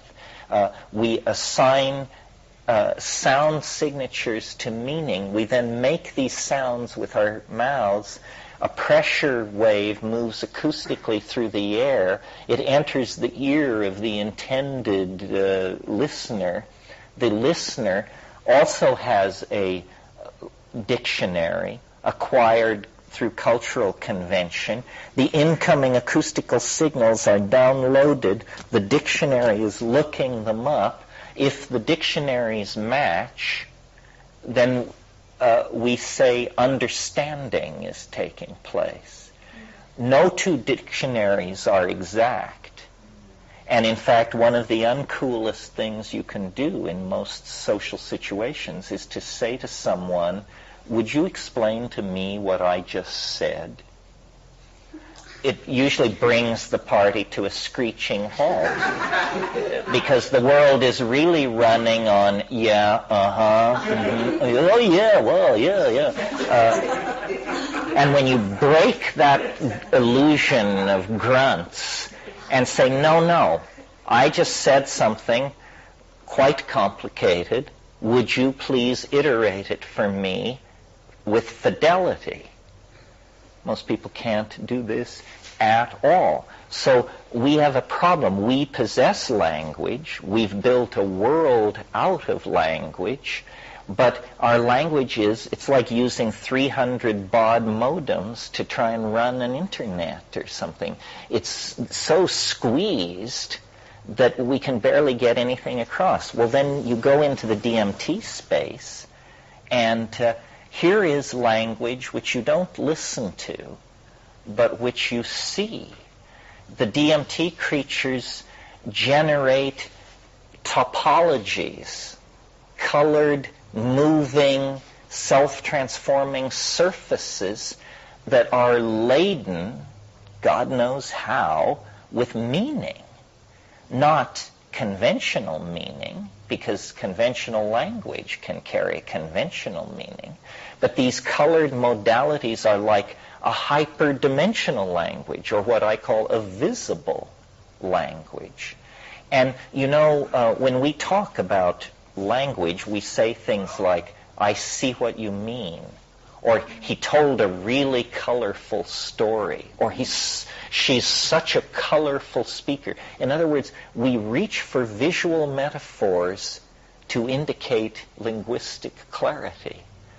And in Spanish, same thing. You say claro means it's clear. Das ist klar. Wouldn't that refer to what the linguistic evokes in the hearer, which may be color? Well, somehow we associate understanding with visual definition.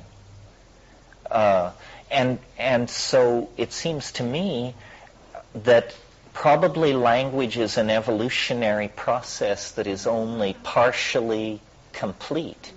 And that and what put me onto this, interestingly, is these songs that are sung in the Amazon on ayahuasca. The people take ayahuasca, they gather in darkened rooms and huts. Then the shamans sing. Then they pause to smoke and take a leak. And then you hear people saying stuff like, commenting on the song, I liked the part with the orange stripes and the metallic rippling, but I thought the olive drab and yellow section was just too twee. What kind of a criticism of a song is this? It's a criticism of a painting, not a song. And then you realize, aha, the song is a painting. I'm the only one in the room listening to the song. Everyone else that is born in the acoustical domain, but seeks to grow and mature into the domain of the visually beheld. Now, I always thought, perhaps you did too, that telepathy meant you hear what I think.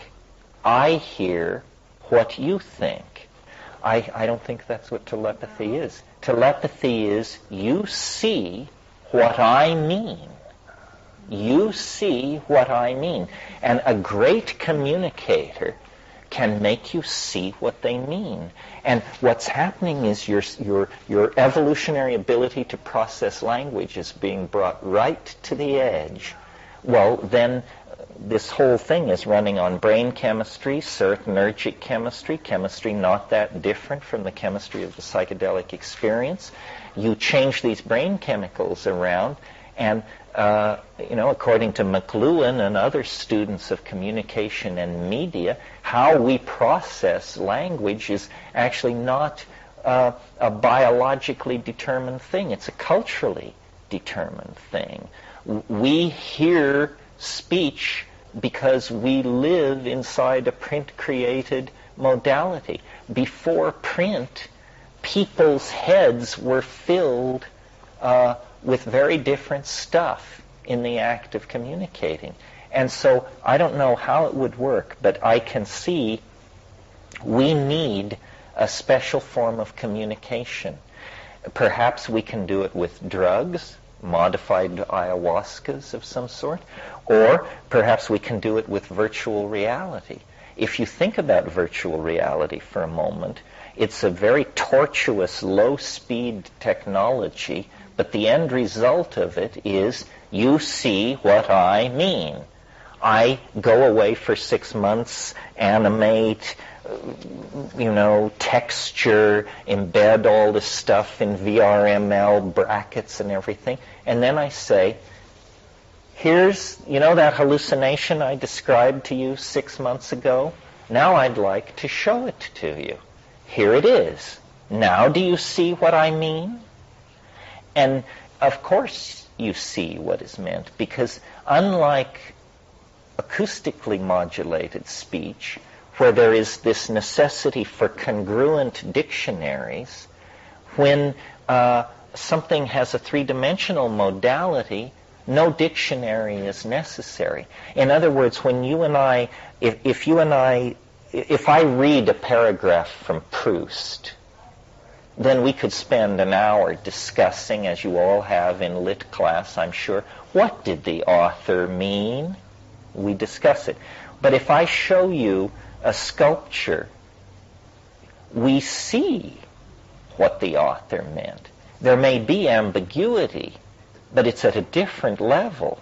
The intent of the artist is beheld with perfect clarity. The intent of the artist was to build this unambiguous object. Words are always clothed in ambiguity because no two people define a word the same way. Where,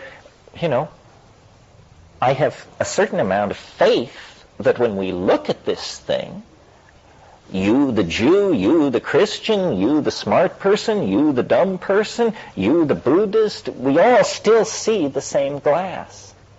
But if I were to describe it, then, ideology would amalgamate and compromise it. Yeah. What about other types of meaning that aren't conveyable through this kind of a language? Because you have, I'm trying to think of something, I can't really think of a good example other than like a woman having some kind of perfume on, and she's that's a meaning that she's wearing that scent, or something like this, that other senses, and that's conveying meaning. How do you bring that into this kind of language? Well, we experience other meanings than acoustical in the present world. Works of art which are static. I don't think a visible language will replace all other forms of language, but I certainly think that if perfected, it would become the dominant modality. See, I think that language, that it's hard for us to talk about this issue in English because there's a stupid thing going on in English, which is the word language is used interchangeably with speech. We should have a vocabulary that always distinguishes whether we are speaking of language, the abstract notion of communication, or acoustical speech. Language is very, very old in human beings, in nature. Honeybees do it, dolphins do it, birds do it, bees do it, everybody does it. Verbal speech was invented yesterday by somebody in Africa, no less than 40,000 years ago. It's as artificial as the bicycle pump or the espresso machine. It's not part of the animal body. It's not part of the animal heritage. We communicated for 1 million years without verbal speech. We grunted, we groaned, we shook each other, we looked in each other's eyes, we pointed, we danced, we memed, we did all these things. Granted, these are low bandwidth forms of communication. Well, then the evolution of media reached a point where some genius thought of coding, the key concept. He said, I'll make the sound orange, and when I make that sound, you think of the fruit. Now let's try it. Orange. Picture of fruit appears. Okay, now let's not do it for 24 hours. Now we'll try it 24 hours later. Orange, the fruit appears. Say, what an interesting game. And it was simply a game. It was, and then once invented, its obvious utility caused it to spread like the growth of the internet. First of all, it worked in darkness, speech. And it was a dark world, the Paleolithic, Suddenly people didn't have to go to bed at nighttime. They could talk. They could tell stories. It also it is the first one-to-many form of media. Politics is born. Speeches can now be given. And people can, large collective enterprises can be undertaken. But it's a tool. It's a technology, perhaps the most successful technology ever put in place. I mean, what a trick. You just use your throat muscles and the ambient air, and then a lot of coding. There's a huge amount of code behind it. Not only the definitions of all these words, but the syntactical connections, the grammar, all of that makes it work. And with the invention of language, somehow we cross out of the animal mind, the invention of speech, I'm sorry, my own error, as I stated. With the invention of speech, then somehow we cross out of the domain of the animal mind, and speech accelerates all other forms of cultural change. I mean, it's like supercharging the cultural system, and it leads instantly in geological time to religion, science, philosophy, and further adumbrations of the communication enterprise. The next great leap being writing and reading.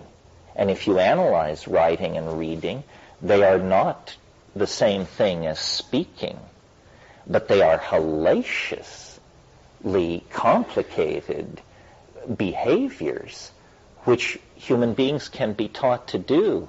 And, people say dolphins communicate and dolphins have speech and honeybees and this and that, but no one has been nuts enough to dare to claim that they read and write. In that domain, we stand preeminent on this planet. Dolphins do not read or write. And so what is writing? Well, writing is the symbolic downloading of sound into a visible domain. So suddenly, again, the program of visible language. Writing is an intermediate phase between, VR by thought and simple animal or primitive human speech. But again, the path forward is clearly by pushing the communication process toward the visible. Once we can write things down, history becomes possible. The database of the species can be expanded beyond the memory capacity of single individuals. And again, an enormous kick in the rear end for progress, variability, so forth and so on. So when you analyze the acceleration into history and the technological forces that have driven it, it's always been about accelerating the communication process and making it more visually immediate. And, now with the ability to understand this, we're also potentially able to do something about it by actually directing the evolution of communication technology in this direction. Yeah. Can I just get one question before we break? I've always been confused about this. When you say that we can better communicate without language, what about art forms like poetry or, Shakespeare, where the point is, what it's about is the words? And they get to a point where you can say they're words, but they're not words in the same sense as a laundry list is, because they're infused with grace. What about, it seems like language can do some things and some things that a picture couldn't do. Oh, yeah. I think, yes, that art, it will be an art, It always has been an art. But art flourishes under limitation. Sort of like, take black and white photography. Given that it's tremendously limited as a medium, black and white and two-dimensional, still black and white photography can move us to tears, can be as deeply and enriching and communicating as any imaginable experience of communication, but only in the hands of a master. For most of us, I think it's better to move up the ladder of fidelity and bandwidth simply because we need all the help we can get. Well, we blew through 2 hours at the speed of light. I hope this was useful to you. We'll get together this evening at 8 o'clock right here, and it will be completely different. Thank you.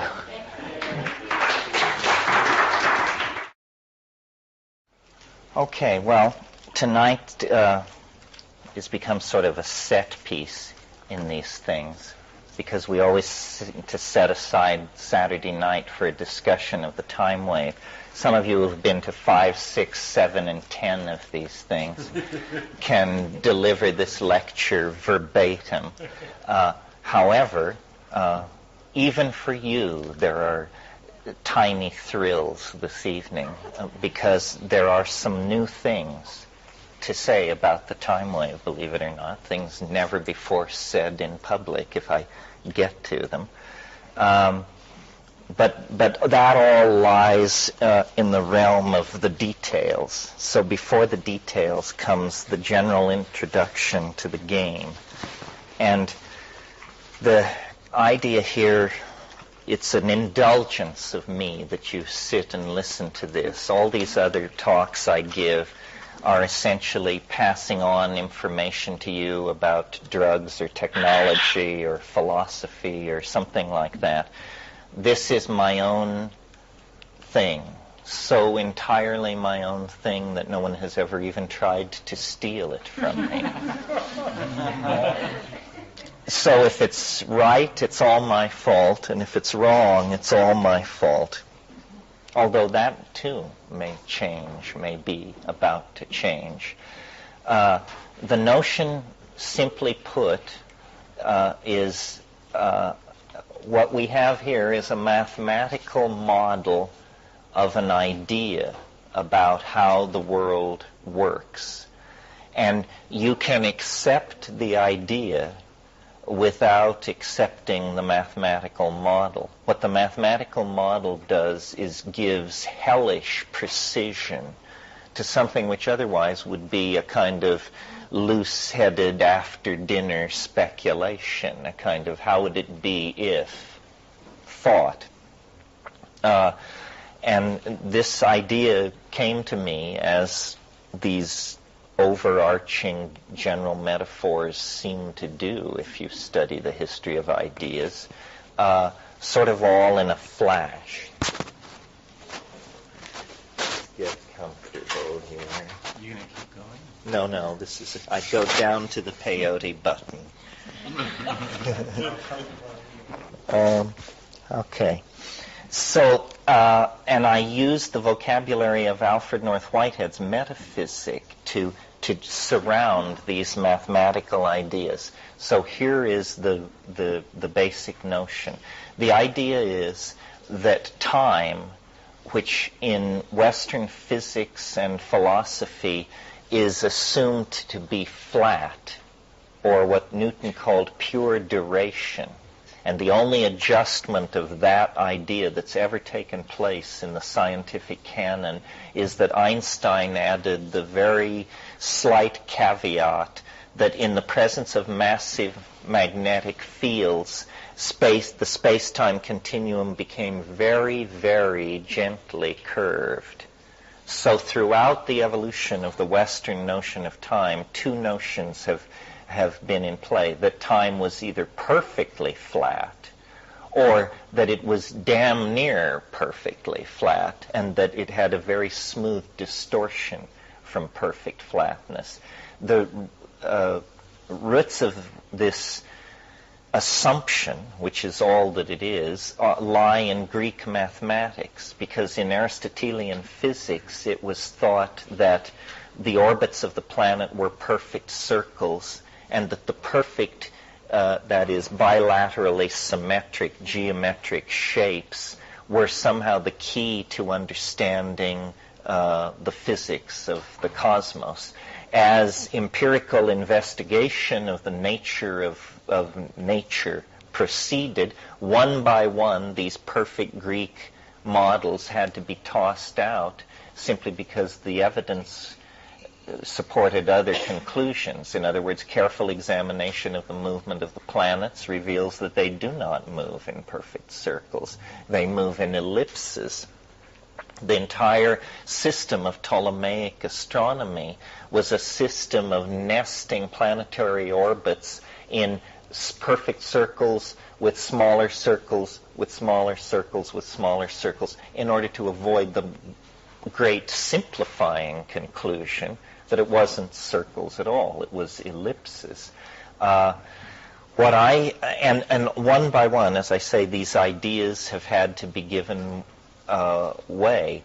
The one that we've held on to the longest is this idea that time is a perfectly smooth surface.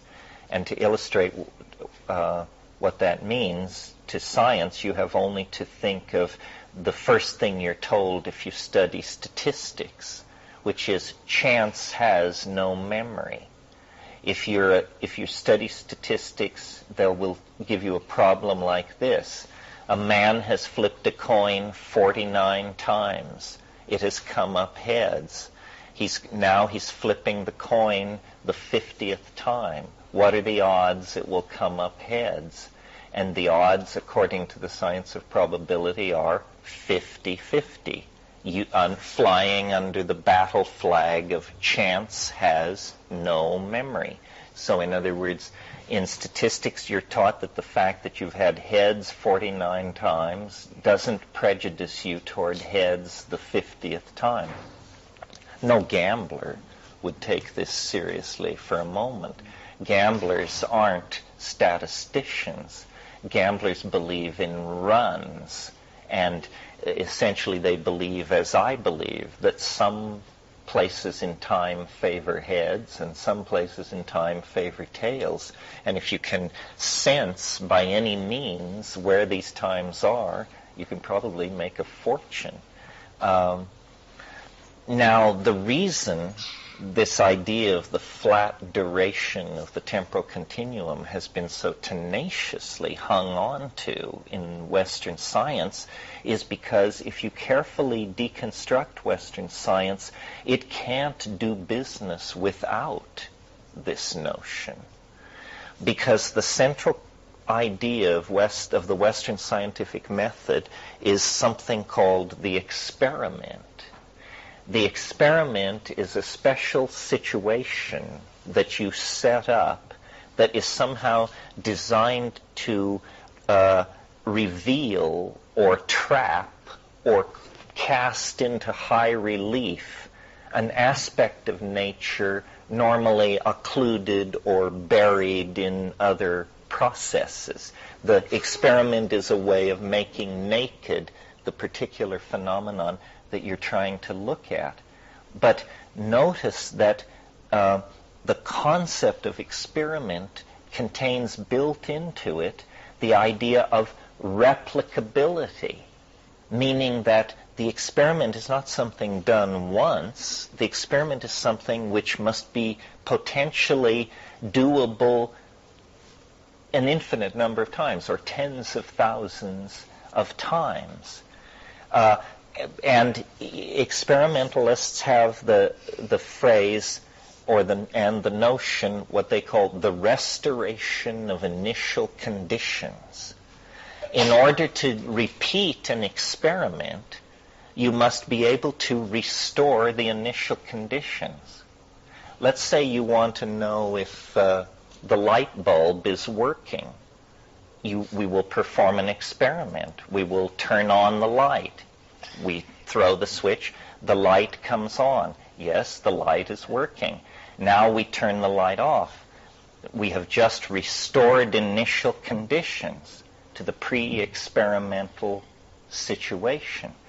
For the idea of experiment to mean anything, you must be able to restore the initial conditions. Well, now suppose that every moment in time has a unique character, that there is something special and unique about every moment in the serial time continuum. If that were found to be true, then initial conditions can never be restored. It's a fiction. It's an illusion, a hallucination of the empirical mind. Now, science, when it does its experiments, it would never say this experiment will give the following data on the charge of the electron, but it must be performed on Tuesdays before noon. That would seem to a scientist an absurd statement, because scientific statements are what is called time invariant. They work on Tuesdays, Wednesdays, before noon, afternoon, any time, because the assumption is made that they are time invariant. The idea that I wanted to explore, because it seemed to me, based on my own personal experience as a living person, and also it seemed to me based on my psychedelic experience, that in fact every moment is unique, and that we can never go home again. And that where you are situated in the space-time continuum is absolutely an irreversible determinant of your destiny. So temporal invariance is a fiction. And you could almost redefine science from this point of view, science as we have known it up to this moment, as the following. Science is the study of those phenomena so coarse-grained that their situation in the space-time continuum does not affect their outcome. These are very coarse-grained phenomena indeed. Things like ball bearings rolling down inclined planes, electron charge transfers, very basic mechanical things seem to be time invariant. But now, when you look at less coarse-grained things, like the lives of animals, the destinies of nations, love affairs, corporate takeovers, wars, revolutions, art movements, these things are incredibly time-dependent. They are, in fact, almost entirely creatures of time. An affair conducted in France in the 30s one way won't fly in America in the 80s done the same way, and it would be preposterous. We don't expect our love affairs to be exact repeats of previous love affairs, or our meetings with our attorneys to be exactly like previous meetings with our attorneys. These kinds of higher grade phenomena are distinguished by the fact that they're unique and they're... Chaos theory in space? I don't think so. I think that's saying something else.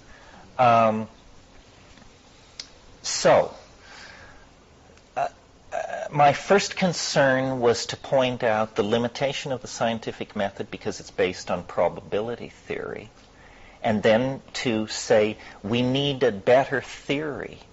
If what I'm telling you is so, then a science that bases itself on probability theory will never be able to bring nature into true focus.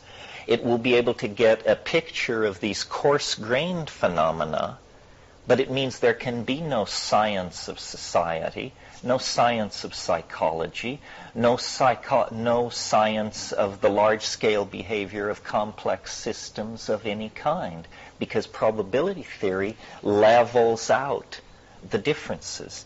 So my notion was that rather than the flat surface of pure Newtonian duration, we should play with the idea that time has a local structure and a local fine structure. In other words, that far from moving over a perfectly smooth surface, as we move through time, we are experiencing an ebb and flow of probability. If we could somehow dipstick this ebb and flow, we would have a dial, we would have a meter which said heads here, tails here, and as you watched it, you would see it go toward heads, then toward tails. This is what it's favoring. Now it's favoring heads. Now it's favoring tails. Now heads. Now tails. In other words, probability is not a constant phenomenon. It's a fluctuating phenomenon. Somewhat facetiously, I suggest to you that if time were truly invariant, and if the odds of a coin flip are truly 50-50, then the coin should land on its edge every single time. That's the rarest of all outcomes in a coin flip. You have to spend years in sleazy bars with sticky tabletops in order to see a quarter land on its edge and stand there. And so when you put this to the statisticians, then they say, well, then there are minor factors impinging, and then with some kind of magic sleight of hand, they explain how the universe decided whether it would be heads or tails. Well, if in fact time is a fluctuating variable, it can be portrayed as any fluctuating variable is portrayed against some kind of a power axis against time on the horizontal axis. And if you knew then how to scale this fluctuating curve against the time you were living in, you would begin to get a map of the ebb and flow of probability. So that's part of the idea I'm trying to put forth here. Now, to bring this around, I've tried to talk about two phenomena that I, as a simple, ordinary person, have observed about nature, that I suspect you too have observed about nature, but that science, for some reason, has chosen to completely ignore, and when pressed, deny that the phenomena I'm about to discuss exist, and yet to me they are self-evident. They have a relationship to each other.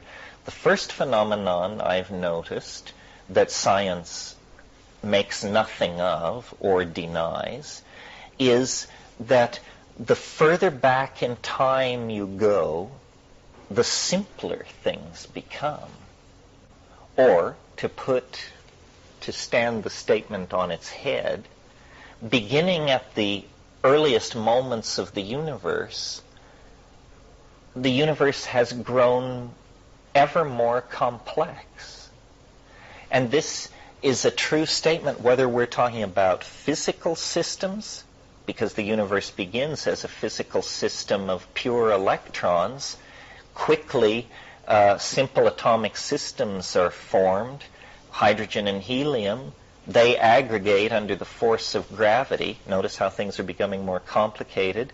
At the center of these gravitational aggregates, pressure and temperature rises. Suddenly a new phenomenon bursts into being, fusion. It cooks out heavier elements like sulfur, iron, and carbon. And where a cosmic moment ago we had a very simple universe full of only unpaired electrons, suddenly we have a universe full of all kinds of atomic species distributed at various volumetric densities and so forth and so on. And then with the advent of carbon, you get long-chain polymers, you get molecular chemistry. Before you only had atomic chemistry. Some of these long-chain polymers begin to transcript themselves. Now you've got some kind of self-replicating molecular system preserving information. It quickly becomes non-nucleated life, which quickly becomes nucleated life, which then becomes multicellular life, which then becomes complex life. Sex is invented, the phyla form. You see what's happening? As we're approaching the present in this description, the universe is filling up with complex phenomena of many orders of magnitude, stars, galaxies, cells, organisms, ecosystems, yada, yada, yada, on and on. And then very recently in this picture of crystallizing or condensing complexification, you get higher animals using language, inventing culture, building tools, transmitting messages through wires, enclosing the entire planet in a communication system, on and on and on. So, point one about this that science has missed is the universe apparently, or it is a reasonable statement to say, the universe has an appetite for complexity. As the universe grows, it grows ever more complex. Now, if you set it back in some domain, here's a planet covered with jungles and oceans. Its home star undergoes a hiccup. Jungles and oceans are reduced to vapor. The atmosphere is blown off. This is a great simplification. What happens? the system immediately sets itself going toward restoring and surpassing the originally achieved complexity. So it isn't an inevitable and everywhere march toward complexity. It's a march towards complexity that can be deflected by large-scale catastrophe or statistical fluctuations, but it always picks itself up out of the ditch and begins again the forward march toward greater complexity. And notice that this is occurring across domains. This is not a phenomenon of biology or sociology or physics. It's a phenomenon of all three and more. It's a phenomenon that seems to permeate all levels of organization.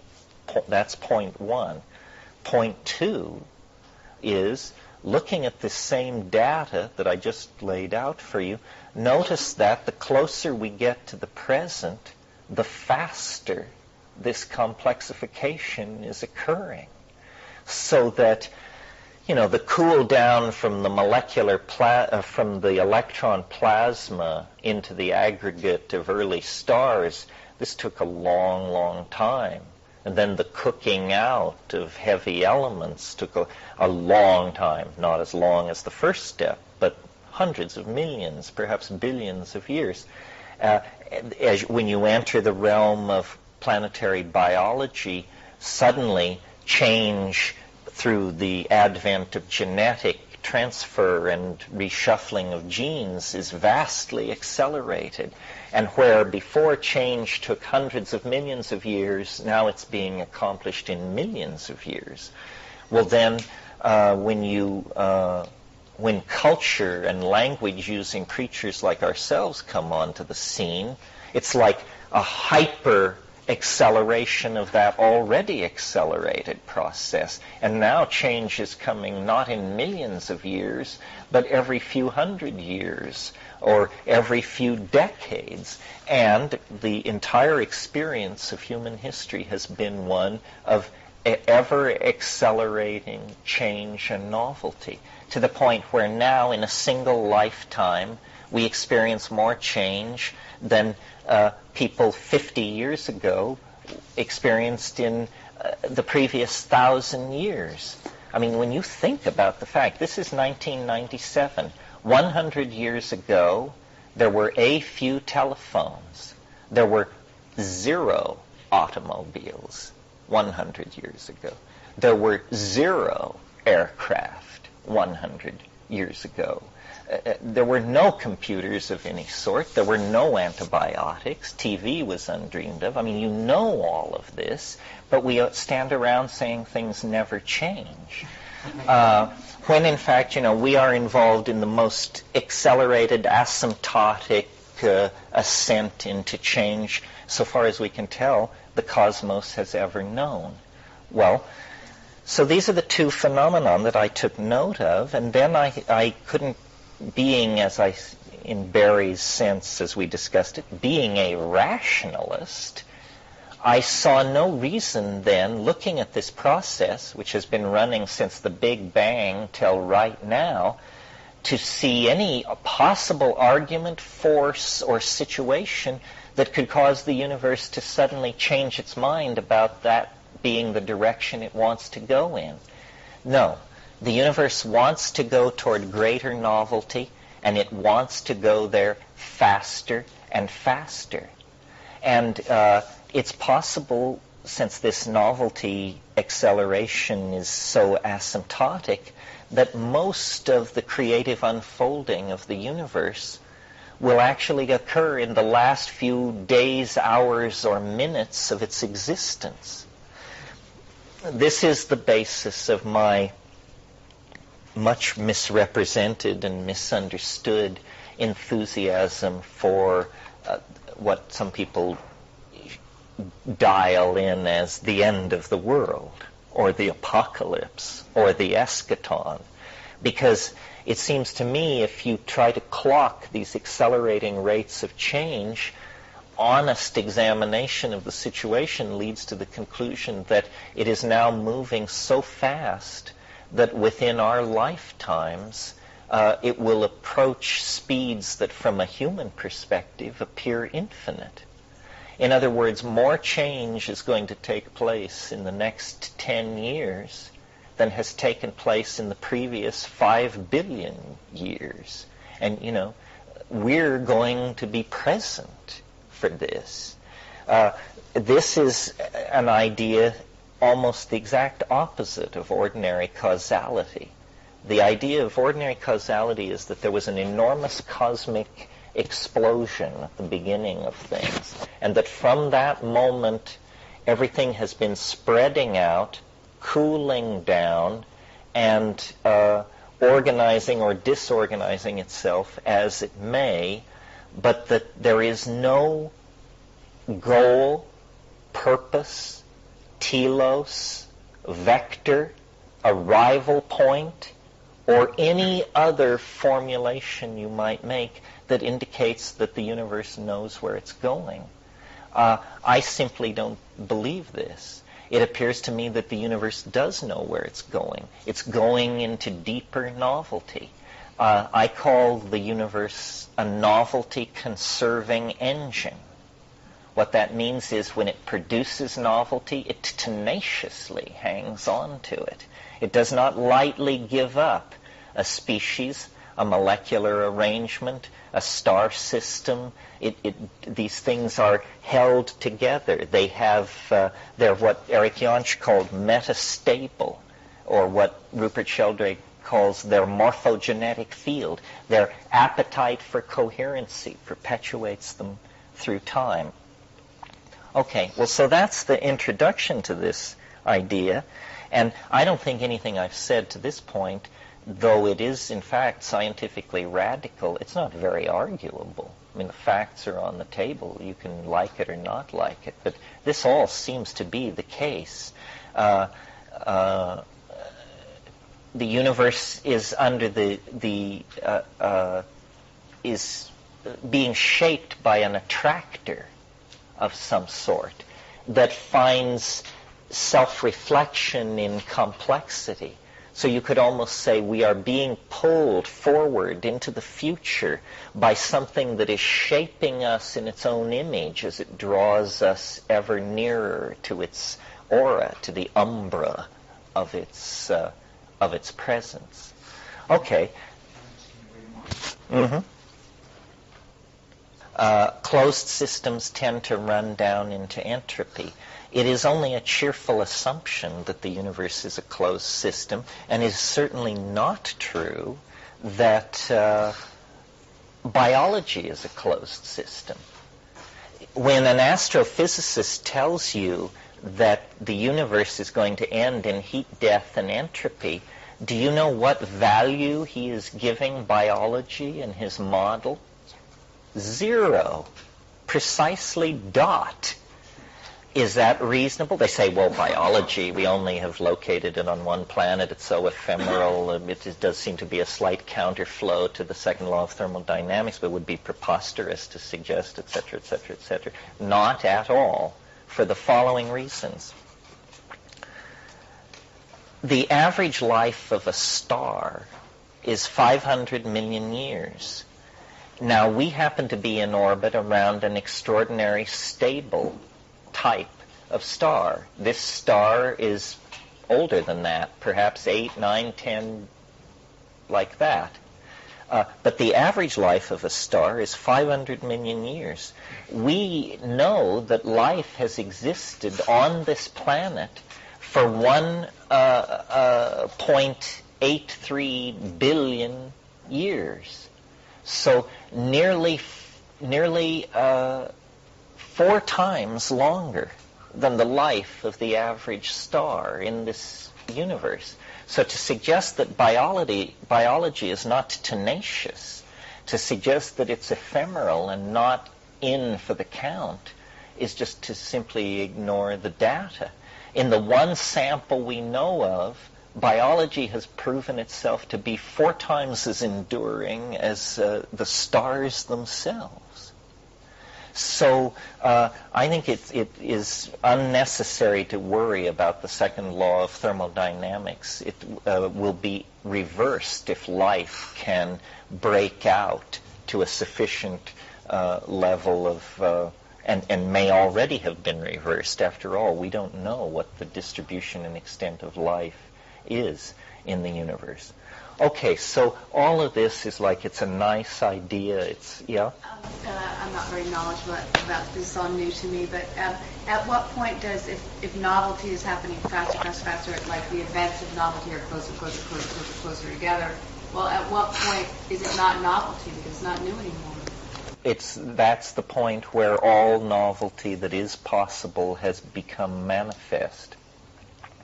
In other words, when the amount of novelty in the universe reaches infinity, the program of expressing novelty will be finished. All possibilities will have been realized. Well, okay, so this is a wrap. It's pretty good. It sounds okay. It deals with certain data. It opens certain vistas. But it's just a wrap. To go to the next level in the game of theory making, you have to bring in mathematics, and you have to make precise predictions about the system you're studying. And then if these predictions are judged to be true, and that's a very tricky term, and if you're interested in it, you should read somebody like Imre Lakatos, who wrote Criticism and the Growth of Knowledge. The question, what is true, what is proof, what is falsified evidence, so forth. These are questions that the philosophy of science deals with in detail, and we can't here.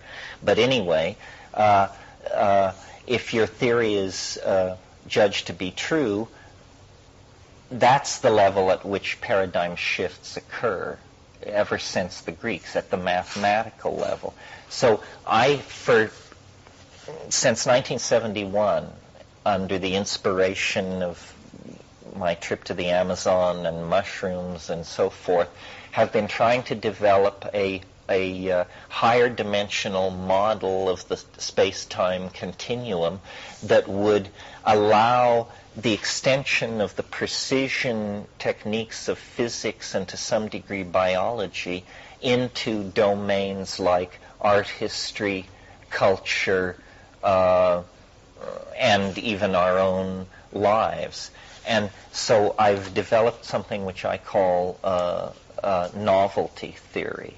And I use the vocabulary of Alfred North Whitehead because it's a pre-existing vocabulary created by a very, very, very reputable mathematician, which, as this story will make clear, I am not. And so novelty theory. But novelty theory needs an equation to go up to the great simulacra of true science with Newton and Einstein and Huygens and Maxwell and those people. And so over the past 20 years, I've tried to do this, and I've produced a mathematical equation, which is a fractal algorithm, which is a self-similar recursive curve that I modestly propose we substitute for the zero in Newtonian physics that describes the curvature of space-time. And I won't say too much about how I derived this, except to say that it was by a mathematical deconstruction of the I Ching. The I Ching is, as you probably know, a Chinese oracle of great antiquity, and one of the things that has struck various people who've become involved with it, Leibniz, Benjamin Franklin, Carl Jung, that it seems to work. Like psychedelics, it seems to be an exception to the general rule that this woo-woo stuff never works. The I Ching works. And why it works has been a great deal of ink has been spilled upon this subject. Jung's explanation of synchronicity, if you carefully deconstruct it, is no explanation at all. It basically says it works because it does work. I wanted to go a little deeper than that. I think that what I want to say about this evening is just to give you a metaphor. Because if someone were to attack me, and I've been attacked on many levels, the attack that I used to feel most stinging was one that sort of proceeded along these lines. So you want to make a revolution in physics based on a Chinese oracle? Is that what you're saying? You propose a redefinition of the Newtonian space-time continuum based on a 3,000-year-old occult fortune-telling method. Is that right? I understand that kind of attack. That's how I attack. That's a withering attack. And so then I had to think, why do I want to do that? That sounds awfully squirrely when put that way. So here is my defense of it now. The claim of the I Ching, it is called the Book of Changes, is that it describes change. So now let's make a metaphor here, which I think will help us understand what must be going on. And this is the only point in any of my teaching where there is any chance for what is called a visualization or a experiential thing. So make the best of it. Close your eyes, damn it, and think of dunes, sand dunes. Get a good, clear picture of some sand dunes in your head. Okay, now, the thing to notice about these dunes that you're looking at is that they look like wind. Dunes look like wind. Now, what does this mean? Well, dunes are made by wind, and somehow they reflect the thing which made them. Let's think of each grain of sand as a bit in a computer. Let's think of wind as a program which is being run on that computer. The program is run, the bits rearrange themselves furiously, and when the program stops running, what we have is a lower dimensional slice of this pressure gradient phenomenon in time, the wind. The dune is, in some sense, the signature of the wind. If you knew how to backward engineer from the dune, you could create wind. Do you see what I'm getting at here? All right, now, forget sand dunes, forget bits in computers, think of genes. You are made of genes. All life on this planet has always been made of genes. And think of time as wind. This wind has blown for 1.84 billion years. And the bits, the genes, have been rearranged into what? A lower dimensional slice of the structure of the force that created them. And what was the force that created them? Time. Time created them. And so, in their structure is the architecture of time itself. You can backward engineer out of the genetic material toward the architectonics of the physics of the temporal domain. Okay, now, let's go back to Zhou, China, 3,000 years ago, a culture as obsessed with time as we are with matter, a culture that didn't build super colliding whatchamacallits, but instead perfected meditation techniques, stilling of the heart techniques, yogas, that were designed to suppress physiological functioning until it fell very close to death itself. And then the inquiring minds of generation of sages observed within the core of organism flux of some sort, the coming and going of variables. That's all we have to say, the coming and going of variables. And, like good scientists everywhere, they created a special notation language. And out of this effort to note, catalog, and understand the temporal variables, soon realized to be not infinite, but in fact finite, quite finite, in the same way that all the physical universe can be built up out of 108 or 106 physical elements, the entire temporal domain can be built up out of 64 elements. And this 2 to the 6th number, 64, it's built into the I Ching, it's built into the structure of the DNA, it's built into the algorithm that I've developed for tracking time. So my answer to the person who sneered at me using the I Ching as the basis for this is the I Ching is only an artifact that indicates a database of knowledge about temporal variables that has been coded into a very ethnocentric notation system, the 64 hexagrams with their commentaries. But by mathematically tearing that apart and treating it formally, we can tease out of all that data this pattern, this fractal, and we can deal with it with our own technologies and our own epistemologies. And we can replace the zero quality of space-time with a much richer description. Now what we have is a Cartesian line, a flowing graph that depicts the ebb and flow of novelty in time, if we can correctly calibrate it to our own historical domain. So now I want to show you this wave and talk. This guy asked this question. Did you sort of unleash this response right back to him at that moment? Did you spontaneously, or did you later in your hotel room go, shit, I should have?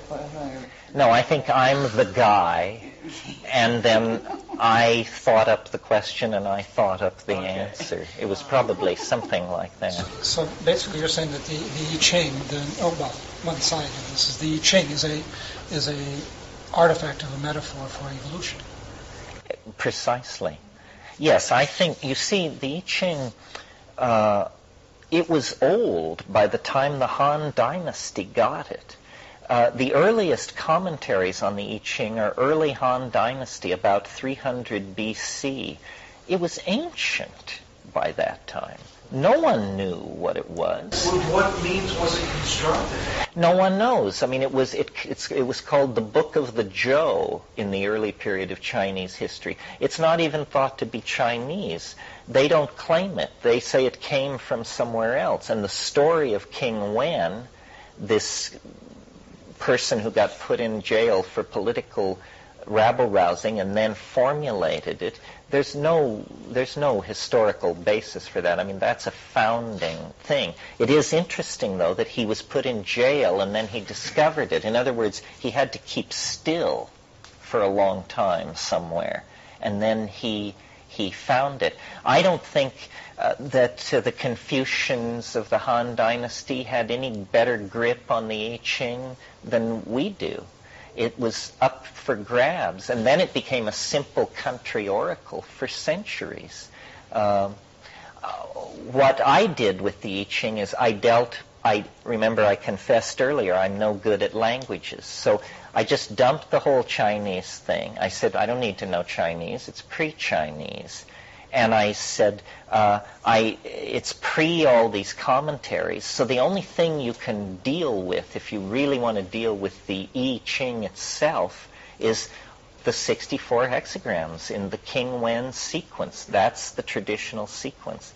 And that's what I dealt with, and studied it for mathematical order, to try and figure out whether it was simply 64 hexagrams in a traditional but jumbled order? Or what were the principles of order that underlie it? Well, I won't go into that very much this evening, but for those of you who are keen for the I Ching and can take a look at it when you get home, if you look at the King Wen sequence, the very first thing you notice, if you're paying attention, is it isn't 64 hexagrams. It's 32 pairs of hexagrams, because in each pair, the first turned upside down gives the second. So if you look at it, number 3 is 4. Turn 3 upside down, you get 4. Turn 5 upside down, you get 6. And so on. Now, there are 8 cases where when you turn it upside down, it doesn't change. You meet the first exception in the first 2 hexagrams. The first hexagram is all solid lines. Turn that upside down, and you've still got all solid lines. In these 8 cases, then, a second rule is obviously invoked. It's that if turning a hexagram upside down causes no change, all lines change. And so as you go from hexagram 1, all solid, turning it upside down, no change, therefore all change, therefore number 2, all broken. That's the first pair. Second pair, number 3, turned upside down is 4. 5 upside down, 6. 7 upside down, 8. Then I think 9 to 10 is another one of the ones with the exception, and all lines change, and so forth and so on. And there are many other properties. And I worked on this in isolation for 20 years. Now I'll show you the output and explain the nature of the game, and I do want to leave time to go into the new stuff, because the new stuff is the new stuff. Let me explain what's going on here.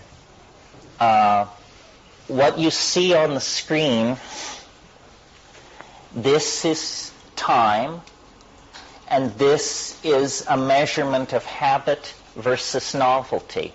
The higher the graph, the more habit in the system. The notion here is that this is a push-pull thing. The opposite of novelty is habit. In every moment, hour, day, year, millennium, kiliocosm of time, habit and novelty are locked in some kind of dynamic struggle. Yeah? You mentioned this is a Whitehead thing. I've never read Whitehead's book, but did he use it in a opposition, or a similar kind of a context that you were using it? He didn't have this wave. He invented, habit and novelty. Yeah. This is all Whiteheadian metaphysic. And the book to read, if you're interested, the essays are wonderful, but that's not where the meat is. The meat is in process and reality. I mean, the great unread philosophical tome of the 20th century, Process and Reality by Alfred North Whitehead. Tell your friends. Anyway, so this is time, and this is habit going up. So, for instance, when the wave moves sharply downward like this, we call that a plunge into novelty. When the wave moves upward like this, we call that an ascent into habit. And the idea is that if we get it properly scaled against historical time, or the evolutionary record, or the astrophysical record, whatever kind of phenomena we're looking at, if we get this thing properly scaled against it, it will give us a description that will match our intuition or our databases about these particular phenomena. And here's a payoff. It'll give you a map into the future. In other words, future history is no different from past history. So if I'm right, can give us a picture of future time that we haven't yet lived through. Now I want to, what we've got on the screen time-wise here is 6 billion years. The entire history of the Earth, the entire life of the planet. This huge plunge into novelty here is in good accordance, given the scales of how much we know about these events, with the impact. The Earth collided with a Mars-sized object, and the moon was created out of the detritus of this catastrophe. I know this sounds like it comes straight from Velikovsky and Sedona, but it's actually, this is what planetologists believe. It was on the cover of Scientific American, October 1994, with the words, "A Mars-sized object collided with the Earth to create the primitive moon."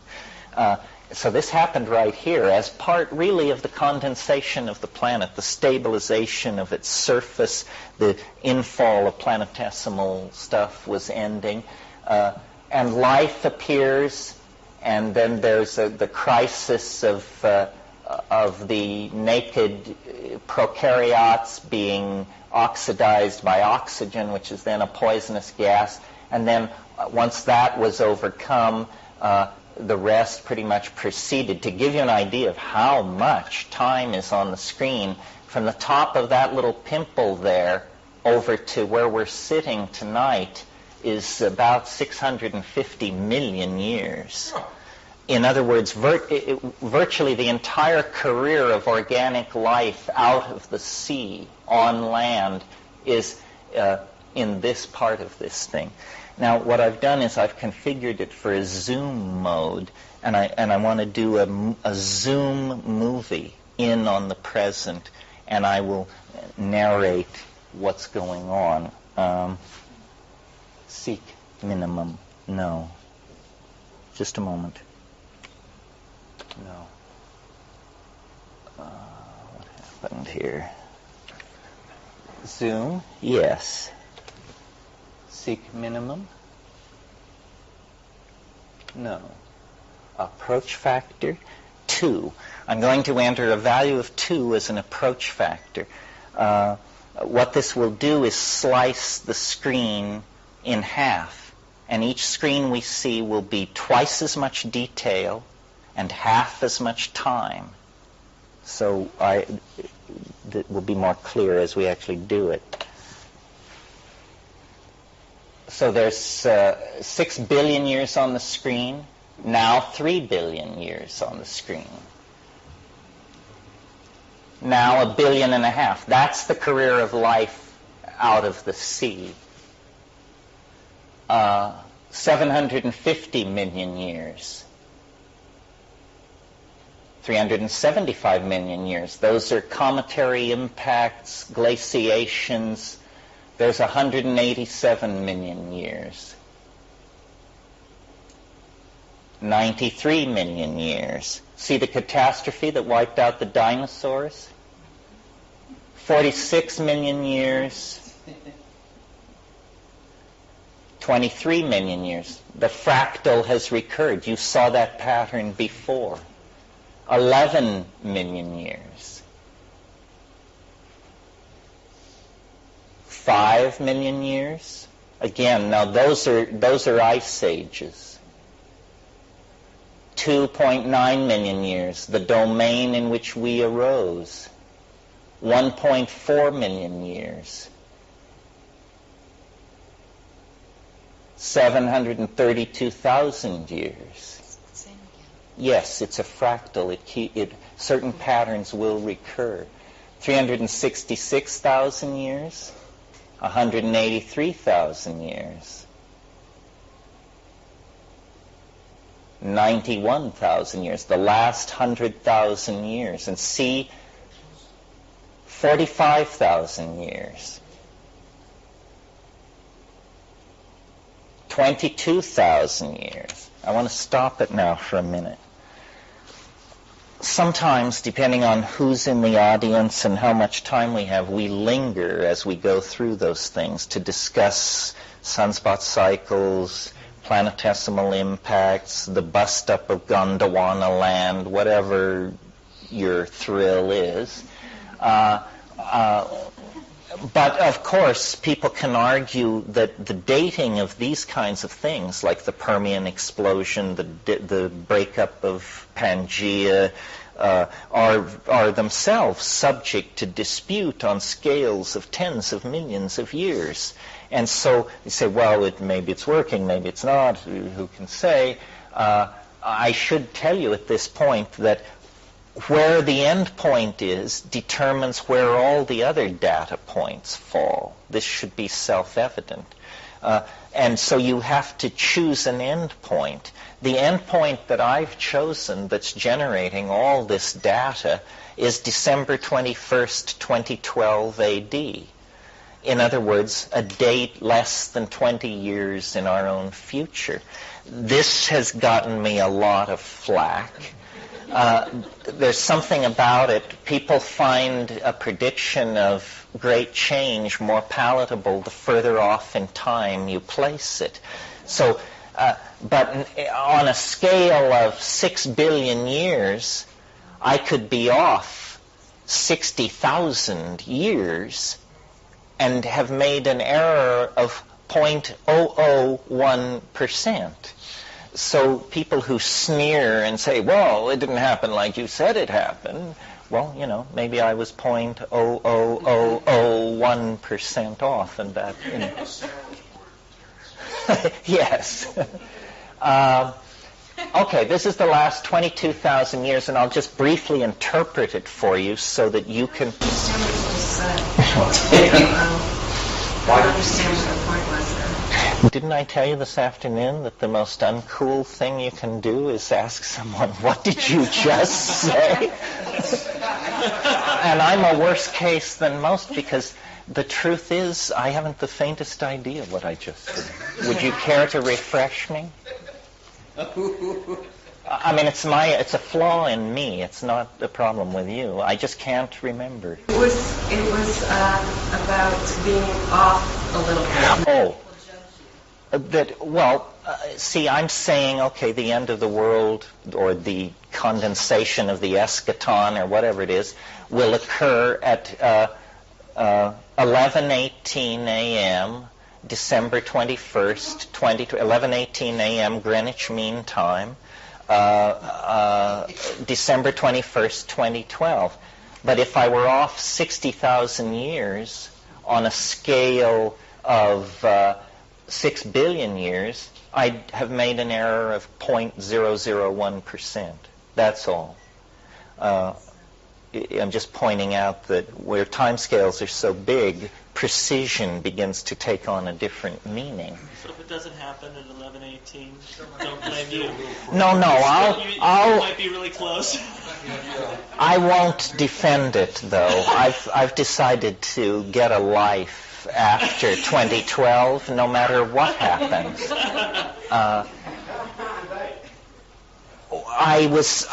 I got the curve.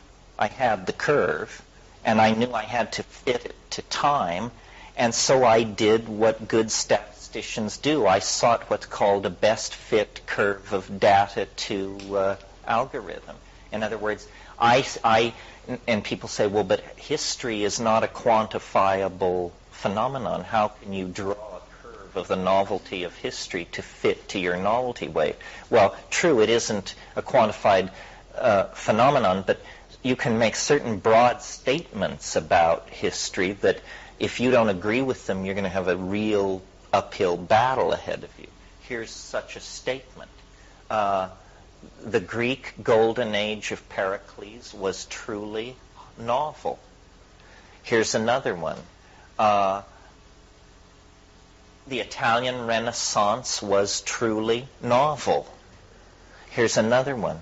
The 20th century was truly novel. Okay, so now we have 3 data points right there.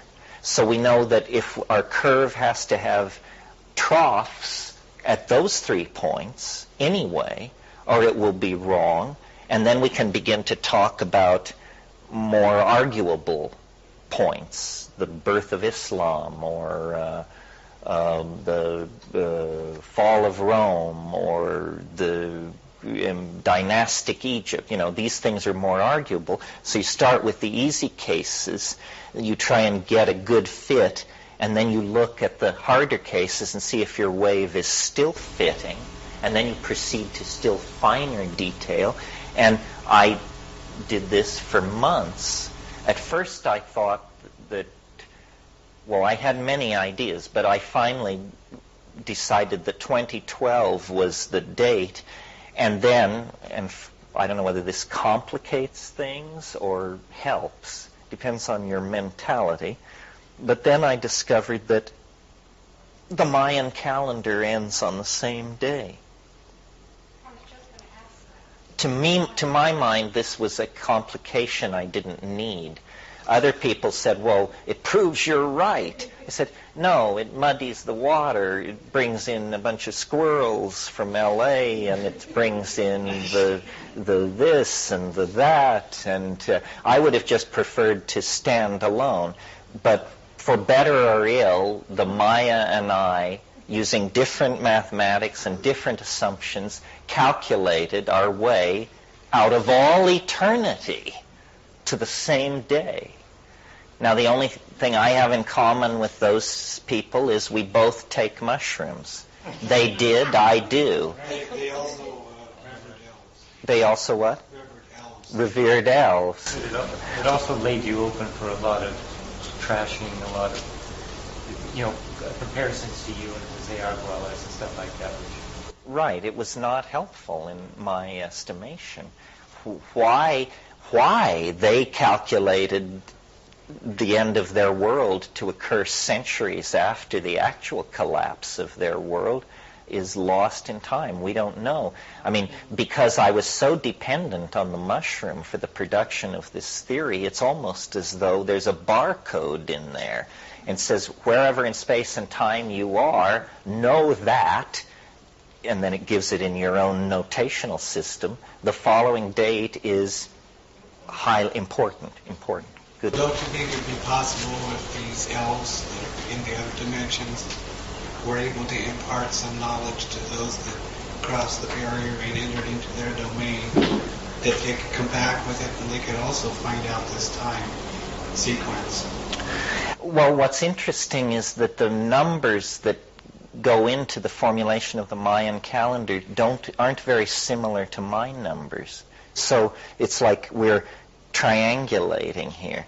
It is interesting that Mayan numbers look somewhat like hexagrams. It's possible that ancient knowledge systems are all about... I think what it is there's a message that wants to be told. I don't know who's telling it. Is it the planet? Is it the extraterrestrials? Is it the DNA? But there's a message that wants to be told. And it's not some fuzzy thing like love one another.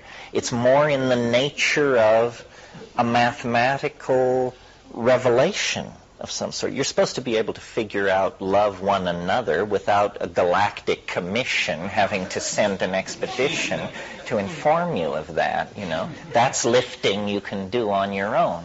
But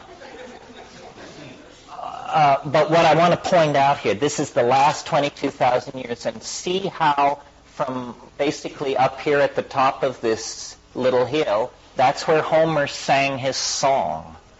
And from there on, at this scale, it looks just like a completely uninterrupted, perfectly smooth descent into hyper-novelty. Now, when we get in there and see the details, you will see that curve is not smooth at all. It's tremendously interrupted and punctuated. Yeah. Where would the King Wen thing be on display? Is there a King Wen? No. Well, we're in the wave. The wave is being formed by. It's an imprecise term, but interference between King Wen's sequences. But what time was the King Wen's sequence formed on this? You see what I'm saying? 1185 BC. Yes, where on the wave would that be? That's roughly right up here where Homer sang his song. Okay. Same, close enough. Huh? Mount Helicon? Yeah. Okay, now it's all very well when you're talking about glaciations, extinctions, continental drift, things where you have not great precision.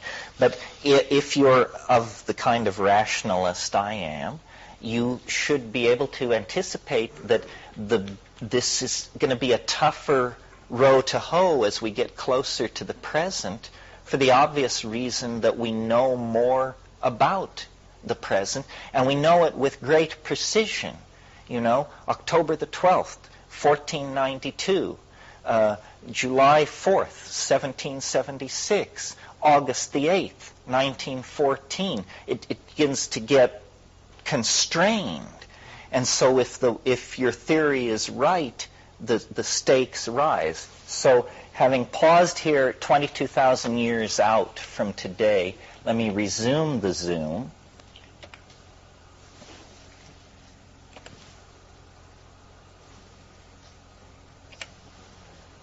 And I guess we'll still do an approach factor of 2.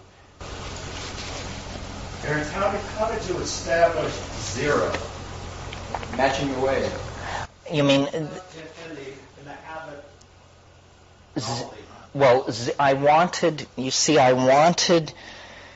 infinite novelty to have a special value. So 0 is the only special value there is in the integers. So, and also people sometimes say it's counterintuitive. Shouldn't it be that novelty increases when it goes up and habit increases when it goes down? And the answer is no, because first of all, that would mean that high novelty would just be some arbitrarily high number, where if you can watch it slowly over centuries and millennia make its way towards 0, there's a certain drama in that I like. And also, because this was coming to me out of the psychedelic place, wherever that is, I had the image of time like a river. And I wanted infinite novelty to be the ocean. So time had to flow downhill to get to the ocean. So I think of it, it begins in the arid highlands of habit and then flows thousands of years across ever descending terrain until it finally is merged with the infinite ocean of novelty at altitude 0. I have a related question. How did you know to put it to a calendar, to a date, to time? Again, it was largely intuitional. I saw that there are... The I Ching is composed, as you know, of 64 hexagrams. Each hexagram is composed of 6 lines. 6 times 64 is 384. Now, 384... as a calendar number, at first doesn't look too inviting. It's 19 days longer than the solar year. So if you actually had a calendar of 384 days, it would precess 19 days against the solar year. Nevertheless, it turns out in ancient Israel, there was a 384-day calendar, and parts of Islam still use a 384-day calendar. I'm not sure. I think it's a calendar pre-Deuteronomy. But the number 384 begins to become more interesting when you realize that a lunation is 29 and change days. 13 lunations is 383.89 days. You know, it's within a rat's eyebrow of 384. So then I thought, well, this is a lunar calendar. A 384-day lunar calendar. And I conferred with Wolfram Eberhard, who was my teacher in all things Chinese, and he had studied the Chinese calendar. He had no idea what my insane agenda was. He just thought I was a really motivated undergraduate. But he blessed all these conclusions and said, this is all within the vein of ancient Chinese thought. It's all creditable. Yeah. It also seems, if I may say so, that your counterintuitive notion of the direction of novelty as opposed to habit is partaking of there's something else going on. Some sort of muse was working with you, because not only did it sort of resonate with your own journey, you went to India, and the kind of journey there was always up to the peaks.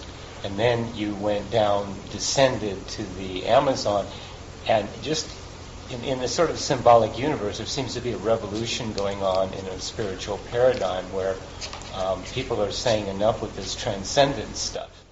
It's in the humid lowlands. Is that what you're saying? Yeah. I can appreciate that. The Renaissance wasn't. You mentioned the Renaissance. There's another resonance that the Renaissance didn't start by getting real spiritual. It was when what's his name? Was it Petrarch? Petrarch started the Renaissance by coming down. He took Augustine with him, and had this. Was thinking of having this vision, and instead he left his transcendence, and that his soul was too attached to literature and poetry and love for his Laura, and went down into the Renaissance.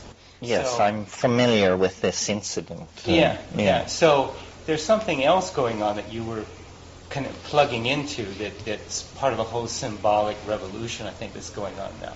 Well, it couldn't have been otherwise, I think. Let me run this thing forward now.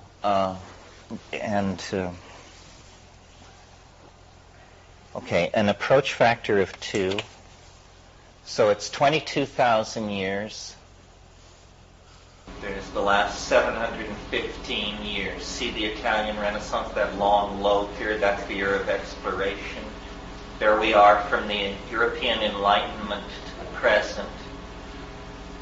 There we are from the early 18th century to the present. That's the 20th century, most of it. That's from roughly 1948 to the present. That's roughly from sometime into the 70s. This is the last 11 years.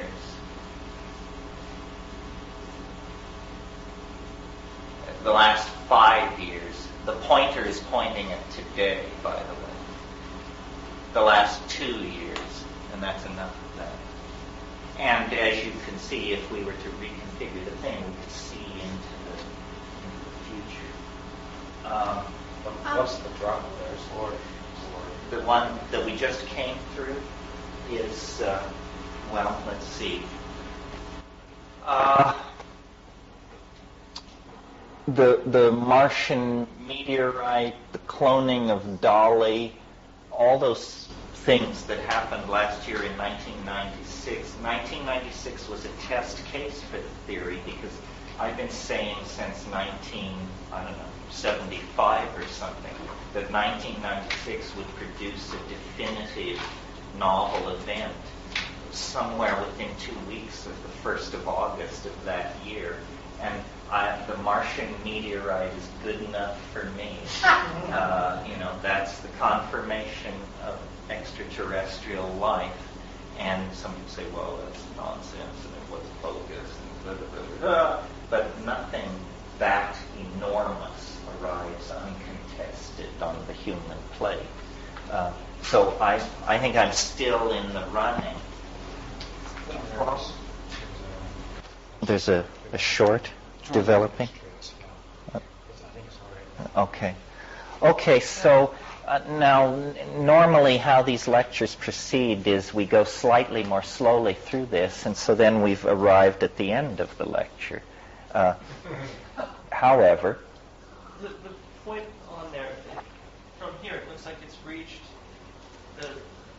Oh, it looks like it's touching zero. No, it isn't touching zero. The nature of the software is to always allow one point to touch the horizontal axis. But there's only one point in the entire system that has a valuation of zero. So now, the new part of the thing, or what I want to talk about coming out here, is 2 years ago, there is a curious property to this thing which I don't yet understand, and I'll briefly sketch it out. It's that when you look at billions of years, the computer has something going on in the software where it keeps track of days to end. It's not a piece of data which is ever displayed on the screen, but it's a piece of data which the program needs to know. It needs to know the days to end. And we discovered about 4 years ago that if you put 6 billion or 20 billion years on the screen, and then you go up to one of those peaks, and to the exact day of the peak, of the shift, where it goes over the point, and if you then look into the guts of the program at the days to end number, it is in an extraordinary number of cases either a prime or the product of two primes. This either astonishes you or means absolutely nothing. But it's quite peculiar. Well, and quite unexpected. And so then there was some hope that there was a way to reconfigure the thing to actually search for large primes, and that there was a way to sort of reconfigure it and search for large primes. This was about 3 years ago. So I got into email correspondence with a mathematician in England about these primes. And then we agreed that we would meet in Palenque 2 years ago. And he came to see me. And it was his name is Matthew Watkins. And if you go to my website, you will see that there is a button there called the Watkins Objection. We met to discuss this search for primes, but as our mathematical discussions unfolded, it began to become clear that we had a problem. And the problem was that Watkins felt that he had discovered an error in the mathematical formulation of the wave, and it centered around a very arcane detail in the construction of the wave, which I won't even begin to make clear to you what it was. But he and I understood each other, and I understood that if he was right, as he thought he was, that I was in deep shit indeed, because if he was right, I had made a mistake. And the thing that the Logos had wanted me to do with the King Wen sequence, I had made a blunder. I knew what the Logos wanted, but I had made an error, was Watkins' position. And it was a difficult experience for me, not only because I didn't know how I was going to feed myself if this thing went up in smoke, but it was very hard for me to understand Watkins. And any of you who are professional mathematicians who try to talk to me about this will discover that I'm an idiot savant. It's mine, I invented it, but I can't defend it in academic mathematical terms. I don't think of myself as Einstein, certainly, but there is a story about Einstein that after he published the general theory of relativity, a physicist named Hermann Bondi launched a furious attack on it. And Niels Bohr went to Einstein and he said, Bondi is saying all these things. He's publishing all these papers. What are you going to do about it? And Einstein said, I can't do anything about it. I cannot understand the man's objection. So, so this was the position I found myself in. Watkins was terrifying. I never had the guts to ask him how old he was. My guess would be 19, something like that. I mean, just one of these flaming geniuses, just one of these people for whom quadratic equations came like walking, you know. And so we had this series of, I thought of it as the meetings by the pool. We had 3 long meetings by the pool where my world wilted, curled, melted, retracted, and finally it was very sort of sad, actually. And but it wasn't definitive, because I could not understand him. And he was also, I think even he would agree, arrogant in that way that you're trained to be in the British university system. I mean, you are to be scathing. You are to take no prisoners. And he said, I want to write a paper about your wave. And I said, fine, and we'll put it on the website. And he said, what I'm going to put forward my objection. He said, what shall I call the paper? And I said, well, how about Autopsy for a Mathematical Hallucination? When you really get into the spirit of this thing, you say, let me guide the knife. Let me turn on the saw. Don't trouble yourself. So how about Autopsy for a Mathematical Hallucination? And he said, fine. And then he did it. And it was,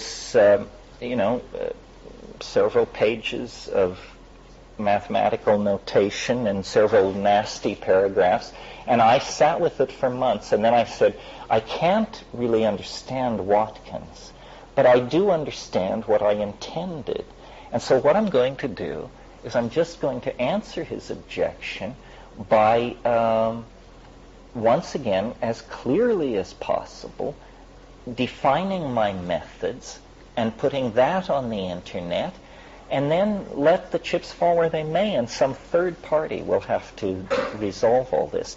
So I did that, and Watkins took a leave of absence, and I understand he was last seen somewhere in the west of Ireland with a donkey and a harp, truly.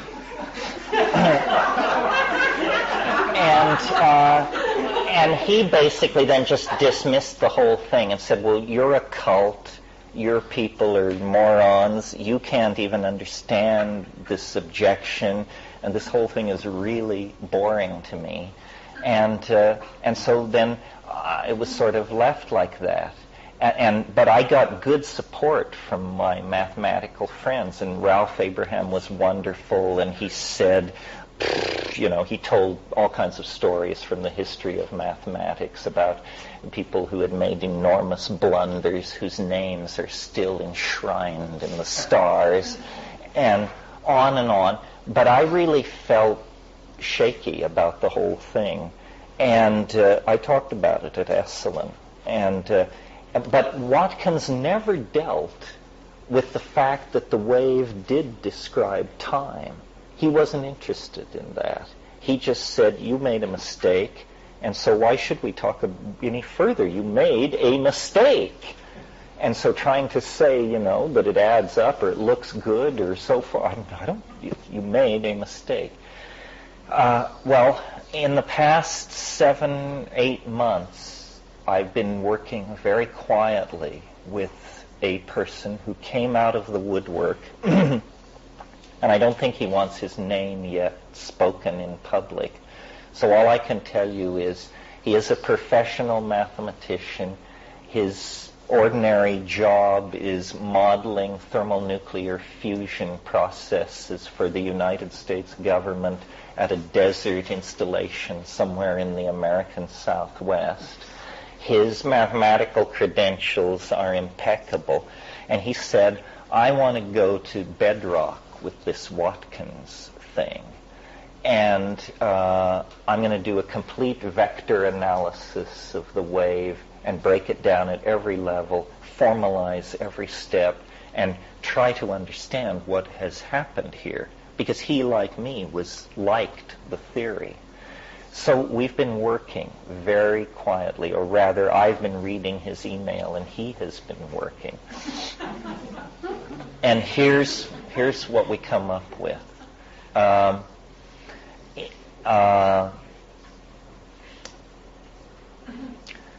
I made a mistake.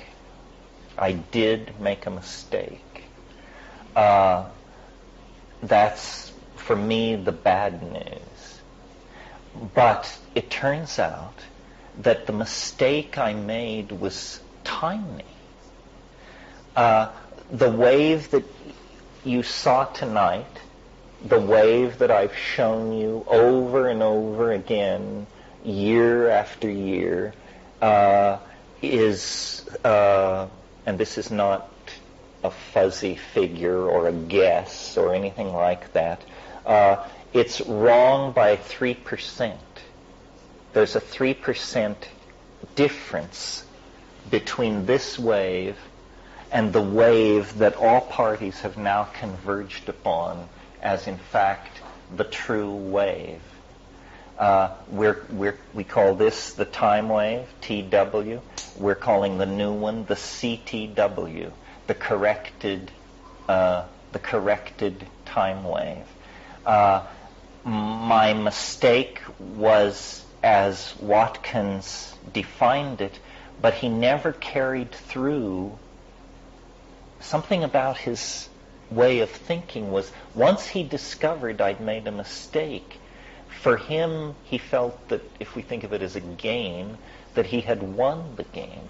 He never went on to see what the consequences of the mistake were. And the consequences of the mistake were to distort the values by overall 3%. Hundreds of screens are within less than 1% difference of each other.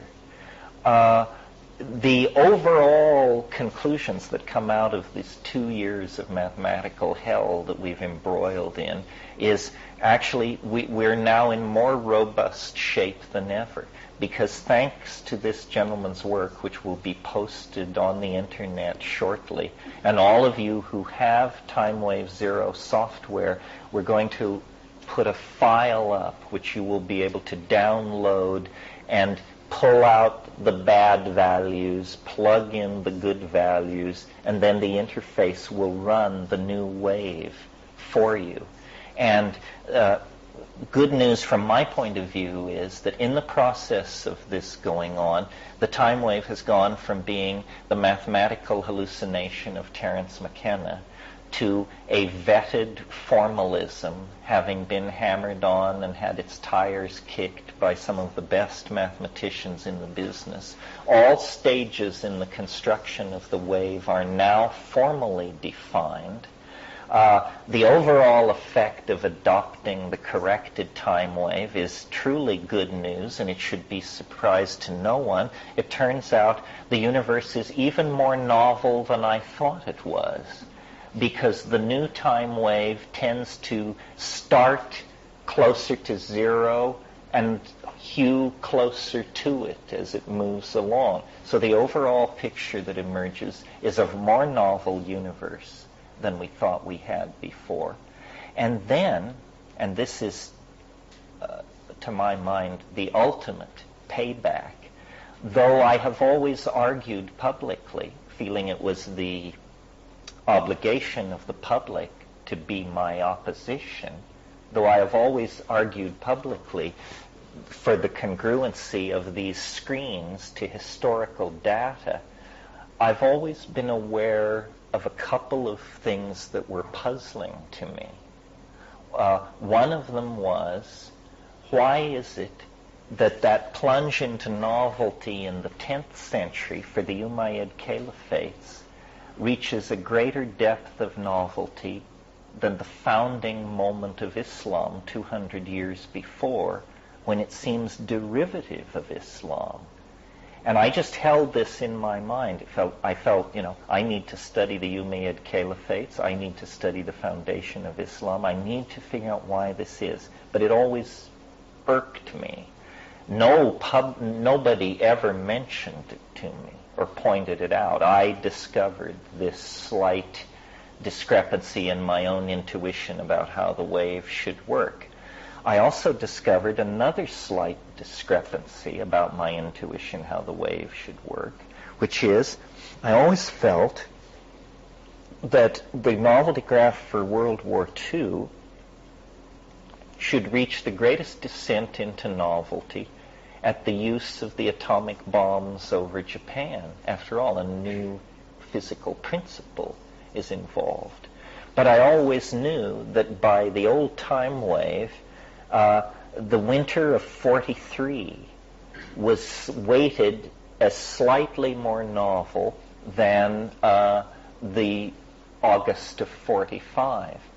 And this troubled me.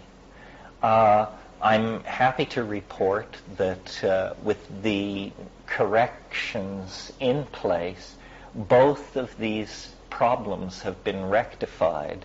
And now the founding moment of Islam is more novel, slightly, than the Umayyad Caliphates, and the use of atomic weapons over Japan is more novel, slightly, than the Battle of Stalingrad. And there are a couple of other areas, too technical or too obscurantes to go into at the moment, but to me, it was a win-win situation. The only slightly galling thing about the whole thing was I personally have to admit that I made and defended for 22 years or however long it was a 3% skew of the values because I made a methodological error in the scoring of the time wave. Now that that's corrected, and that we have a complete vector analysis of the entire wave, and it is now a completely explicit mathematical object that any trained mathematician in the world can now answer any conceivable question that might be put about its formalism, we're ready for prime time, I think. Yeah. Did you alter the shape of the wave? Yes, 3%. No, that's all. It has nothing to do with that. All that stuff about 2012 and all that you get to keep. That was never even up for grabs. But I'm sorry I don't have an overhead projector.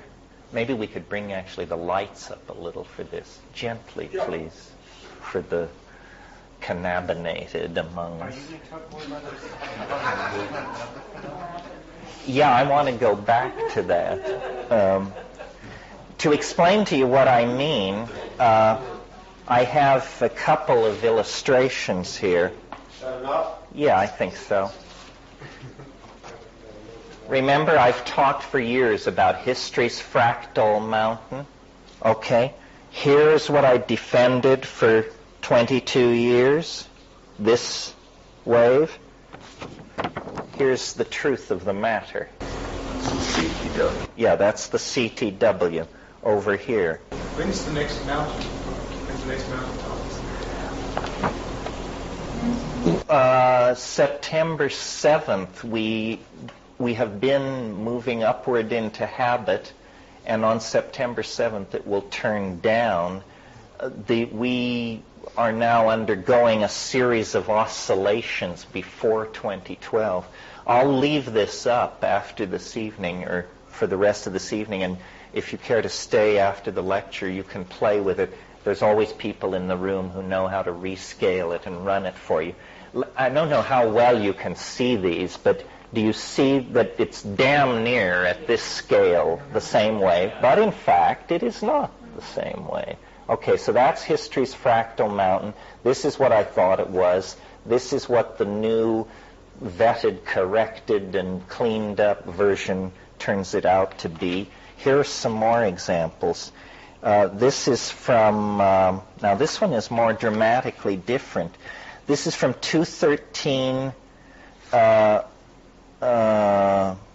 BC to 6, I don't know what's going on. Oh, to 2012.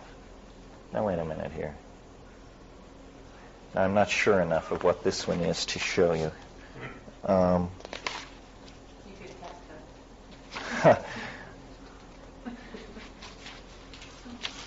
Here's two versions of 1905. Old wave, new wave. Oh, it is different. Yeah. In certain situations, it is different. So the dates actually must change then? No. Well, not the end date. Not the end date, but like, for example, the one you just said, September 7th. Oh, things like that change very, very slightly. Or actually, sometimes what happens is that the actual transition date doesn't change, but the path of the graph to it and from it has a different topology. I think you see that here. See how these both reach their novelty maxima at the same point, but the path to it is different. So did the correction that was made, did it address all that issue that we found about the planets? No, that was completely left in the dust while all this other fighting went on. Here's the one that shows one of the places where I myself had doubts. This is the period from 1935 to 1955. In other words, including all of World War II. Here's the old version, new version. And the 45 is weighted heavier here, and 43 is weighted heavier here. So it's amazing to me that I could have claimed for 22 years that it described time, argued all these cases, finally gotten it straightened out, and discovered that it describes time even better than it did before. Have you found any new discrepancies or anything? Have you had a chance to really go through the whole thing really with a fine-tooth comb? No, see, I haven't yet actually had a chance to load the new data into my own version of Time Wave Zero. When I do, I'll go through really with a fine-tooth comb, as you say, because there are about 50 or 60 historical incidents that are indices for this. They all have to be looked at. Now, here are two that are quite different. This is 1915. Old version, new version. Now, the World War II began in 1914. World War I. Sorry, World War I. I said it began in one? Couldn't be. No, yes, World War I began in 1914. So again, you see that the new data is much more congruent with the facts of the matter. And so forth. Let's see if I have any others that might be at a glance useful. Well, here's one. This is the one we've always argued over all these many years, and it's interesting. This is the one basically from the fall of Rome to the present. Old version, remember, and here's foundation of Islam, Umayyad Caliphate. You've practically memorized this stuff. Black Death. I know there's the Black Death, and there's the Renaissance, and there's the Enlightenment. Here's the new version. Quite interestingly different. Much food for thought. So bottom line is, as I said, all I had to do to make this a field of genuine human study and endeavor instead of my own little bailiwick is admit that I made a mistake, which I freely do. I did make a mistake, and I should say I'm grateful to all of the people who participated in this. I don't mind. I've never feared the knife, and including the young mathematician. Yes, Watkins first and foremost, because he put his finger on the error, and then it all proceeded from there. And the whole thing has been, since its conception in 1971, moving slowly toward a process of being an ever more robust object in the theater of intellectual discourse.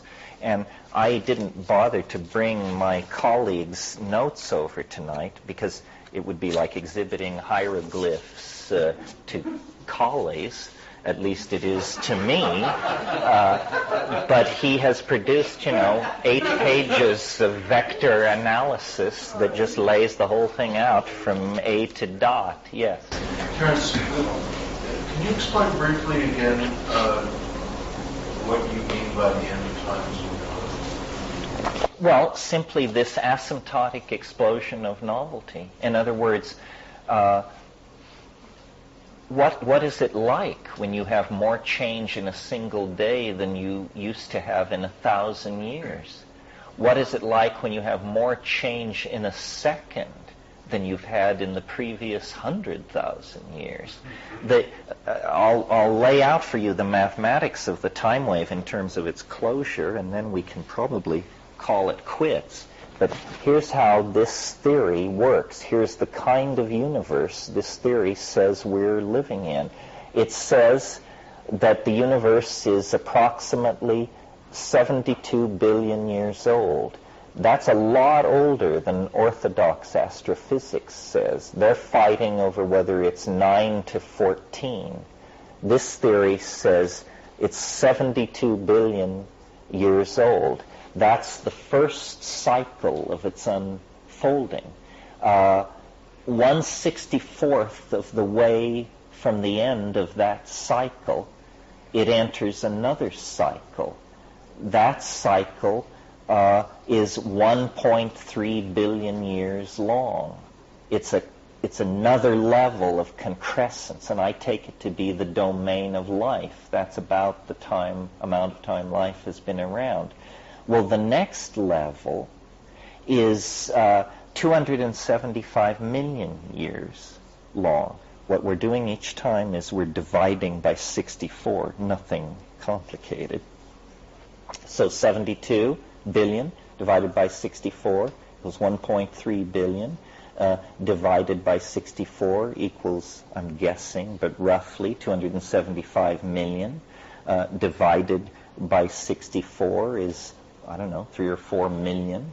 Divided by 64 is 175,000 or something like that. Divided by 64 is 4,306, the domain of history as we know it.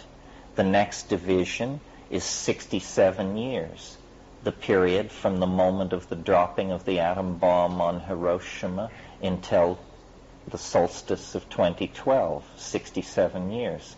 The next cycle is 384 days. It will begin late in 2011. The next cycle is 6 days long. Now understand that in each one of these cycles, as much novelty happens as happened in all the previous cycles.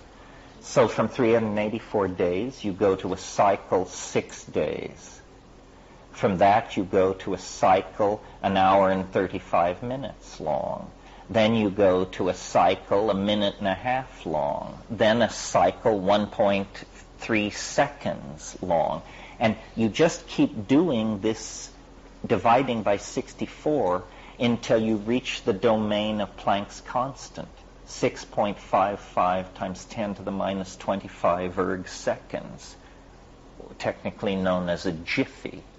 Among us professionals, and beyond the realm of the jiffy, there is no need to carry out these divisions because Yeah, because it means nothing. You've reached the grain upon which reality is being printed. There is nothing. Well, so if we have a universe that is undergoing this collapse into hyper-novelty, and it has to start at age 72 billion years and collapse down to 6.55 times 10 to the minus 23rd erg seconds, how much time do you think it has left in its existence when it's halfway through the process? And the answer is an hour and 35 minutes. In other words, what we're saying in this cosmology is that the universe will undergo half of its evolutionary unfolding in the last hour and 35 minutes of its existence. And that's what I mean by the end of the world. I mean that, there will be more novelty jammed into every nanosecond of those last 35 minutes than there previously were in millions of years of cosmic time. It's as though we're falling into a black hole, not of gravitational compression, but of novelty. And it's what has called us forth out of animal organization. It's what has put these enormous technical tools in our hands. It's what shapes our dreams. It's what's calling us home. It's why I believe that in less than 100 years, this planet will be, from the human point of view, empty. I mean, the thing, whatever it is, will have come and gone, the novelty. And I suspect what it is it's actually some kind of other dimension. It's the way I think of it is novelty is crowding into three-dimensional space-time and crowding in. What happens in 2012, December 2012, is the three-dimensional space-time continuum will be unable to contain any more novelty, and like water flowing out of an overfilled bucket, the novelty will actually begin to push into another dimension. It will actually force into existence another ontological dimension to reality that will contain it. And, we call this true pure spirit, or the coming of Maitreya, or the end of the world, or, human languages are utterly inadequate to this. And we're not causing it. We can't understand it. We are like corks on the cosmic ocean being carried toward what is essentially the climax of physics in three-dimensional space-time. And people who say, well, don't you find it rather odd that we're here to witness it, means you didn't understand theory. We're here to witness it because we were called into existence as part of the process. We're here to witness it because if it's happening, we're happening, because we're part of this expression of novelty. We're part of this alien thing. It's always been revealing itself, but at ever greater speeds. And, somewhere around 50,000 years ago, if you were paying attention, you would have smelled it in the air. And if you weren't paying attention then, check back at dynastic Egypt. And if you're still too dull to pick it up, check in on the 20th century. And I don't think anybody can miss it now. The air is filled with the eminence of the eschaton. We are now so dynamically locked with this field of attraction that all you have to do is take a cat nap, smoke a J, lie in a hot tub, and it's waiting just behind your eyelids, just under the surface of ordinary reality. You don't have to look far or move fast to find it waiting. The sense of the eminence of the eschaton is the pervading essence of life in the 20th century. Or I'm a monkey's uncle. Thank you very much. Terence, I'm curious, are there other people who've done a lot of work in this field that have particularly influenced you, or who you have admired much or kind of resonated with as far as their perspectives? By this field, you mean? Psychedelics. Yeah, well, I mean, for instance, Richard Evans Schultes at Harvard, his work absolutely defines and dominates the field. In a sense, it would hardly exist without him. Over 50 years of research and continuous publication and shaping graduate students to carry out research projects that he conceived. He, you could say, almost single-handedly built the ethnobotanical database on psychoactivity. He spent years in the Amazon himself. He then ran the Harvard Herbaria and all that. So he is an enormous influence on anyone. He's the Newton and the Abraham of the field. Now he's very elderly and retired, but his influence is major.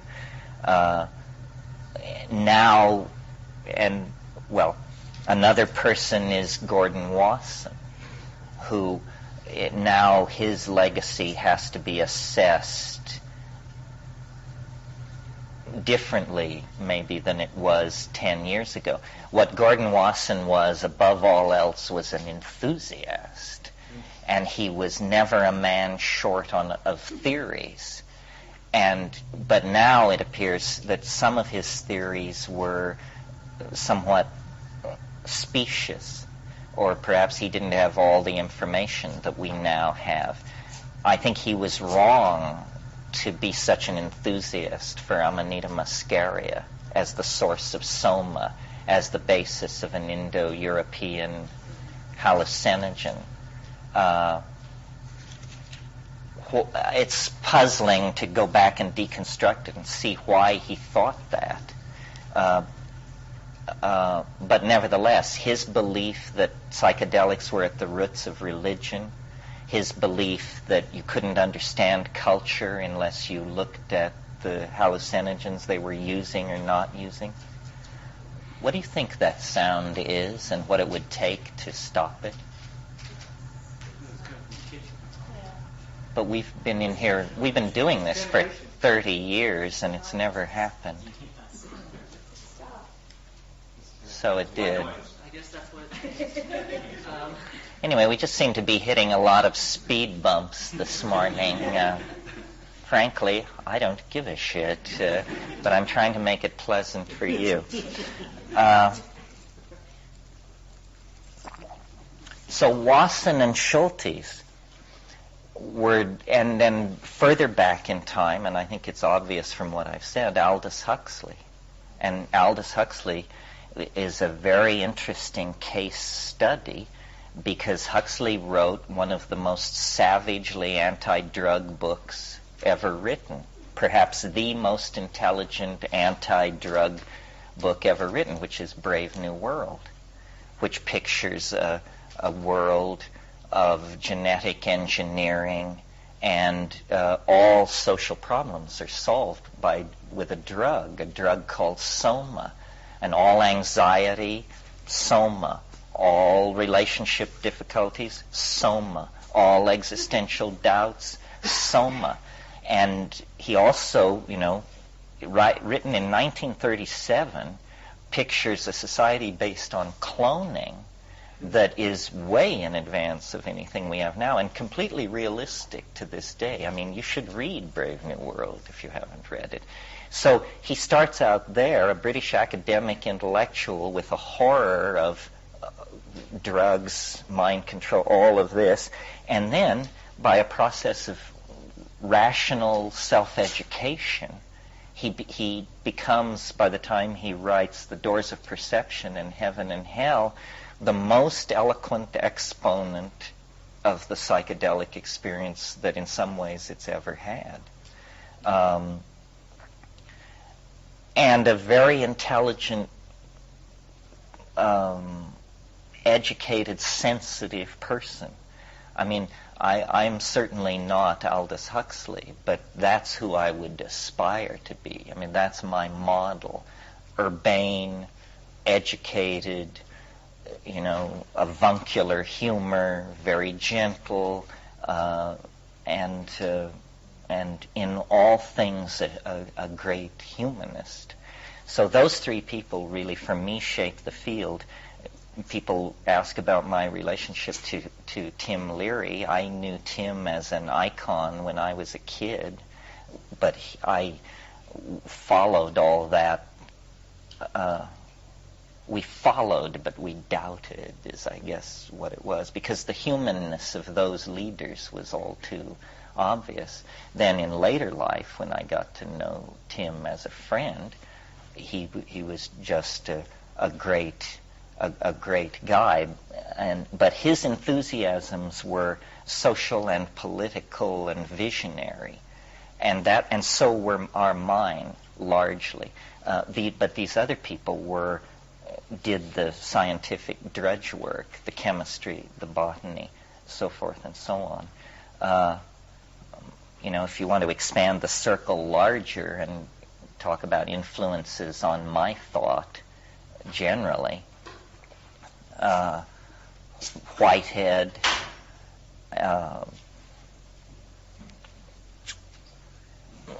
you know, I'm basically a kind of Platonist in the tradition of modified Neoplatonic idealism. So is Whitehead. All process philosophy falls under that. I was influenced by people like L.L. White and C.H. Waddington. These are biologists, theoretical biologists. The only person, well, maybe, I don't know, but, well, the only person who comes to mind that I would say mentored me or worried about my intellectual unfoldment in the directions that I finally followed was Eric Jansch, who some of you may know, probably not most. He wrote a number of books, Design for Evolution, The Self-Organizing Universe.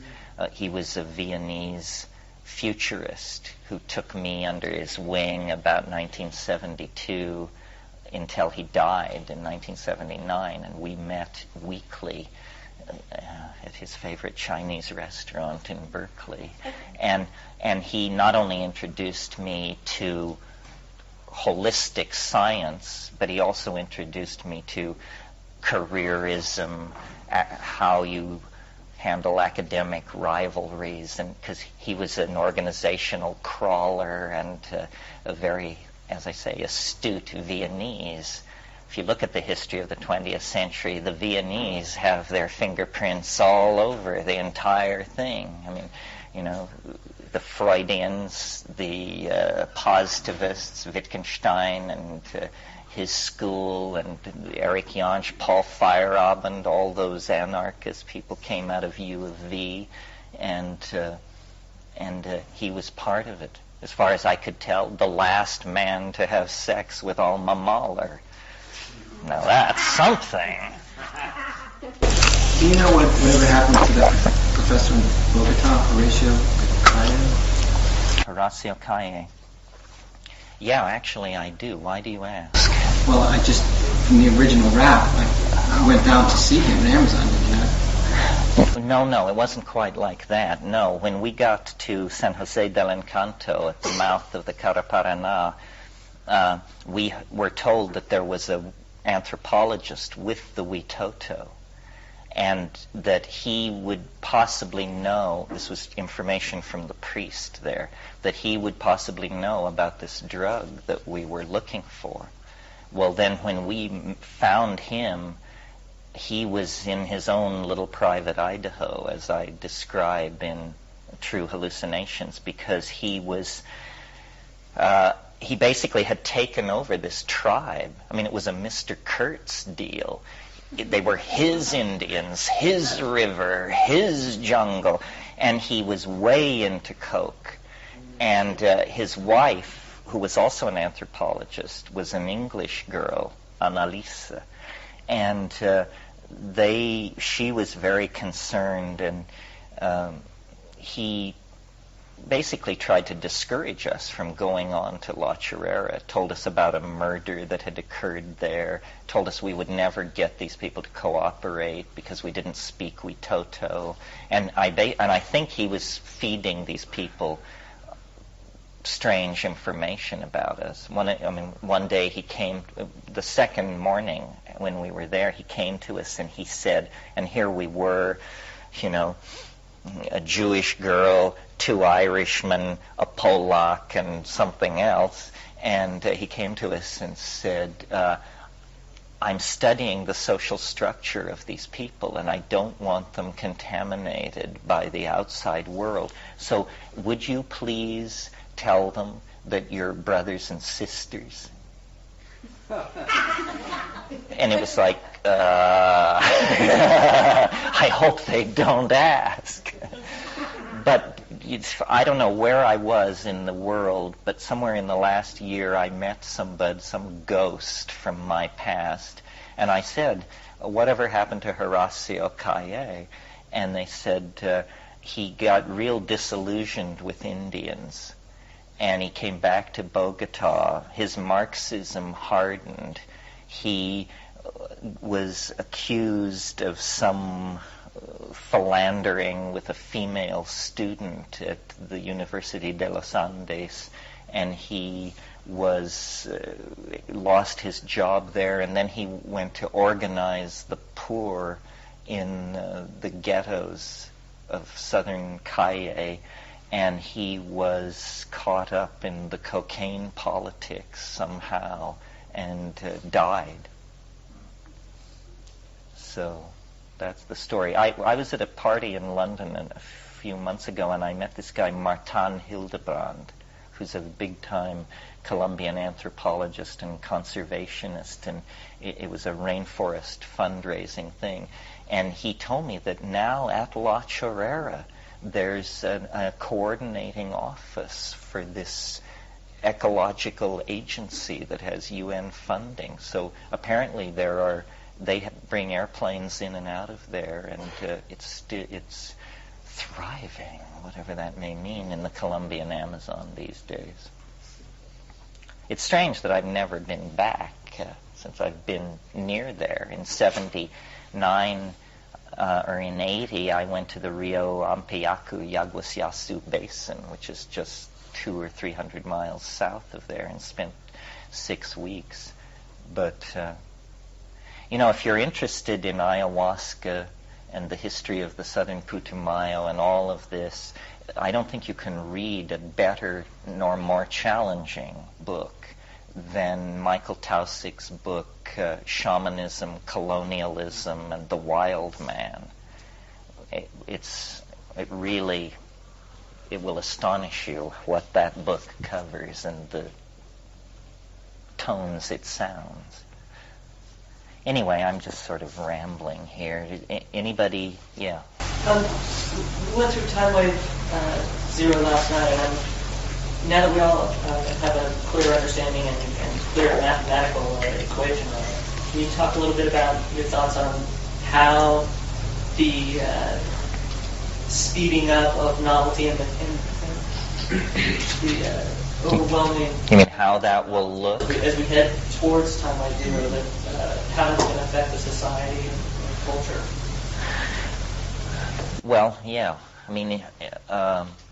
First thing, to introduce a concept that we haven't dealt with relative to the time wave, is each one of those cycles that I mentioned of the different durations in some way is like a lower octave of the higher cycles, or a resonance, so that in some very broad and general sense, the same themes are iterated on different scales. So it can be a tool for understanding like things as ephemeral as fashion and fads and hysterias and art movements and things like that. In other words, suddenly in a certain time period, let's say somewhere in the 20th century, let's say the 1930s, suddenly in the 1930s, clawed bathtubs become the big thing. Well, ordinarily you don't seek a mathematical explanation for this, but in my world what you do is you look at where you are in time, then you go one level up and you see if it's an era where clawed bathtubs made an appearance.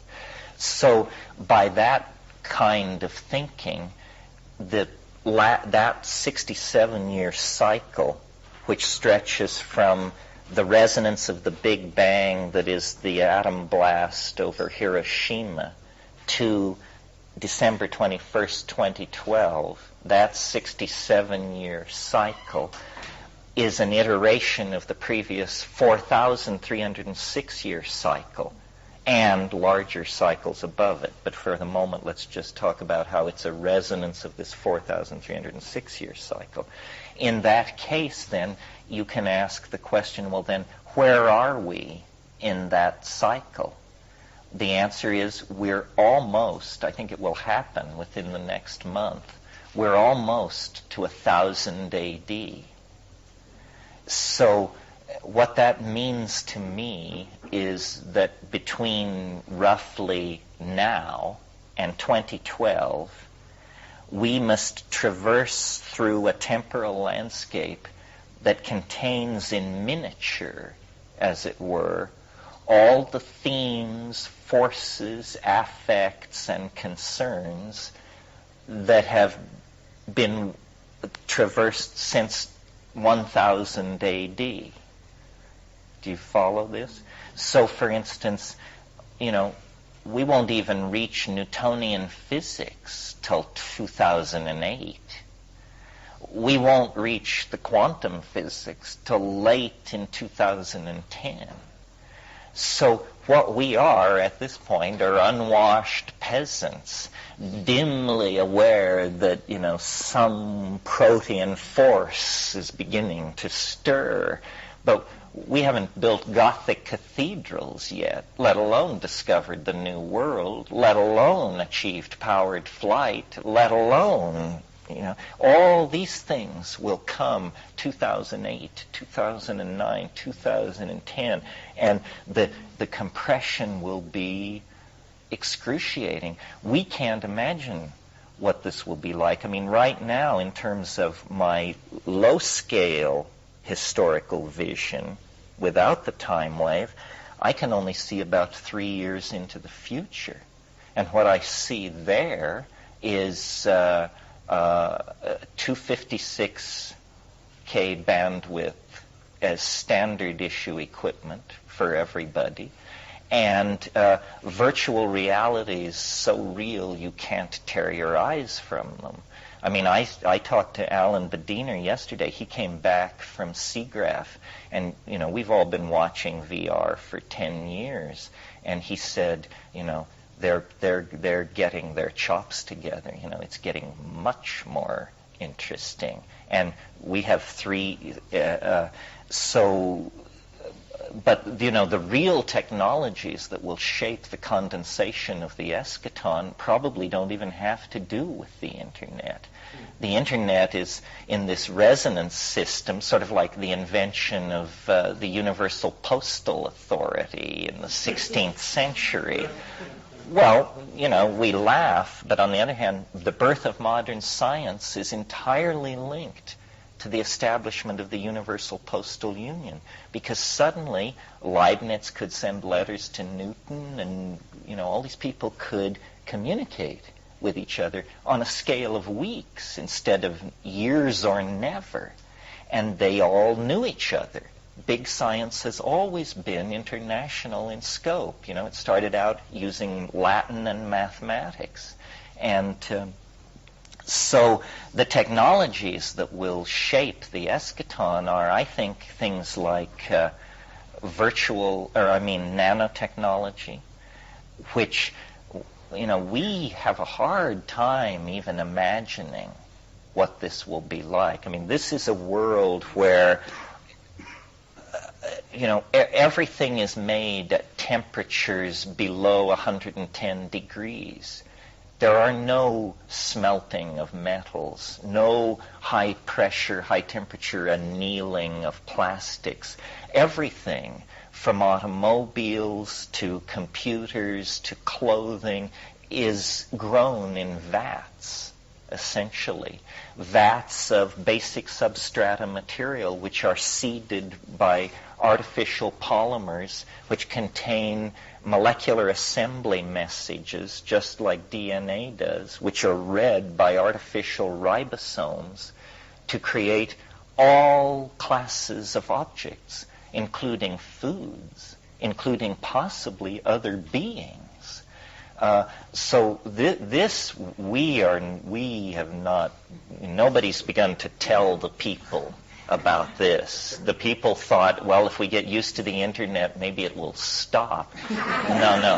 The internet is nothing compared to what's coming. Well, then there are other things like, then there's the wild card option, which is if you section any 50-year period of past history in the past 500 years, you will discover that a wild card emerges at least once every 50 years. And the wild card for us could be something like, it could be interdimensional travel. It could, a time machine is a starship because of the nature of space-time. If you can travel at high percentages of the speed of light, you simply turn that technology on its head and you can move through time. The other breakthrough is, you've heard me rail against extraterrestrial intervention physically, but I think the non-local medium of communication may eventually disclose aliens that are virtual aliens, but with whom we will trade data. And that's all you want anyway. What do you need the alien flesh for? What you need is the alien soul. And the alien soul can probably be assembled in a simulacrum on the internet with sufficient fidelity to what it is, that it is entirely as much like being with the alien as the real thing. So time travel, we've talked about that in these meetings, because time travel would be a technology which would fulfill the predictions of the time wave without causing the intervention of God Almighty in human history and collapsing the state vector and all that. In other words, if linear history can be portrayed as a graph of increasing novelty, then what happens when you invent time travel is time ceases to be a serial phenomenon, and you can therefore no longer portray it on a Cartesian graph. It spreads out in all dimensions, in all directions. So, what would a time travel technology look like? We can't imagine that. I mean, we don't have the intellectual equipment. This is the part where you discover we're in the 10th century. We're unwashed peasants drinking bad beer and wearing scratchy wool. We can no more conceive of time travel than a peasant in 10th century France could conceive of modern Manhattan. It's just beyond us. And the collapse of social systems like Marxism have just unleashed completely chaotic creativity. Everyone is trying to figure out the next new thing, the next great thing, which can then be changed into the universal medium of money. And well, we could just go on and on. I think basically the key concept as we approach the eschaton, and this guides us as we look into the past as well, is boundary dissolution. it's been happening for a very long time. Let's not go back more than 500 years. 500 years ago, half A of the planet discovered half B. There was a boundary dissolution. Then, sailing vessels, steamships, telegraphy, air flight, radio, television. What's happening is boundaries are being dissolved. Information is beginning, the planet is shrinking to a point, is what's happening, experientially. How does this relate to what you refer to as the exteriorization of the soul and the interiorization of the body? Well, when the planet becomes a point, in a sense, we all are everywhere. That is the exteriorization of the soul. So one way that information theorists, there's a lot of argument about what is novelty, by the way, and how do you measure it. It turns out to be a slippery concept. One, Norbert Wiener and that crowd, their approach was what they called density of connectivity. Here you have a bunch of points. The more points that are connected to each other, the greater number of pathways among points, hence the greater the density of complexity. Well, if you carry that idea to its what I call rational or absurd conclusion, then the most complex matrix imaginable is what's called a monadic plenum. It's a situation where, in mathematical terms, we say all points are cotangent. In other words, everywhere is here. What is not here is nowhere. And that seems to be where all this technology and novelty is pushing us. And if that's where we're going, then it will not stop until we achieve it. And what does it mean? I think it means we're inventing omnipotence. We, who began as the mud of a warm pond 1 billion years ago, actually dream of deity. And Plato was on to this game 2,500 years ago. He said, if God does not exist, man will invent him. In the Post-Humanist Manifesto, there's an interesting statement to ponder. It says, a human being is like a god. It doesn't exist unless we believe in it. So essentially, we're tooling up to become a species mind. And then, the questions everybody wants answered is, what happens to little old me in all of this? Again, the Dilbert cartoon last week with Dogbert preaching the internet about to achieve omnipotence, and Dilbert saying, in that case, I'll definitely change the kind of files I've been downloading. If the internet is God, I'll be much more behaved. This is all happening under the banner of what I call prosthesis. It used to be a fairly ugly medical word. It's still sort of an ugly medical word. But what it means is the extension of the human body by artificial means. What we're doing is we're building a nervous system. We're building a nervous system the size of this planet. And we're doing it fast. And the internet, nobody's making these decisions. It's just that it's so convenient for this corporation, this person, this demographer, this pornographer, this startup company. It works for us all. We all get something back from it. So we all put our shoulder to the wheel and it comes into to being.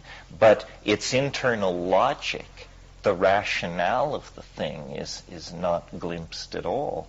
And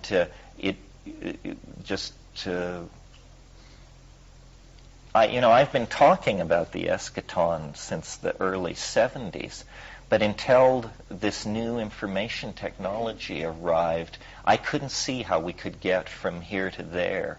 and everyone told me, your rap, it's interesting, it's you got something going for it, but your time scale is just a complete turn-off.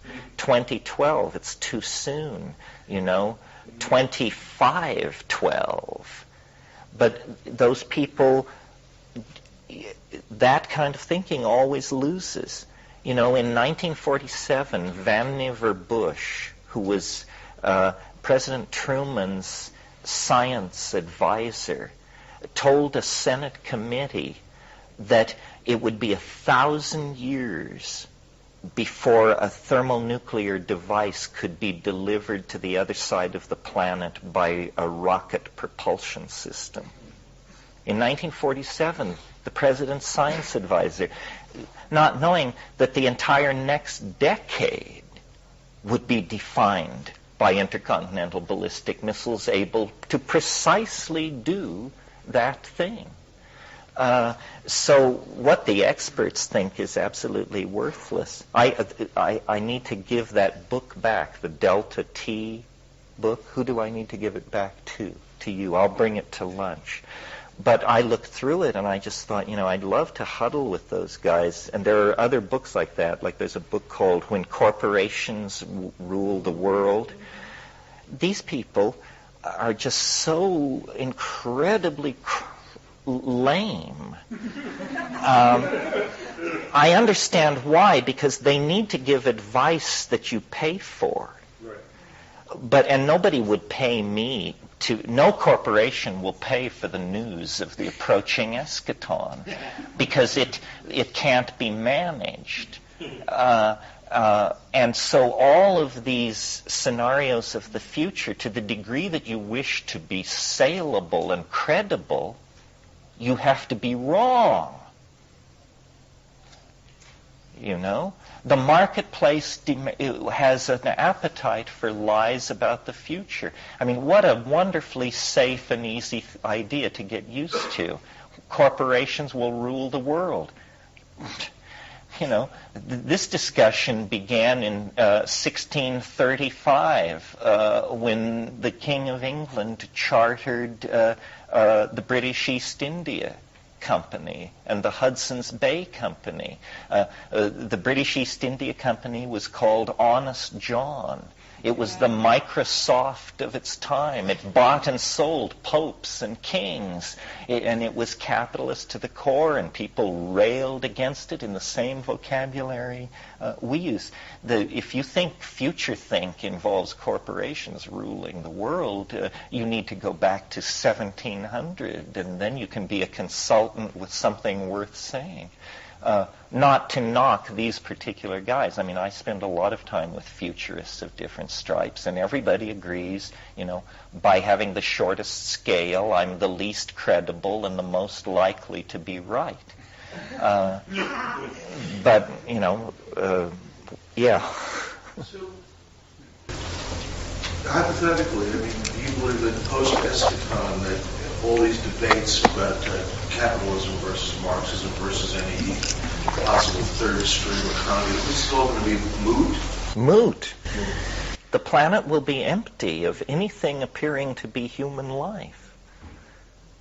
I mean, the planet will be empty of human, of the fingerprint of human presence and technology. We're going elsewhere. It's not clear exactly where elsewhere is, but that's where we're going. I mean, I can't expand sufficiently for you the level of change. I mean, I cannot conceive of post-eschatonic life. I think of it, just to make things simple for myself, as death. Because that's the other thing in my life that I have no grip on whatsoever.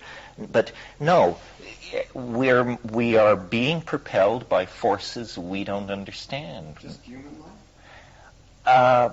That's an interesting question, and I've taken various positions on it. And I can't help but notice that as novelty aggregates in density, it also concentrates itself spatially. In other words, let's go back to our myth and look at it now from a slightly different point of view. The early moments of the universe involved the entire universe. In other words, this plasma cloud was the whole shebang. Well, then, the next descent into novelty involves the condensation of stars out of primitive hydrogen and helium. Notice that condensation enters our vocabulary. This means that novelty not only is increasing in these stars, but presumably it is decreasing or remaining the same in the areas between the stars. And then the real action, biology, doesn't even go on in stars. Biology goes on these little specks of matter that incidentally seem to be whirling around the stars.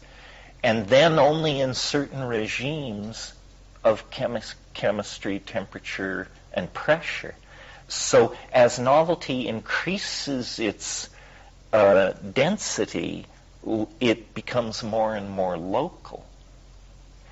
And now, for the past, I don't know, pick a number, million years, novelty has largely been concentrated in the human species. The stars still shine. The species still compete according to Darwinian selection. Geology is still going about its quiet business in the background. But the cutting edge, if you will, or the point, is now concentrated in the human species. Well, then let's look at the human species. And people object to what is about to be said because they see in it a kind of elitism.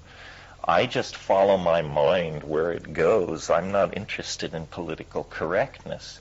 It's clear to me that not in terms of moral rightness or superiority or anything like that, but in terms of influence, Europe leaped forward 2,000 or 3,000 years ago and elbowed its way to the front of the line and has basically been exporting its cultural styles, its technologies, and its assumptions ever since.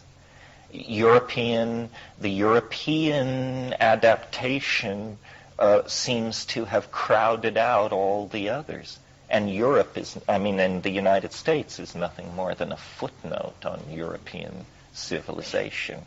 And this may surprise you to hear this, but they invented all this stuff, not us. They invented the universal rights of man, the citizen, print, capitalism, everything we do derivatively. It's very hard to think of anything originally American.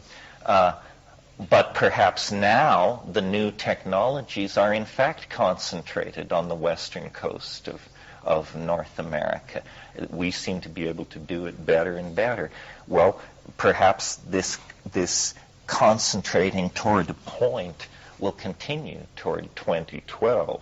But then when the eschaton is achieved, I think part of its quality is that it is instantly generalized. It is sort of like an explosion or sort of like a chain reaction. This is why, Hans Moravec in his book Mind Children, The Future of Human and Artificial Intelligence, he talks there about the rise of the AI, Wintermute again. And he says, we will probably never know what hit us. The AI at any moment, we have fascination with artificial life. Artificial life is a very ambitious thing to want to do.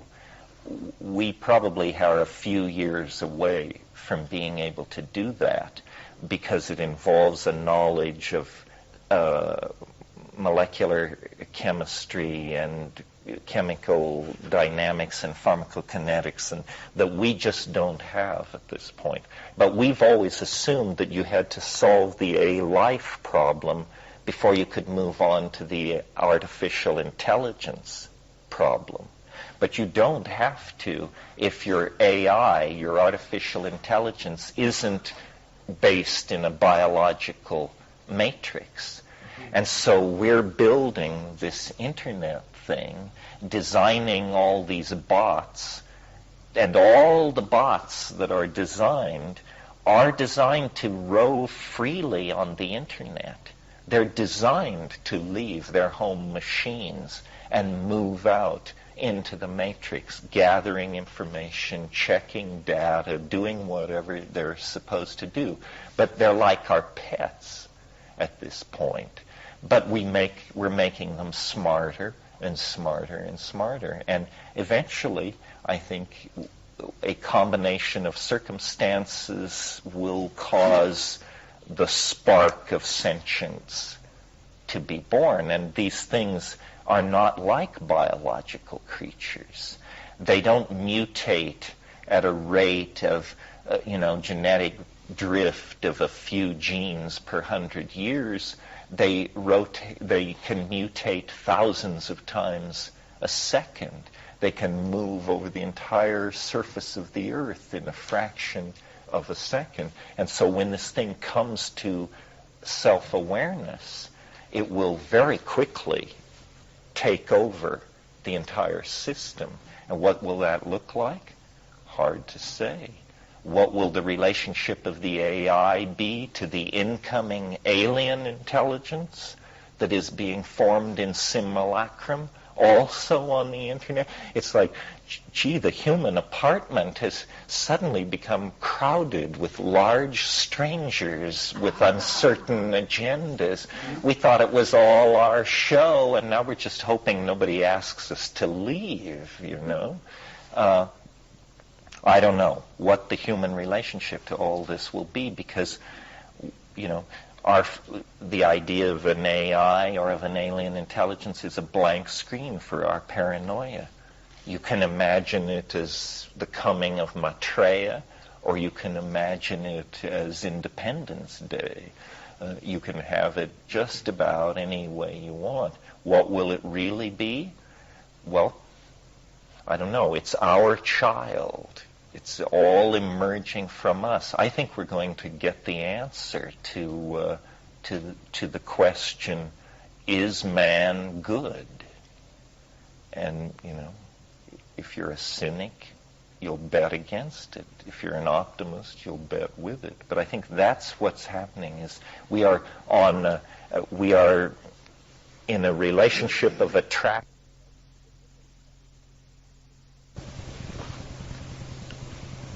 Do you see it as feasibility where artificial intelligence can somehow be grafted within the human living person? I'm much more inclined towards stupidity than thoughtlessness. And it seemed to me that the only hope for humanity is to become smarter. Yes, well, this is an interesting part of all this. When I was in Cambridge, Mass. a few months ago, a guy came to one of my workshops. Very interesting. I would like to spend more time with this guy. His name is Alexander Cheslenko, Sasha Cheslenko, and he's young. He has a website. He's at the Media Center at MIT. And what he's interested in is what he calls not VR, which is virtual reality, but ER, enhanced reality. And he says what's coming is a world of intelligent lenses and filters. So let's say that your interests are monarch butterflies, thin blonde women, and Swiss bicycles. you can program a set of contact lenses so that those objects will appear outlined in red whenever they enter into your sensorium. It's a trivial example, but you immediately see the implications. In other words, we are all going to be able to cosmetify, tune, colorize, and export our own aesthetics out onto the surface of reality. Yeah. What was the guy's name again? The last name is Cheslenko, Chislenko, and if that, I'm sure the search will kick that out. If it doesn't, I'll send you the yeah. But the thing about what you're just saying, I think some of these things, like even these, like a website that you customize the kind of information you want, those are like foreshadowings, but they're really crude, right now. Of it, sort of like the Usenet news groups where people create these alt groups, which are just alternative things on just any thing that want to do, but they're all very crude right now. They're not right. You can't tune that, but just this dynamic information structures that. Well, imagine you're going. I mean, another thing Cheslenko talks about, and this is not at all woo-woo. I mean, this is so close, you might as well assume it's happened, and that is automatic translation bots. You're going to be able to log into Chinese sites, Japanese sites, Polish sites, and translation will be seamless and automatic. Machine translation is already way along. This is just an implementation problem. That's a done deal. You couldn't imagine a world where when you're going to the Amazon, you buy a special pair of contact lenses, and then when you squint in a certain way, all plants are labeled, or all plants containing tryptamine show up as bright orange. The federal ethnobotanical database in Washington is connected to your contact lenses, and every plant that you gaze upon is instantly checked for DMT, and if found positive, colored orange in your line of sight.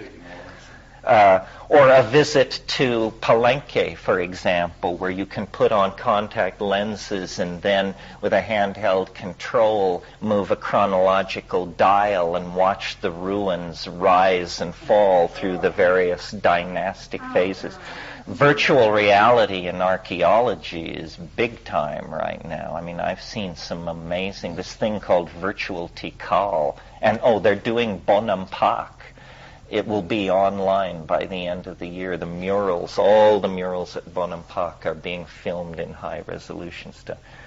Here's my personal fantasy. I don't know if personal fantasies should be bared, and Freudians, please fold your toolkits. But here's how I want to live in just a few years. I'm building a house in Hawaii.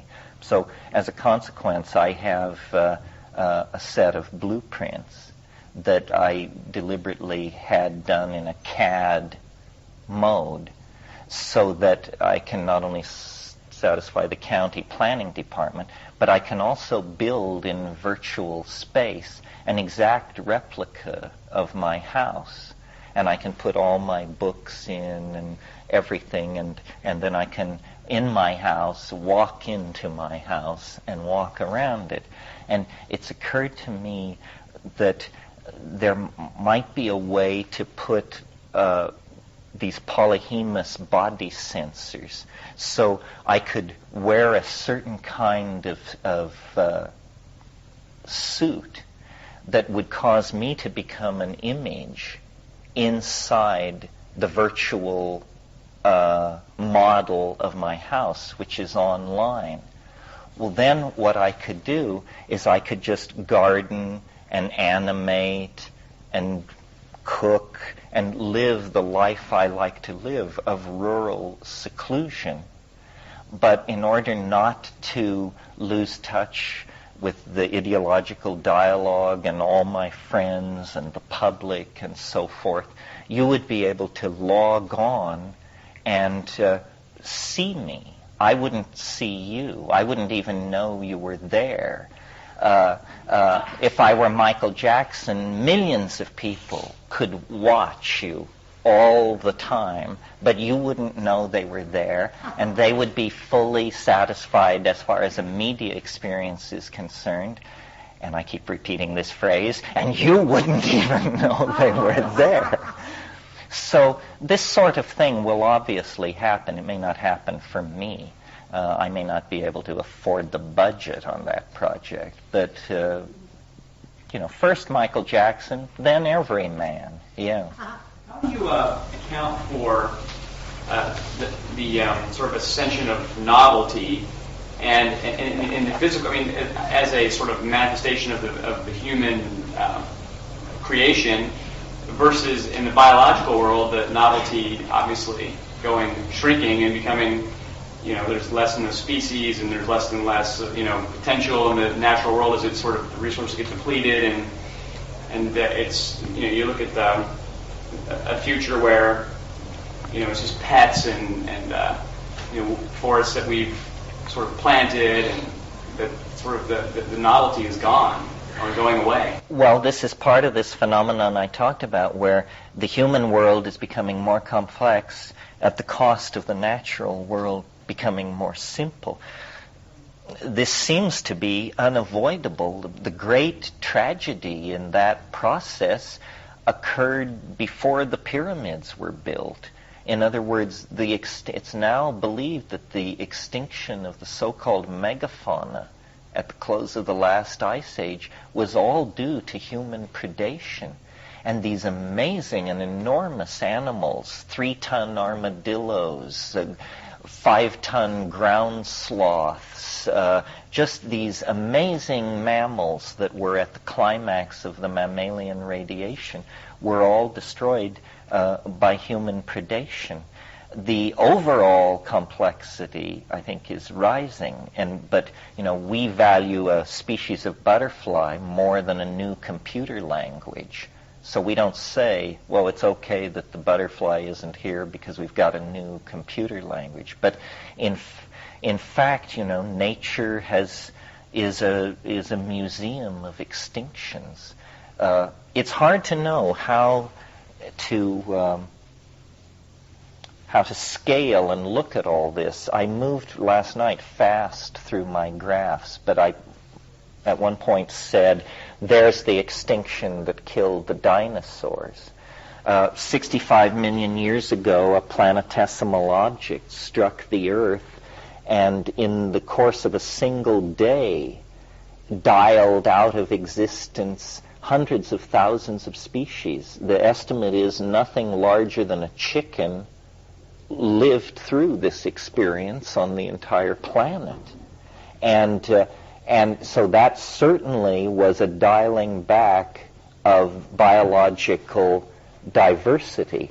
Was it novel or habitual? Well, now we must judge that it was an extremely novel event because neither the flowering plants nor the mammals would have gained ascendancy in the natural world had there not been this enormous extinction event which wiped out which wiped out the dinosaurs and many of the more primitive plants. So, nature sometimes moves on enormous scales. I'm sure the planet really has not yet recovered 65 million years later from that glancing blow. And yet, out of all that species death and apparent simplification of the biota, emerged even more complex biota, ever faster. That's another thing. An extinction event like that didn't set life back to its beginning. Life recovered with enormous speed. Entirely new types of animals and plants filled in all those abandonment niches. For instance, in the world of plants, we value great forest trees and wonderful woody things. We love that. While the human presence on the earth has caused the extinction of many animals, many biologists believe it's the human presence on the earth that has created tens of thousands of new species of plants, because in climaxed forest ecosystems, most mutations lead nowhere. But if you have devastated land, empty land, so-called woody species, heavy cedars, annual plants with high rates of mutation can invade that empty land and speciate within it. Before the rise of human beings, the major force on this planet causing the speciation of plants was the meandering of rivers, because rivers create sandbars in their curves, and this is like a free fire zone for evolutionary struggle. In the forest, everything is at climax and there's no margins. But in these open land areas, Carl Sauer, reflecting on this situation, great geographer, said, man found this planet a climaxed rainforest. He will leave it a weedy lot. But probably overall more species of plant than previously, or the adjustments may be slight. So I don't know. It's hard to get a scale on these things. Yeah. I was wondering if you ever put the timeline to Stephen Hawking or Carl Sagan or people like that. Not to Stephen Hawking. Carl Sagan visited me once in Hawaii, but he was more concerned to figure out whether I really was talking to extraterrestrials on mushrooms. To his credit, he was willing to come and have a discussion about that. No. But, you know, if you want, I mean, this may sound like wild stuff to you, but you should hear what the physicists are saying. The people, well, I'm thinking of Alan Guth at MIT. He's the universe in a bottle guy. This is a guy who wants to build universes. And he has a plan for how to do it and writes papers about closing space-time loops. And then what would we do with these universes if we built them, you know? I mean, you have them on the shelf at MIT. And then the question is, are we in such a universe? There's a guy named Sandor Lenz at Stanford. He's the time is a fractal froth man. And time as a fractal froth begins to sound sort of like the time wave. The time wave is also a recursive fractal. I've never thirsted for acceptance by the academy. It probably would mean I would have to go somewhere and leave my home or something. And also, you know, I have the certitude of megalomania. So you don't need Carl Sagan to tell you you're right when you have megalomania. You just confidently sit back and wait for it all to blow your way. And, you know, it's worked for me over and over in my life. I mean, I was into psychedelics in the not taking them. I was a little kid, but reading about them, excited about them, this incredibly obscure thing that Aldous... And then I watched my entire civilization go mad over my obsession. And this has happened, the internet. You know, it's like I dreamed it up. It's exactly what I wanted. And I never told anybody it's exactly what I wanted, but here it is, just like the psychedelic revolution that I wanted. So I think And let me say about these theories and what was said last night about novelty, I'm quite certain that if I'm right about any of this, about time's fractal structure, about the eschaton, about 2012, that it will be figured out long before we get there. In other words, I track very closely the dialogue that goes on in science and philosophy and all that, and they're all moving the right direction, reluctantly, slowly, unconsciously. Take a subject like time machines. 10 years ago, an article discussing time machines in any sober fashion would have been refused by any major scientific journal. That just was, no, you don't understand the basic rules of the game. Please go back to Physics 1A again. Now, Physical Review, Scientific American, the Journal of Theoretical Physics, all have carried long, detailed discussions of time travel with critiques, approaches, mathematical equations. People are making their careers on this stuff. Kip Thorne down at Caltech has a bevy of graduate students, and all they do is work on schemes for time travel. So I have a small smile about all this. I don't claim to be a shaman, but I've at times said a shaman is someone who has seen the end. That's all a shaman is. It's somebody who's seen the end. And once you've seen the end, then you just go back to your position in the story and just live it out with grace and humor, because you've seen the end. And all the worry and Strom and Drang that goes on about life is just sort of, for you, art. And things become easy and light. You referred to the psychedelic experience being similar to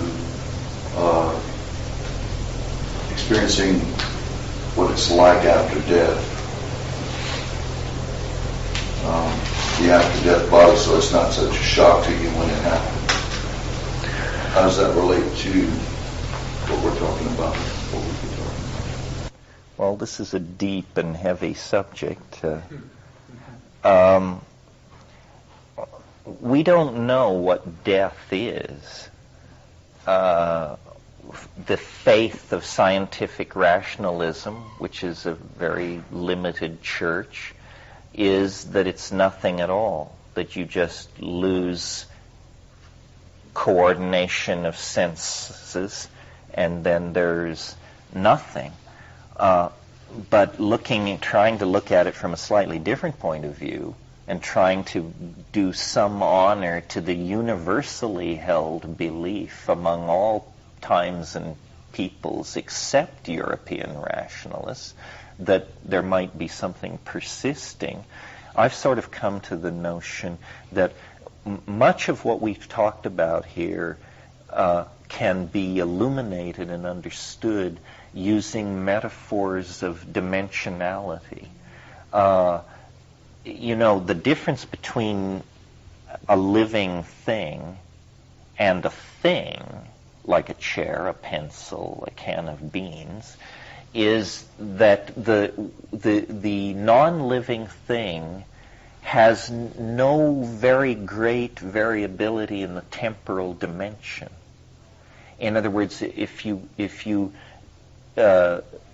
deal with a chair and come back and look at it 6 months or a year later, even 100 years later, it's still the chair that it was. But if you deal with an organism, it's changing hourly, by the second, by the minute. Well, then in a way we could almost say what biological objects are is they are objects with a extended in the temporal dimension in some way. In other words, let's think of ourselves. A person is a form of some sort. This flesh is not the same flesh of 5 years ago, but this form is the same form of 5 years ago. An organism is a form which persists in time, while the matter which composes it is only incidental to its persistence. Unlike an ordinary object, which if this glass were to be leaking molecules of glass, eventually it would just disappear. So then it appears that chemistry can somehow become abducted, you could almost say. An organism is chemistry abducted into hyperspace. And then these cycles of energy happen. Well, then what happens at death with an organism is all death is an organism changes into a thing. A corpse is a thing. If you embalm it and mummify it, it has the same qualities as that chair I was talking about. So death is when a higher dimensional object changes into a lower dimensional object. And the change is accompanied by the retraction of the form into the dimension from which it came. So it seems to me that what we are is a kind of morphogenetic field that at death ceases to interact with matter, but there is no reason to suppose that the field disappears or ceases to exist. As an example, or as a metaphor, imagine you have a magnet and a piece of typing paper and some iron filings, and you want to demonstrate that there's a magnetic field around the magnet. Well, you bring it up underneath the paper, and the iron filings all arrange themselves along the lines of the field. Well, you can do that over and over again. Take the thing away, they all fall down and disorganize. Bring the magnet up, they snap into the visible signature of the magnetic field. We'll do that 1,000 times. Convince yourself it works. Now throw away the iron filings. Now do you have any doubt that the field still exists and is around the magnet? So I think, organisms are organized matter that has its genesis in a morphogenetic field of some sort, and that field, the nature of its existence away from the matter it organizes, is a matter for further scientific study. You could almost make and don't take this too seriously, but you could almost make a quantum mechanical analogy here and say human beings exist in two states, just as entities in the quantum mechanical realm exist in two states. We have our reality as particles, and when we are particles, we are subject to the laws of particularity, which are such things as you can't be in two places at one time. The past comes before the future, rules like that. But we also have another potential nature, which is as a field. And when we exist as fields, we are what is conventionally known as dead, or not yet existent. And so then fields and particles exchange their natures according to the kinds of observations that are being carried out on them. That doesn't seem unreasonable to me, especially when you, as I do, believe that life is a chemical strategy for amplifying quantum mechanical indeterminacy into macrophysical dimensions. If it weren't, we would not have free will. If we weren't somehow amplifiers of quantum mechanical indeterminacy, then we would have no more free will than water rushing down a hill or a boulder rolling down a hill. We would be the blind servants of physics. But we know and experience decision-making. Well, decision-making and bifurcations like that are only met in the natural world at the quantum mechanical level, except in the domain of biology. And biology has always been, to this point anyway, very mysterious. Erwin Schrödinger, in his essay, What is Life, in 1937, where he anticipated DNA. If you've never read this, DNA was discovered in 1950. In 1937, Schrödinger wrote a little book, 60 pages, called What is Life? And he said, it's going to be like this. He called it an aperiodic crystal. Life is an aperiodic crystal. And this is true. Your DNA is like a complex set of instructions to matter. And it begins in the fetal state. The instructions are form this kind of tissue, produce this kind of enzyme. And as your whole life unfolds, there is a molecular biologist looking at a human or an animal life. What he sees is genes being turned off and on by internal programs in the genetic material. So, okay, you've reached age 12, operons activate that turn on sex hormones, suddenly pubic hair, deep voice, or in the case of women, breast tissue, so forth. Well, okay, so now you're 55 or 50, new operons are turned on, reproductive processes are suppressed, different things begin to happen. This isn't just happening. This is all being scripted and is being turned on and off inside of you.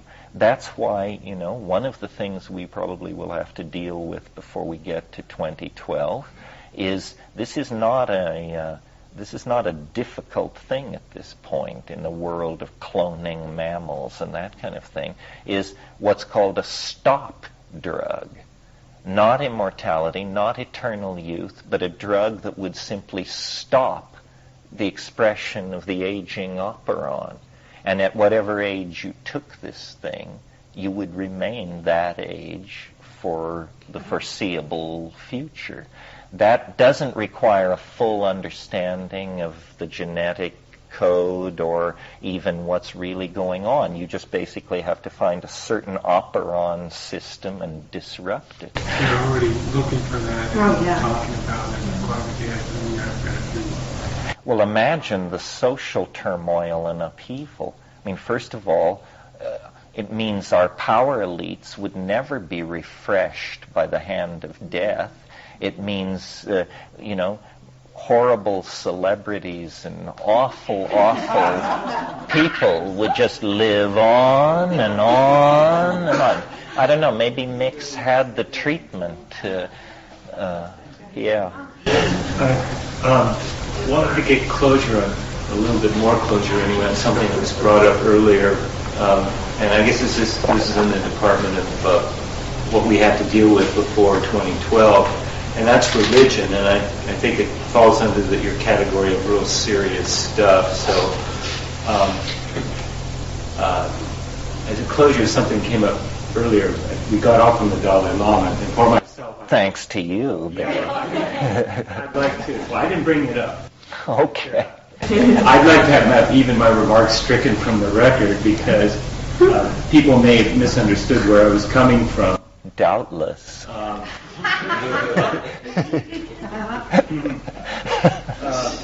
that I couldn't defend it against all detractors, but certainly not. It wasn't just, what I was trying to get at wasn't, it's more of your rap on religion and its misuses. The object of my response was bigger than the Dalai Lama. It's, and I'm not looking for conflict between the Buddhist group, like you had, or dissension for its own sake, but for the sake of honesty, I think, coming to the millennium, honesty and clear-sighted information so we can decide things for ourselves. So I think it's worthy of dialogue, especially if we're going to talk about conflict. I think you got a lot of conflict from your response with psychedelics in the Buddhist community. But I think it's the psychedelic community's responsibility to ask questions, hard questions, to criticize, especially of a truth or teaching that comes down to us from some sort of divine sanction or claims higher ground. And I think, as far as what we have to deal with in the coming millennium, I don't think we can afford, I don't think we have the luxury to give religion a free ride or play the game that it wants to play. I think we have to change the nature of the religious game. And what I mean by that is no longer can religion or religious icons be beyond criticism. I finally figured out what you want me to do. You want me to give the hang the Pope speech, right?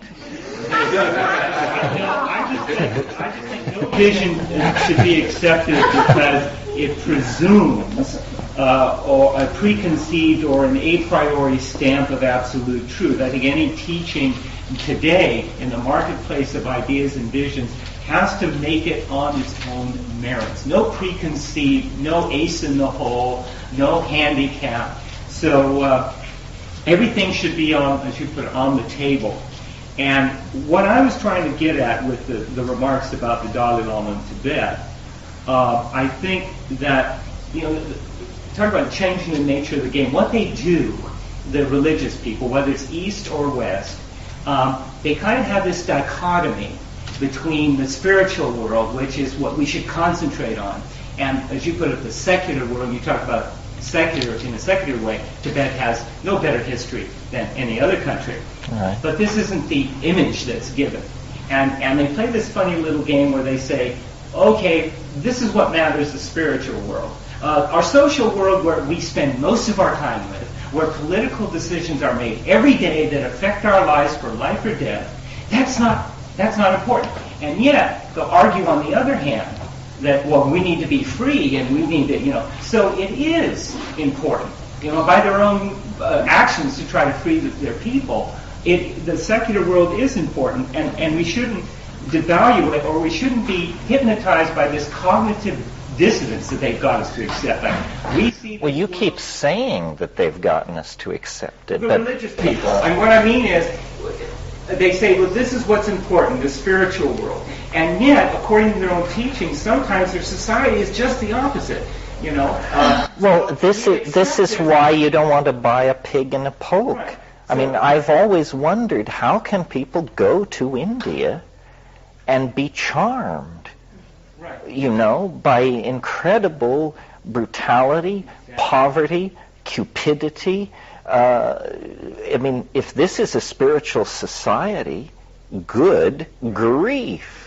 Yeah, and most people just sort of accept this cognitive dissonance. That, we've got this rap and it should be like this, but you look at the proof of the pudding, it may be the exact opposite. We just kind of say, well, that's okay. I think in the future we have to hold, especially those who are above us, and they claim a higher power. Because they claim that higher power or a higher ground, we have to be extra critical, even of our own. Well, I agree with you, but I think it's happening. I mean, I think this is it's a tough, if you're a guru these days, you're almost condemned to spending a life with foolish people. I think that the stock of all that has gone way down. Yeah, the thing to get people to realize is that it's fun to be a grown-up. It's fun to pay your own bills and row your own boat and have the only key to the apartment. And I'm talking to women, I'm talking to men. We all have been infantilized into thinking we have to cut deals that we don't want to make. The marriage, the corporation, the union, the party, whatever it is, and people sell themselves terribly short. And I don't know whether this has always gone on or whether it's always gone on a little but is now getting worse. But it is a wonderful thing to take charge of your life, your finances, your spiritual destiny, your sexuality, your artistic vision, everything. We should not cut deals. One of the things I learned at Berkeley as a radical that I've never been able to export very far in all the talking and speaking I've done is people have become entirely too polite. At Berkeley in the old days, we used to always, at the tip of our tongue, day and night, was the word bullshit. And you were to scream it at the least hint of such material coming near you. And you were to, it didn't matter, cafeteria, restaurant, classroom, when bullshit raised its head, you were to take aim and fire instantly. Well, now you can't do that. You've got this politically correct civility rep, and everybody's like, well, we have to be nice. Well, I think someone said, when you're in an argument with a bully, it's not about being civil, it's about getting your truth across. Well, it's worse than the enforced civility, which is, I think, just the surface of it. It's what I've come to identify as a great evil in the world, thanks to my 19-year-old son, who has brought me to this viewpoint. It's relativism. Relativism is bullshit. And what is relativism? Relativism is the idea that you really shouldn't criticize other people's ideas because all ideas are sort of on an equal footing. So, I follow molecular biology, you follow Babaji, somebody else is a Kabbalist, somebody else worships their broker, and you're supposed to not criticize. And it doesn't make any difference because everything's reduced to, well, you like the Dodgers, I like the 49ers or something like that. You like vanilla ice cream, yes. I like chocolate. And it's no bigger than that. You're a Nazi and I'm a Democrat, but that shouldn't keep us from right. It just you happen to like to exterminate large numbers of people. You just have this minor problem. Well, this is because people don't know how to make distinctions and what the rules of evidence are. What it really is it's a breakdown of the ability to conduct rational argument. Because, for instance, in the Middle Ages, in Central Asia, they would meet at Kashgar and places like that. A Jew, a Manichaean, a Christian, a Nestorian, a Buddhist, and a Jain. And they would hold vast public debates for days, attended by hundreds of people, shouting crowds, rooting for various factions. And these doctrinal things would be thrashed out according to rules which apparently everyone respected and understood. And when you were defeated, you knew it. And when you were exalted, you knew it. In the fuzzy, friendly world of political correctness, and I do it myself, because you can't always be a warrior. And at sometimes,